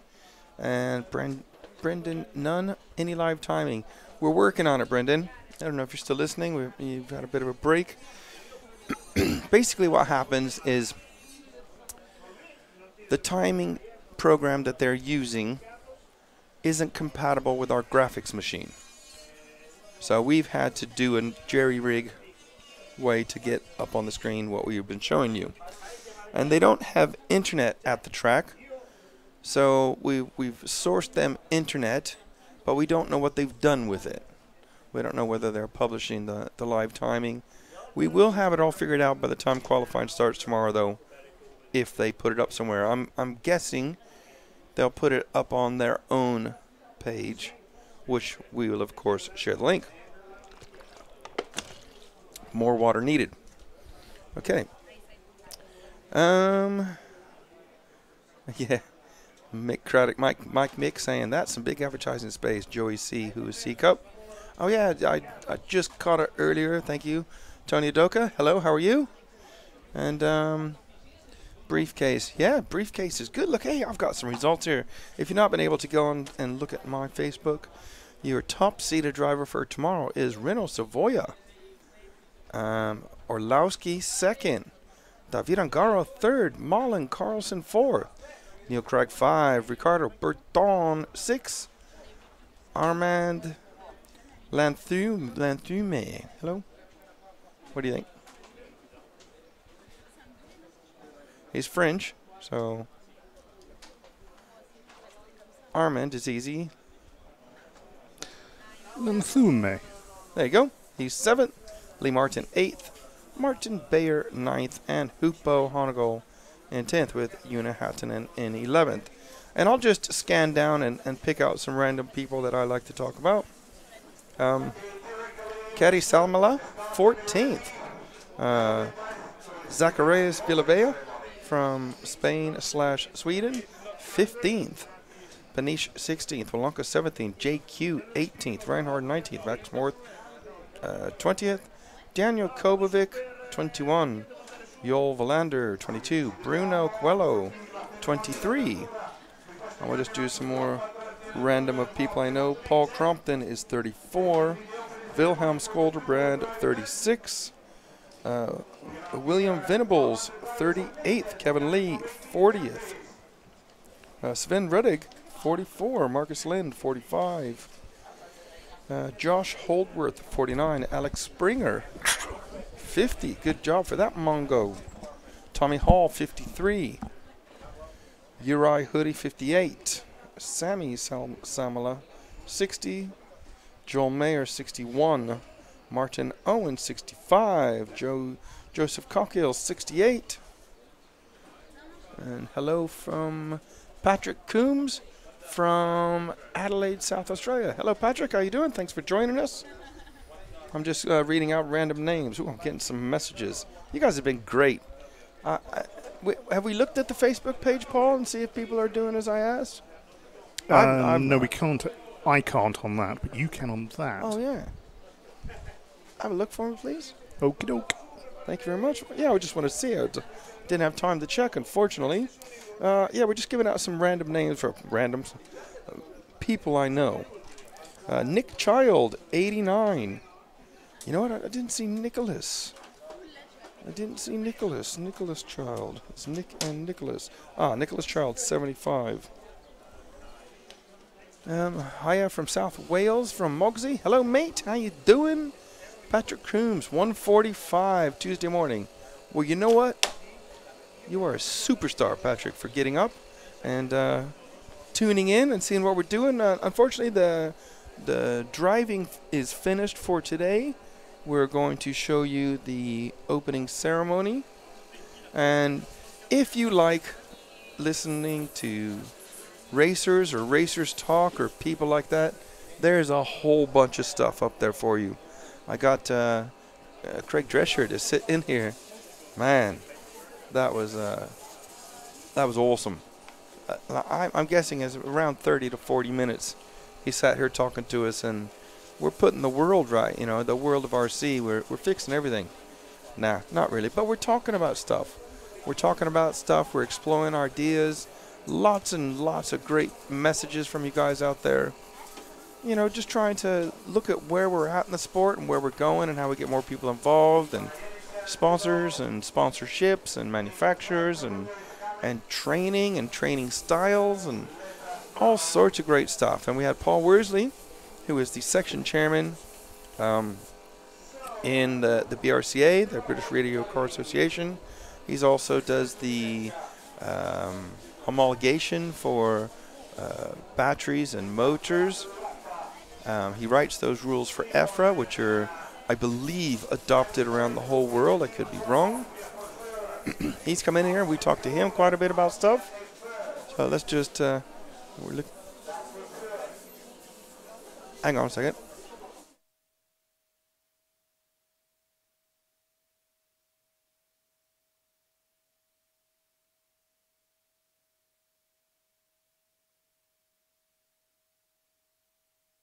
All right, I'm back. Just doing some random housekeeping. Yeah, so there's lots of good stuff there to keep you entertained. It was like a podcast with the driving in the background. But it was all relevant stuff to radio control cars, and all relevant to where we're at in the world at the moment. And Patrick says, I'll have to check it out later on. Perfect, man. Check it out, and if you like it, please go to the RC Racing TV Facebook page and make a comment about it, and or the EFRA Facebook page, and make a comment about it. Because what I'm trying to do this week is prove to EFRA. Now, no one's asked me to do this. Let me get this straight. No one's asked me to do this. I'm doing this because I want to. I want to prove to myself, and I want to help to show to EFRA and also to Nick Damon and RC Racing TV that this is worth doing. There's no danger of anything changing, absolutely not. No, this is just me coming up with this rubbish all by myself. A lot of people were watching. I think we peaked at like 250 people or something like that. Fantastic. Wonderful. And certainly when it comes time to qualifying, we'll follow the racing more traditionally. And absolutely for the finals will be, you know, full bore. Let's just watch racing, and we won't talk like we've been talking today. So yeah, that's what we do, Paul. He's busy. What are you doing, Paul? I'm going to attempt to cut out your couple of pit walkie type things and nice. Make them as separate clips. Excellent. Thank you very much.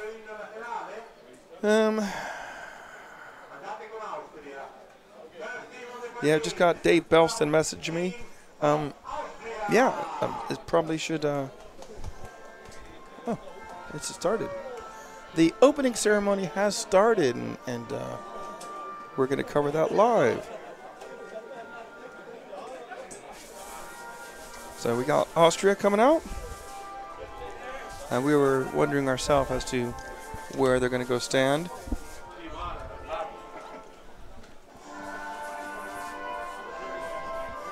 Wait, I'm coming with the camera.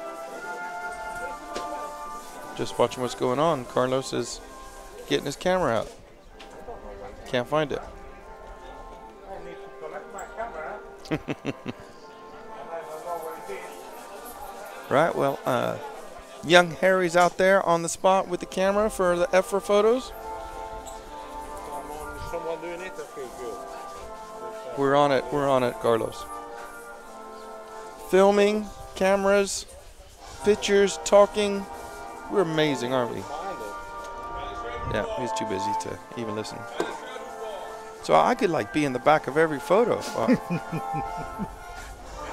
Yeah, photobomb every picture. I got a good story about me being at the right place at the right time and being involved.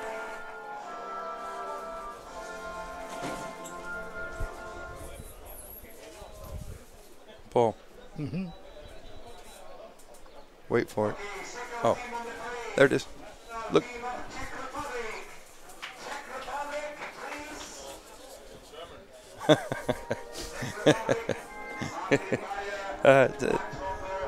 Carlos is saying Czech Republic, and the nice young lady got the sign and tried to hand it to Mark Reinhardt, and he goes, "Oh, we are German."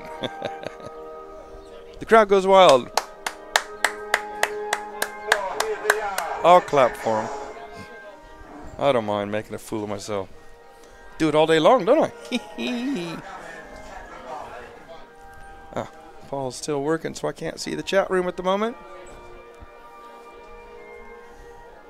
We got 2 people out there taking photos now. Is it hot out there? That's hot, isn't it?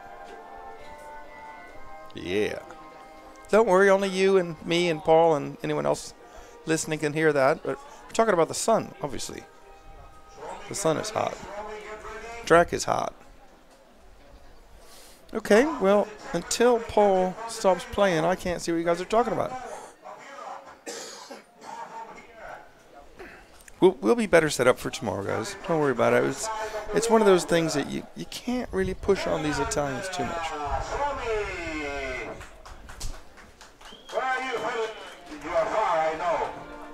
Well, I can assure you that how bad Carlos sounds there, it sounds just as bad in person. I think he almost has the microphone inside of his mouth while he's talking. Doesn't it sound like that, Paul? Team Finland. Hi, JQ. He almost smiled for me.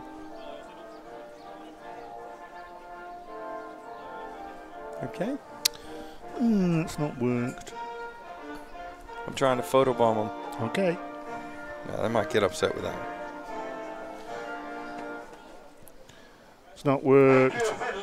Oh dear. Error. Next team on the parade, coming not so far from here. I'll tell you, you've got it back now. Cool. Thank you.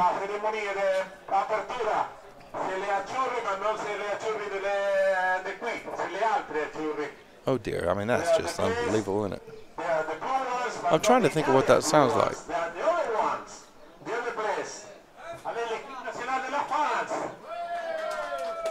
Oh. France.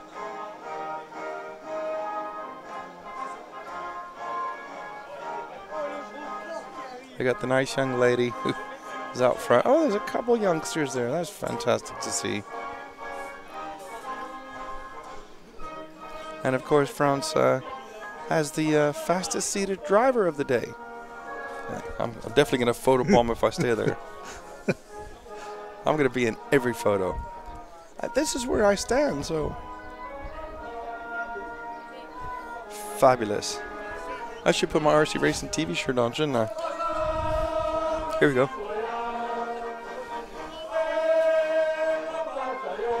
They're singing, I like it.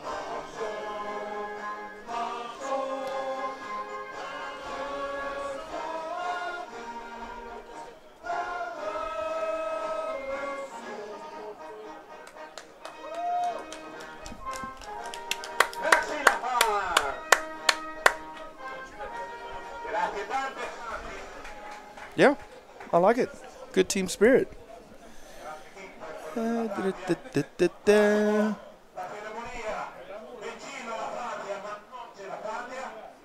Patrick saying he got sucked in by the 8 nitro buggies. Yep. Hey, that's a great class. It's just not my chosen class. Although I will be the track announcer at the 1/8 European Championships in Eskilstuna, Sweden in 2 weeks today. Mr. Reinhardt, how you doing? We got to get you in for an interview, Mark. I'm gonna perfect. You right in the middle of that one. I'm right in the middle. DMC, the national team of Germany. Even Harry's laughing.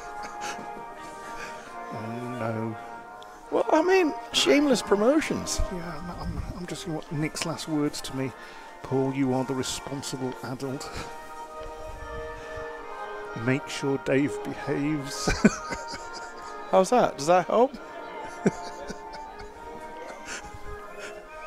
Well, we are sponsoring. It's got EFRA on it. It's going to get EFRA in every picture. You think that's all right? Harry's liking it. I don't know if you guys can see it. Can you see it from that shot? Can you see my No, side on. Look. You can see your arm. Yeah. There you go then. That's where I am, where you saw my arm, and I'm holding up, well, I'm in the back of every photo.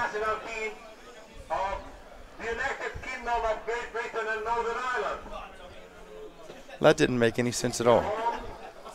United Kingdom of Great Britain and Northern Ireland. No, Great Britain doesn't include Northern Ireland. Look at them. Oh, they're so happy. You know why they're not going to sing? Because they don't know the words. That's a big team. In both senses. Yeah. There's the child. Nick's going on a sesh later.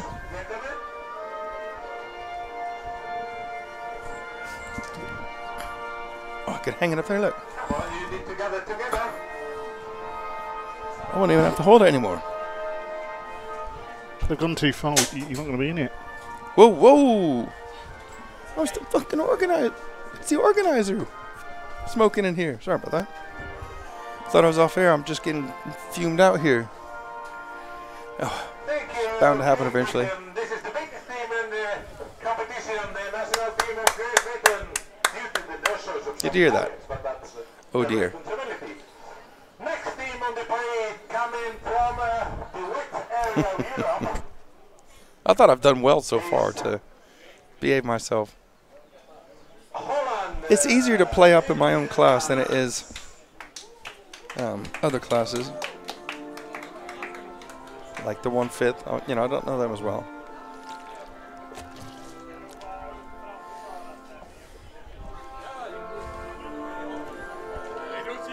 The Netherlands.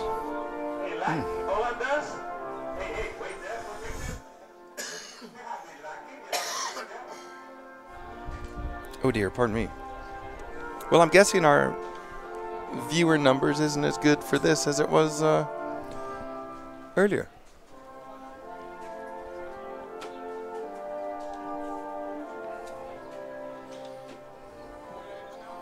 I don't know, they got this thing going, Paul, where they're putting different teams at different places all over the track. How's that going to work for let's take one big photo of everyone? So they got some over here, some over there, some over there, some over there. Yeah, Harry's doing a 360. You're going to need a wide angle lens for that one. Coming from the north as well, the national team of Norway. I think what Carlos requires is the proper microphone for the job. Yep. Here's Team Norway. And if you notice, there's no Malin Carlson for that. Would you like to know why, Paul? Yes, please educate me. Okay. You have to be something like 13 years old to get your license in Norway. So Malin is driving for Slovakia. The law in Norway forbids children under a certain age from gaining motorsports license. And remember again, Norway is one big governing body. RC is a part of that governing body. So therefore she has to race for another country. Even like Daniel Kobovic now, who I'm not sure if this is his first year, but he was driving for Sweden because he couldn't get his license. And Malin was driving for Sweden as well. But she's chosen to drive for Slovakia for one reason or another. I could probably, there's more to it than that, but not for the show. Poland. Oh, he's a Polenda. Polenda. Michael Orlowski, who's sitting second after our seating. See if anyone saying anything interesting. Let's see. Everyone drops the F-bomb now and then. I don't know what you're talking about, mate. Kai Kurvianta says, DC, this is the most boring thing with the Euros. Yeah, well, I made it fun just a few minutes ago with my mistake. And Kai will remember the award ceremony from the Worlds in 2011 in Vasa. And kind of I'm doing the same thing here. I'm in the back of almost all the pictures. Rich Lewis here, Swansea here in the UK. Hello, Richard Lewis. Thank you for joining us. And it sounds like he is talking underwater with a mouthful of marbles. No, Patrick, it's not even that nice. And Bruno's up next, the only driver from Portugal. Yeah, he's got like a little wireless... He's gone. All right, Bruno forgot to stop for pictures. Carlos has a wireless microphone, one that you like, attach to your shirt. For like an interview situation. Like an interview. That's what it is. Or like a news presenter. Yeah, it's a time mic. Yeah. And he's holding it right up to his mouth. Which is why it distorts. And he already does talk rather loud, doesn't he? Yeah. And it's... Yeah, it is what it is. But yeah, Kai, this isn't the most exciting part. But we're trying to make it exciting. I don't know how else I could do it. The Slovak Republic.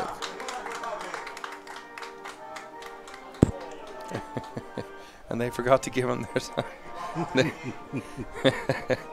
There's a nice young lady who's running around organizing everybody, and she's given everyone the little board with what country they're from. But they forgot to give it to Slovakia.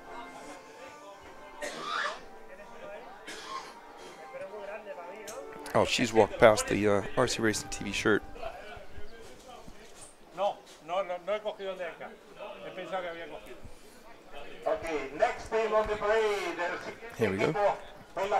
Who could it be next? The national team of Spain, España. Spain, España.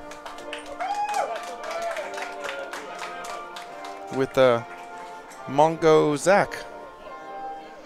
Kai will like that comment. And yeah, I mean, Kai Zach did really good. I think he's 15th. Yeah, he's 15th, but his tire came unglued in that last one. So you can rip him on the Legends chat on that one. Patrick Coombs says, it sounds like a carny person trying to get you to swing the hammer to hit the... That's exactly right. I said it's a carny sound, isn't it? Yeah. I get that. But we explained why, because he's almost inhaling the microphone. It's fun to make fun of him. I don't think he'll watch us back, will he? Well, if he does. Well, he'll know we're ripping him. All right, who's next? Oh, yeah. There's 3 of them. Kai's team. You sent a lot of them over, Kai. Let's see where they finished up today. Skolderbrand, I think. Oh, I thought he was on the first page, but no. Skolderbrand, 36. Marcus Lind.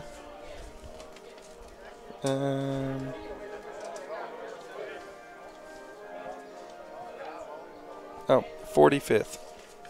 There you go, Kai, but you will have already seen that on my Facebook page. Zacharias 94. You think I should shave my beard, David? Heard that you had some comments on it on the live stream. Oh, yeah, that's Joel Oskarsson. Yeah, that thing is massive, Joel. Hi, Ulrich Rasmussen. He organizes the DHI Cup every year. Oh my God, this is boring. Well, no, it's more exciting now you're here. Kai, thumbs up from Kai. Marion says, hi everyone. Hello, Marion Baresh. Ulrich says, "Hi, David. Great to hear you again. Best part of the ceremony. Thank you very much. Appreciate that, Ulrich. And we'll see you in Denmark in early January for DHI Cup." Richard Lewis, watch Carl's commentating one day. All he kept saying was, Jesus Christ. Jesus Christ. It was Euros A. I think. Euros A, I think. All right.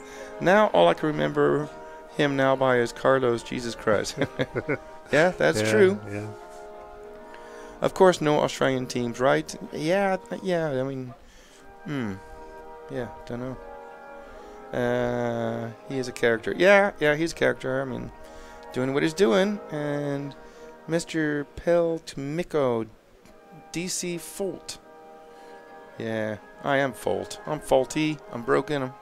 All of that. Raymond saying zzz, also, Marion saying also Ukraine watch this event. Well, hello from the Ukraine. Nice to have you here. What time are you on the air tomorrow? 10 o'clock, is it? Let's have a look. We'll post it up on the Facebook, and Nick will post some links for us. 10:30. 10:30. There's a couple of rounds of practice in the morning. We're not going to watch the first one. So about 10:30 we'll come on the air. Maybe a little bit sooner if we have some rubbish to talk about. And then qualifying starts at 1 o'clock. Yep, so 1 o'clock, that's local time here in Italy. So 10:30 we'll come on the air and watch the last round of practice. And then, control practice, so they will be in the reseeded heats. And then 1 o'clock local time in Italy, we will start qualifying. 3 rounds tomorrow. Thank you, Paul. 2 rounds on Wednesday morning. So In fact, it's not even Wednesday morning. 4th round is Wednesday morning. 5th round is in the afternoon. Is it? We don't get the first final till 3:15 local time. See, this is something new. Is it new? I think. Okay, I'm talking about what I'm looking at. We have free practice on Wednesday morning. That doesn't start until 9:24, and I think it's because the lower numbers. Oh, sorry, it starts at 9 o'clock. Yeah, I think it's because the lower numbers. If they had more drivers, like 15 heats, they might not have practice on the Wednesday morning. And Ulrich's asking, will results be online during qualifying tomorrow? We're hoping so. You missed your picture. Oh, I didn't know. The shirt's there. Anyways, this is our host nation, Italy. And I think they've done a wonderful job in preparing this track and this facility for this event. And so far, the track is looking spectacular. Fingers crossed we have good weather. I've not spoken to anybody about what the local person about the forecast, but certainly do hope that the weather stays good. Let's have a few more reads. Catch y'all later, says Patrick Coombs. Got 2 kids, got to gear up at 4. See you later, mate. Oh, and the storms have just rolled in 90 to 120k winds. Yay. Yeah, it's not so nice. Yeah, well, good luck. Be careful out there. And Ulrich, he's asking, will the results be online? Well, we think we sorted that today. It's a strange thing with the timing system they use, and they didn't have any internet. They use a local timing system, so they don't use MyRCM, which a lot of people do, which gives you a live timing screen plus also all of the results. So yeah, we're gonna try to, Harry. We're gonna try to get those at least results or something put up online tomorrow, where we're having to use some sort of mobile dongle. I just don't know what this computer system is like and their software, whether that could actually be hosted somehow. So we'll push on them some more and try to figure all this stuff out. Probably in the morning, to be fair. So Yep. We're just going to do a sign off in a moment. Wait till they're all finished. Ooh, get my shirt back. Okay, let's just see what's going on. We'll just get one last shot from Harry and we'll say our goodbyes to you. But thank you very much for everybody for joining in today. And thank you for all your kind words and your comments. We hope for more of the same tomorrow. Please, this is do me a favor, me personally, no one's asked me to do this. Go to the RC Racing TV Facebook page and comment that you enjoyed this, and or the EFRA Facebook page and make a comment or a like, and let us know what you're thinking. That way I can show the people at EFRA and Nick Damon that let's just show everyone that this is working the way we want it. So thank you very much for everything. We'll see you guys 10:30 in the morning. Ta-da!